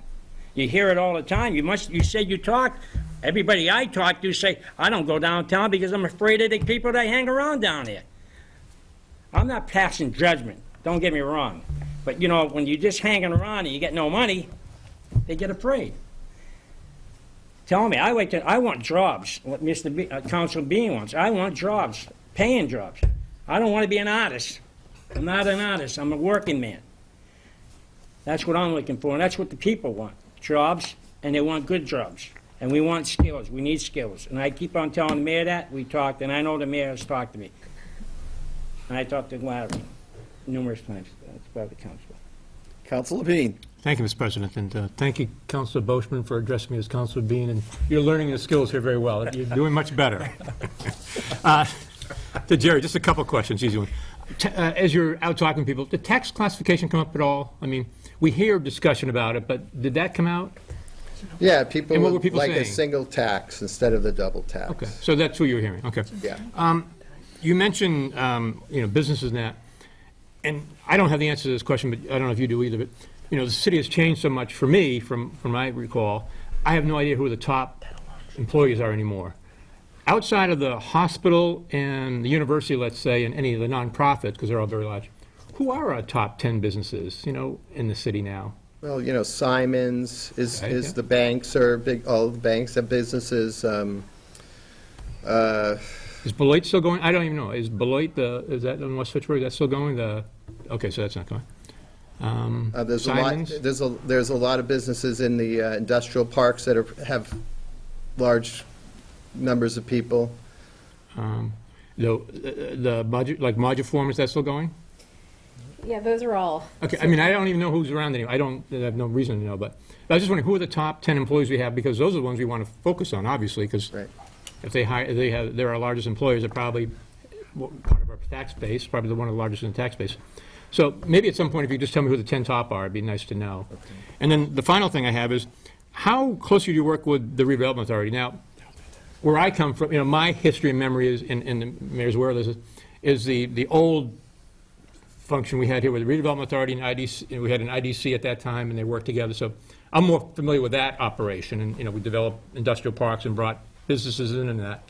But now it's separate. So how do you interact with the redevelopment authority? Because that's kind of crucial to what. Yeah, I meet a lot with Dan. Actually, we've been talking. He's just sponsored the lights, keeping the lights on, and so he went to his board, and we've been meeting quite often. And he's been kind of educating in certain things of what his properties are, and he's been very helpful. Are you involved in the, any of the development of the airport, I think the airport industrial park, is that still happening by Simons? Yeah, we've been meeting with the airport folks too, and coming up with some plan to use that as an economic engine. There's a lot we can do at the airport, I think, to draw attention. We have a great museum that is airport-related, the Right, top right. fund, and I'm thinking that should be a destination But that there's could draw a also, lot. I thought, maybe not, there was a proposed, where the old sandbanks are on, where Simons, you mentioned Simons, where Simons is, I thought there's a proposed industrial park there. Yes, no, am I? Yes, off of Airport Road. Yeah, yeah, the yeah. sandbanks Yeah, are. the FRA does not have the funding to build the infrastructure. I think 3 projects that were slated to be in that park failed. The first one was a big energy producer that would have also reduced Simons's power, but the state was moving to have a ballot question and scared that the whole industry away. I think it went to South America. So that was number one. The second company, the FRA board, I think recently rejected continuing negotiations with, because they concluded that they did not have enough financing and would not produce enough jobs per, I think, square foot. And then there was another company that we competed with that would have taken a significant amount, but it was dependent on them getting funding as well. Okay. And maybe this is to the mayor, just a follow-up question. So let's say they develop that park. Who markets it? Is it the redevelopment authority or is it Jerry? Just so in. The redevelopment authority. Okay, okay. Okay, thank you. All right. Now I'm actually going to ask a question about the budget and the numbers. We have one increase here under promotions. Well, requested was $2,000, and allocated by the mayor was $4,000. Can I get an explanation as to why we have more allocated than requested? We had a $2,000 surplus, and I figured we could maybe have a one-time use of marketing materials. Get a $2,000 surplus in what? In the overall budget? Yeah, when the overall budget had a $2,000 surplus at the bottom line. So I said, where am I going to put this? And I decided that a one-time investment in promotional materials would probably be a wise thing to do. Any other questions? Councilor Tran. Thank you, Mr. President. When we approved this position, we were told and we required the position were to not be an on-the-job training, 1. 2, be confirmed by the council. Neither one of that occurred. And now it seems to me that the position is essentially being done by the mayor, which is very disturbing to me. So I propose that to reduce the personal service line item by $66,660.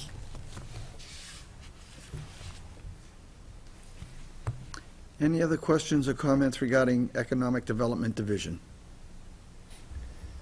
Thank you. Next, Planning Division, under Community Development.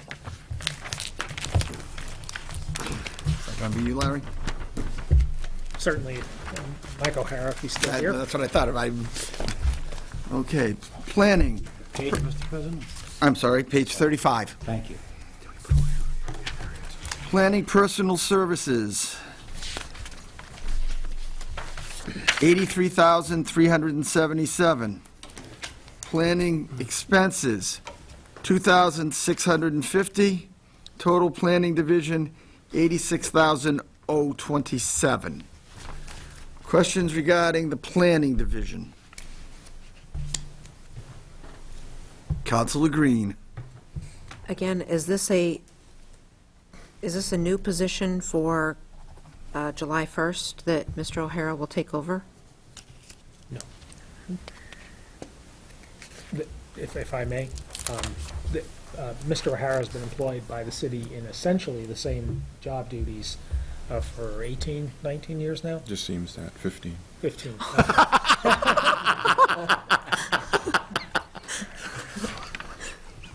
And his principal job duties are to provide staff assistance to both the Conservation Commission and the Planning Board, and to assist developers and provide basic information about various subdivisions and other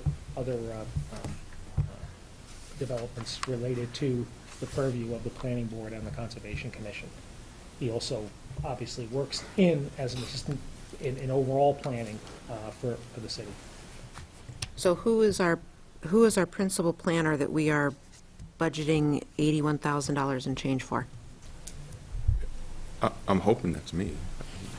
Okay, so as of July 1st, hopefully as of July 1st, this will be the position that you move into as principal planner. I think I'm deferring to the folks on either side. This, he's essentially doing the same job. He's just going to report directly to Larry versus who he reports to now, which is essentially Larry. Who has he been reporting to for the past 3 years?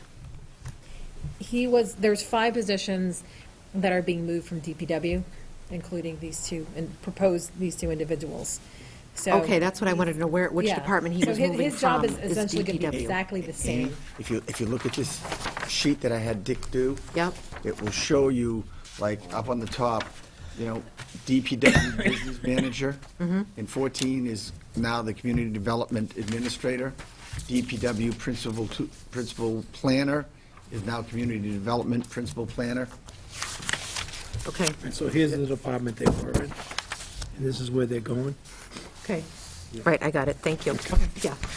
I could say, as a practical matter, physically, I'm not with Larry and the folks at the library. I'm over on Broad Street on the second floor with the DPW. Okay, so there again, getting back to Counselor Caddy's issue about somebody in this position that ultimately could have helped a business owner not located at City Hall right now. Correct, and I want to assure you that we've heard Councilor Caddy's comments, and we've already had discussions internally, and we are looking to implement changes which would ensure that all the members of this department occupy the same physical space.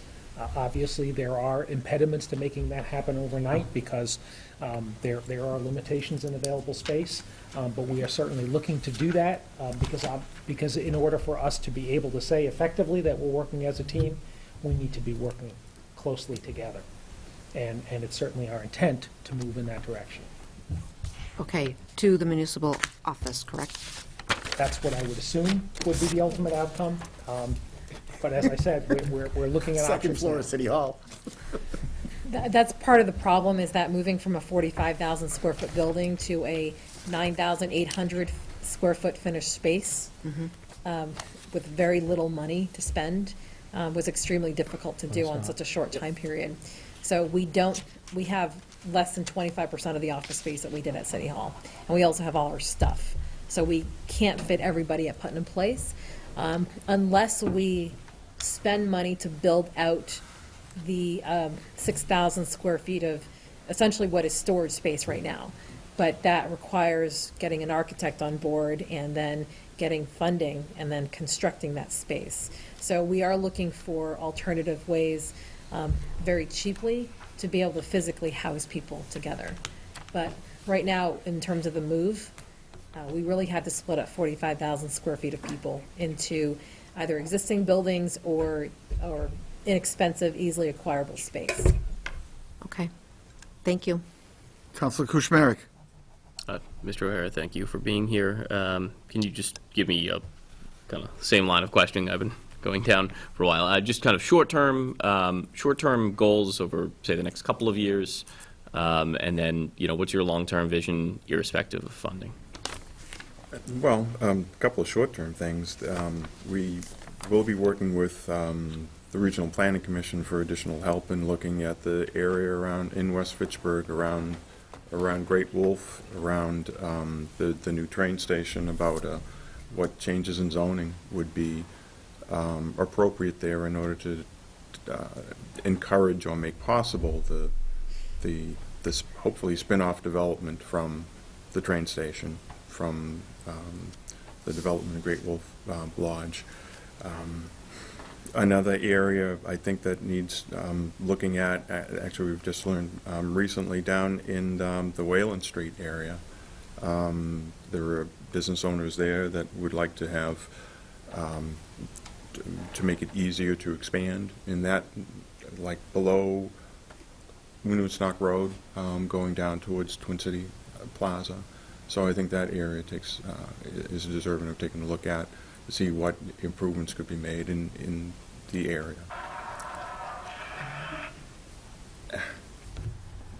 And yeah, beyond that, I'm kind of, it would be kind of what long-term the planning board would be interested in looking at.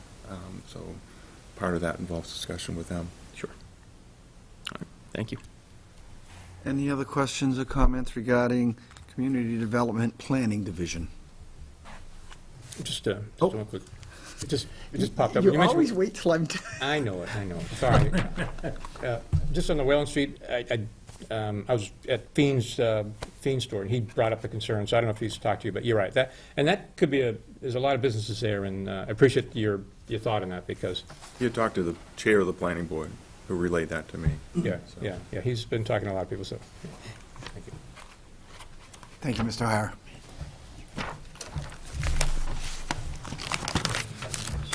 Moving forward, Community Development, Housing and Development Division.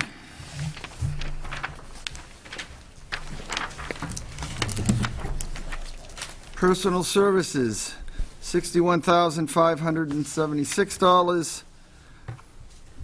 Expenses, $61,576. Oh, I'm sorry. Is that wrong?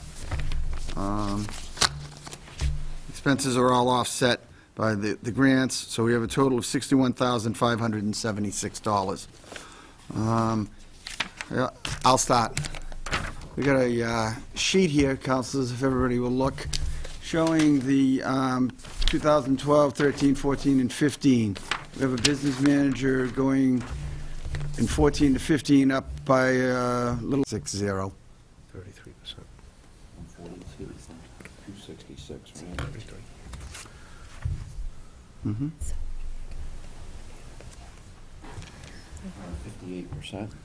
58% increase in 4 years. I just find that unacceptable.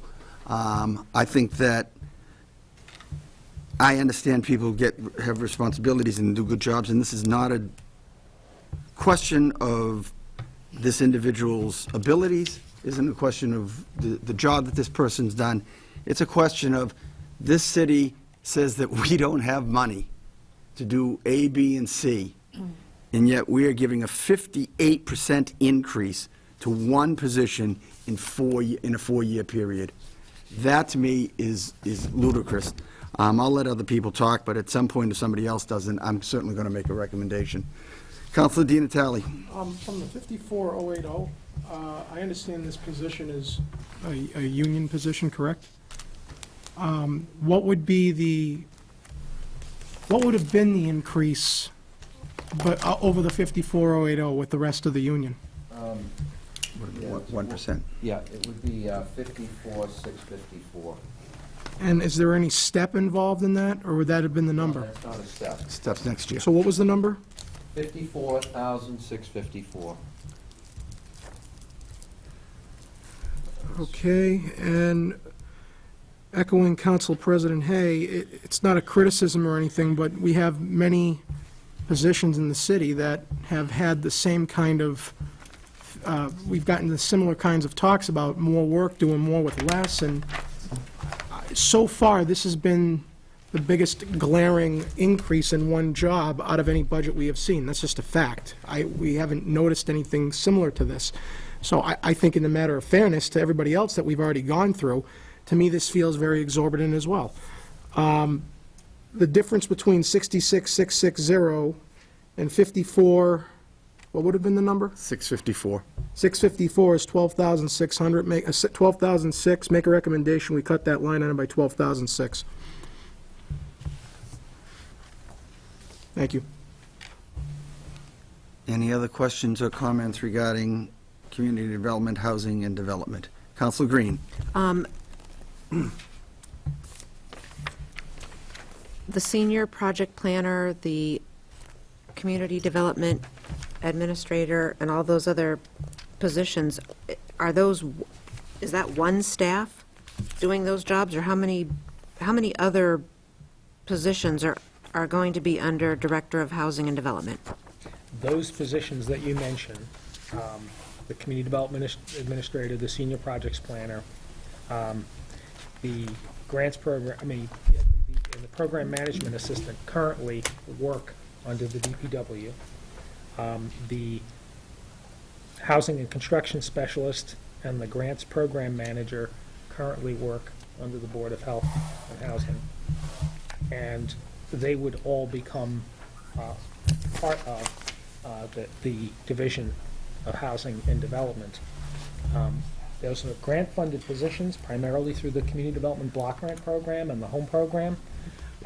Most of those positions previously had been under my direct supervision, with the exception of the housing people for whom Ryan was responsible. So the position that's being created as the Director of Housing and Development would have the additional responsibility of directly supervising 3 new staff people. So it is a new position that we're asking this person to assume, and all of these people would be working in the same division because they all work cooperatively on the same grant programs. Okay, thank you. Ultimately, they're all working for you, Larry. Ultimately, yes, but would not be under my direct supervision any longer. Obviously, I would be playing They wouldn't be under your direct supervision if we create the deputy or assistant position, which isn't existing now. Well, what I'm saying is simply that the Director of Community Development would be the direct supervisor of the 3 division heads, and the 3 division heads would be responsible for directly supervising the staff within their division. Okay. Councilor Di Natale. I just wanted to ask back on the other point, if the position is a union position, how is the increase, how did the increase go into, I mean, I would assume that everybody in the union gets the same amount. Does the union contract have a clause that, I'm just curious. This actually is a new position. The former position was eliminated. That would be a subject of negotiation with the union. But the proposal is to create a new position which has the added responsibility of supervising community development staff in addition to housing staff. I understand now, thank you. Yep. But it's not saying that here, Larry. Yeah. It has Director of Housing and Development, that's it. Right. That's not a new position. That is a new position. What was the old position? There are no prior years in which Director of Housing and Development appear on the budget for the reason that on here, we have Housing Director, Director of Housing and Development. It would be a newly created position. Mr. President, it says up top, Health Housing Director is now going to be Community Development Housing Director of Housing and Development. So we added the development in there. Okay. So housing and development as opposed to housing. Okay. But he for the longest time, he has been putting on documents housing and development, even before it was created. My recommendation to cut is still on the table. Thank you. Councilor Caddy. Mayor, I caught you saying something real quick, and if you could just explain it. I think you said in the Community Development Director's absence that the Director of Housing and Development would be in charge. You did say that. Sort of like if Lenny's absent, who does he put in charge? If if, well, if the Council Di Natale's cuts go through, the Director of Housing and Development would be making much less money than the project manager, community development administrator, the housing construction specialist, et cetera, et cetera. I don't want to put names to the position, but haven't some of those people been working the city for, I don't know, 20 years, 15, 20 years? Yes. Some of those, right? Why wouldn't people that had more experience be second in charge of Mr. Casasa's absence? I mean, Director of Housing is more of a specialty, but some of these people have been working with community development block grants for years, and it seems to me like you just kind of passed over them and created a position. We haven't, Well, hold on, they have to be bid. let me please finish. I didn't realize what you said, Councilor Hay, that the Director of Housing has been putting in development on his letterheads. I missed that. But if you're right, that's... I got them in my briefcase, if you want to see them. No, I believe you. It slipped by me. That wasn't the position I think he was supposed to be in, but now it appears here. Now you're saying it was on his letterheads. And then you take a person and you bump them up by 58%. And I don't know, man, I guess that's your job. I guess you can do that. But it seems to me that, I mean, you're the mayor, and you're elected for 2 years. I don't know if that sits well with me, that you pass over people that have been working for this city with much more experience, and you're going to tell me tonight that you're going to take someone with lesser experience and put them in charge of an entire department. It's not something that I would accept. And I certainly have no problem with you, but it's just not something that I think is right. And it seems as though all these reorgs that we've been going through for the last 3 years, we've been kind of slipping things in, and I don't like it. I mean, I don't like it to the point I don't even know if I vote for the budget for it after seeing this, and it just doesn't seem right to me. And Mayor, you can answer it if you want, but nothing that you can say is going to make sense to me in this one. I think it's wrong. I think it's entirely wrong. Mr. Casasa, I think that probably the city needs a succession plan if you leave. I mean, if you walk out the door, you're going to be walking out with years of experience. And we need a succession plan, and we need someone that has the experience. And I'm afraid that seeing this would put Mr. McNutt into that position if Mr. Casasa walked out the door tomorrow. And I'm worried about that. I'm worried about the way the economic developer got hired, and I'm worried about this. I concur with you, Councilor. I'm worried about the way economic development get hired. I'm worried about the housing director is now going to be the boss of the economic development person. That was such a vital position for us. I want to choose my words carefully. Just let me finish, Madam Mayor. The mayor has run campaigns against what was used to quote continually, the old boys network. Every one of us heard it repeatedly. And yet, the mayor's first administrative assistant went on to be the director of Veterans Affairs.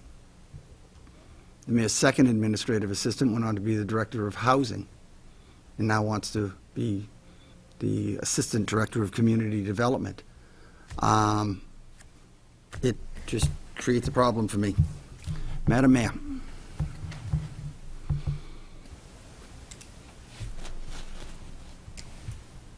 Statements like housing director is now in charge of economic development person, that's not true. I also want to assure you that the... How's that not true, Madam Mayor? If Larry's absent and he's taking Larry's position, Larry is in charge of economic development. Let me explain. So this is, we do not have a deputy community development director. So if Larry goes on vacation or is otherwise indisposed, somebody needs to sign in his absence. Like Lenny Laxo is a DPW commissioner. He doesn't have a deputy DPW commissioner. So he will, from time to time, put somebody in charge, like the chief engineer or somebody. So that was all I was essentially saying, is that we would have to put somebody in charge of the department, and that whoever is in this role would likely be the intention that that would be the case. The other two divisions are now divisions of one. We have 3 divisions. Planning division is only that one person. Economic development division is only that one person. This division director is now going to be basically in charge of the bulk of the people. These people that are going to be directed under this director would have been previously under, and I'll use, because it's easier, would have been under Larry. Now they're going to be under whoever this person is. This position, because it's a new position, has to be bid. Just like the housing development position in which Mr. McNutt currently occupies was bid, and internal candidates can bid for that position. More qualified and or less qualified people can bid for that position. Committee was put together, they interviewed, they made that decision of who the housing director is. This would be very similar to that, in which we would create a position in which would be bid internally. This is essentially what we've negotiated with the union, is that we would recreate these positions, lay off the other ones, and have an internal process in which people can bid for these particular positions. We've done this in the past, we will do this for here. So if more or less qualified people, or if even the current housing director even wants to bid for this job, they can all have the opportunity to do that internally. It is not predetermined. Now, it's also subject to negotiations by the union. The union might play a strong part in saying that we will, fight these kinds of layoffs and so on, if there isn't a more consistent or direct plan in place. So we tried to create something that at least can accommodate something that we think we could get through union negotiations without layoffs, 2 years of unemployment, advertising and so on, so that we could have a seamless process as possible.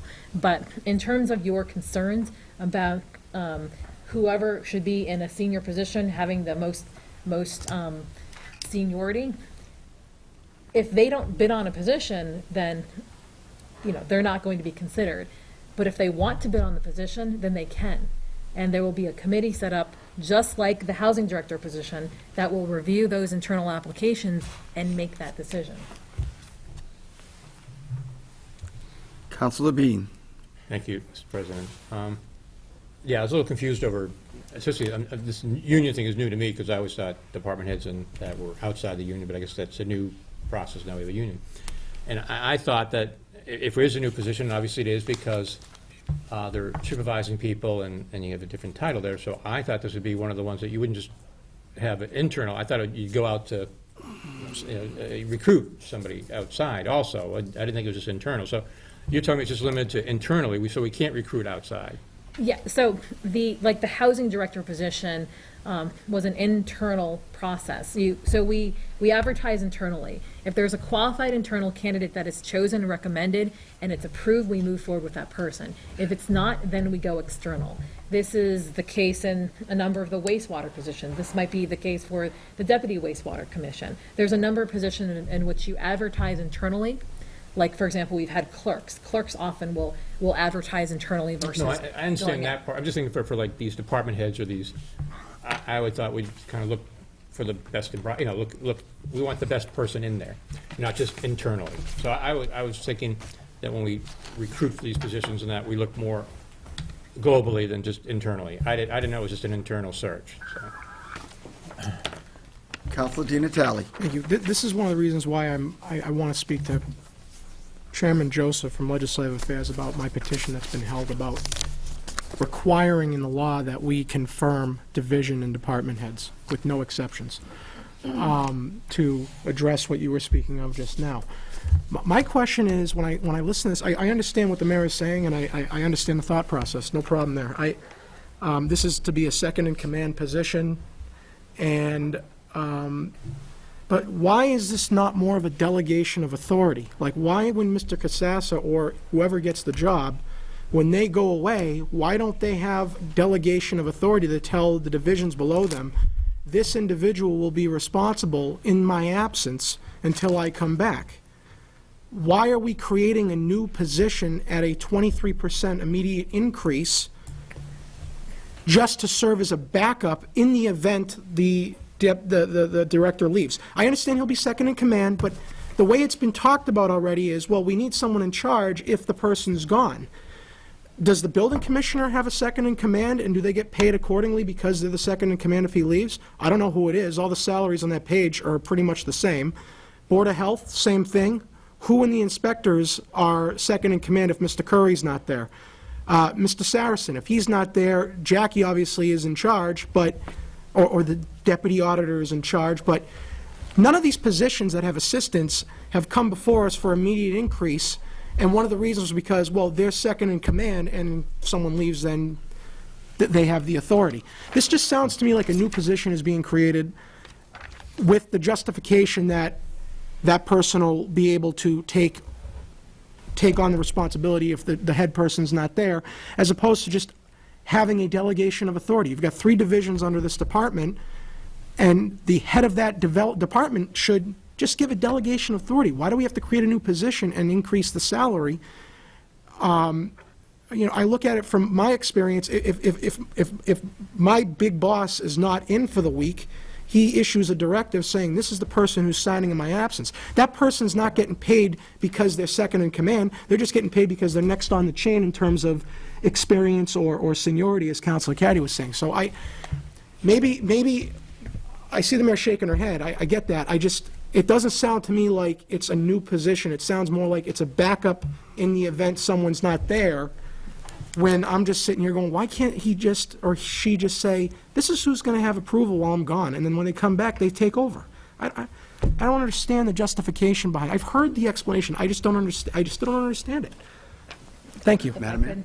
So, in the previous community development department, there was a community development director and a deputy community development director. So there's director, deputy director, and then there's 3 divisions. So there would be a housing division director, there would be a planning division director, there would be an economic division person, and then there would be people that worked in that department that didn't fall underneath those 3. It would be primarily the CDBG and development people. So you have director, deputy director, 3 divisions, and then people that probably would report directly to the director, which would be clerical staff and some of the CDBG staff. Because we do not have the deputy community development director there, we still have the housing director. So we would have person in charge, deputy, and then the housing director. Instead, I said, instead of having 2 positions, a deputy position and a housing development director, why don't we create a new position that combines both of those? The deputy community development director essentially oversees, or would have if we had created this, if we had kept this 4 years ago, the deputy community development director would be making significantly more than the $66,000, and they would be overseeing essentially the same people, plus have clerical staff. We don't have the clerical staff, we don't have the deputy position, we have essentially division head. If you look simply at the division head, which was before was housing and had 2 people reporting to them, and we expand those duties to create a new housing and development position, so they capture those people that normally would report directly to the director. We've created a new position with expanded responsibilities, and we have not filled the deputy position. In terms of the salary level, to create that new position, I thought, number 1, the director of that division should make more than their staff. So if their staff is making $62,000, they should make more than that. That's number 1. Number 2, the other division director of economic development is making $66,660. That's where that number came from. So I thought, if we have division heads, they're going to be making the same thing, even though this position has more responsibilities and more people underneath them. in the newly created position. But they also have staff that they can work with. Councilor Di Natale, you still have the floor. I have no issue with the explanation. I'm saying what I'm saying is I still want the recommendation to stand. I don't want the new position myself. I don't know how everybody else feels. And if there is a matter of who has delegation of authority, the community development director should make that understood before he or she leaves for extended periods of time. And per the org chart, you have housing, you have planning, you have economic development. And just because we used to have a deputy doesn't mean we need to have one now. We've had other positions in the past that we used to have that were cut, and because of funding, we didn't have them come back. I'm still not seeing the necessity in having this new position created when the org chart defines the 3 areas, and the head of that whole department can give delegation of authority, and that way each division head is responsible for their own division, nothing else. Thank you. Any further questions or comments regarding Housing and Development Division? Yes, I do. Councilor Green. Actually, Council Caddy had his hand up before I did. It doesn't matter. Thank you. Councilor Green, who I give the floor to, is what matters. Thank you so much for that, then. But I did have my hand up first. It wouldn't be the first time I ignored you, Joel. Didn't see it, sorry, buddy. Sorry. Okay, knowing that statement that you just made about all the other different delegations that will be now under this new Director of Housing and Development, would it be typical then for the Senior Projects Manager and the Community Development Administrator, after the position hadn't been funded for the last 3 years, to have a $7,000 pay increase, and then the Housing and Construction Specialist a $5,000 increase where it hadn't been funded for the past 3 years? The positions have been funded for the past 3 years. They were just under the DPW. So between fiscal year 11, 12, 13, 14, and 15, they got their union cost of living increases and step increases. Okay. So whether we created the community development department or not, whether they stayed here or not, this would be their salaries. It's just that these 3 years would be here versus under DPW. Okay, thank you. Councilor Caddy. I'd like to reason Councilor Di Natale's statement. We're, in essence, creating a new division. And it's been said that we know who probably is going to be in that position as the director. Wouldn't it make sense, when you create this, to let that person who's in charge look at his ball players and decide who's going to play on what base? Why would you do this without having the input of the division manager to say, these are the people that are going to be working for me, this is who I'm comfortable with as second in charge? If what we go forward with the mayor's is, she's going to tell us who that person is going to be, and if he wants the job, Larry wants the job, he can take it. That's wrong. It's wrong, it's wrong. If that position deserves to be second in charge, then Mr. Casassa will make it second in charge. But I think it's wrong to ask a guy like Mr. Casassa, with the amount of years he has in this city and experience, not for him to have the authority to say who's going to be second in charge of his department. That's just wrong. Councilor Kuchmarek. Thank you, Mr. President. Mr. McNutt, thank you for bearing with us in the late hours. There's no reflection on you, but I too share this concern. I think it's a concern over a rapid succession of raises in a short period of time for one individual at a time when we're saying we need to be fiscally conservative. I think that's the concern. I don't think it's a reflection on the person. I don't think it's a reflection on maybe a desire to slowly elevate this person and give them more responsibilities. What we're just seeing a rapid succession of jumps year after year. I think, much like Councilor Caddy just said, if after a year we decide this new department is working out well, and the new department head is pleased with the performance of an individual after the annual review, that's a nice time to incentivize their performance and increasing their salary. So if we're giving some more performances, let's go small increments And then after each annual review, as we should be doing each year, let's increase salary and reward positive performance. Again, Mr. McNutt, no offense, I think we need to, if we're being fiscally conservative across the board with other employees and other departments, we should be consistent here. And you see a number like 12,000 pop out for an increase, even with additional responsibilities. It's a lot. Thank you. Any other questions or comments regarding Housing Division? I just have one more comment, and that's it. I know the mayor just made a comment that this person, she wanted this person to make more than the people lower, and I know that that's not the way it works. The mayor makes less than a lot of department heads. So in the real world, it just doesn't work that way. So if this person wants to advance with the city, they're going to take the position because they want to advance with the city. The salary should not be the reason why they're taking this position. That's just my opinion. Thank you. Any other comments or questions? Thank you.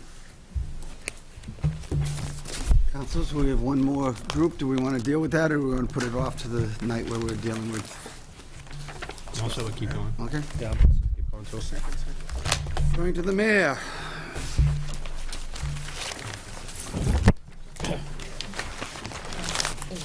Page 8.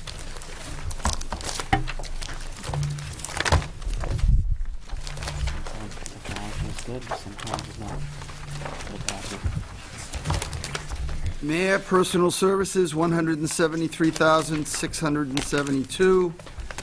Mayor Expenses, $3,800. Total mayor, $177,472. Questions and comments regarding the mayor's budget?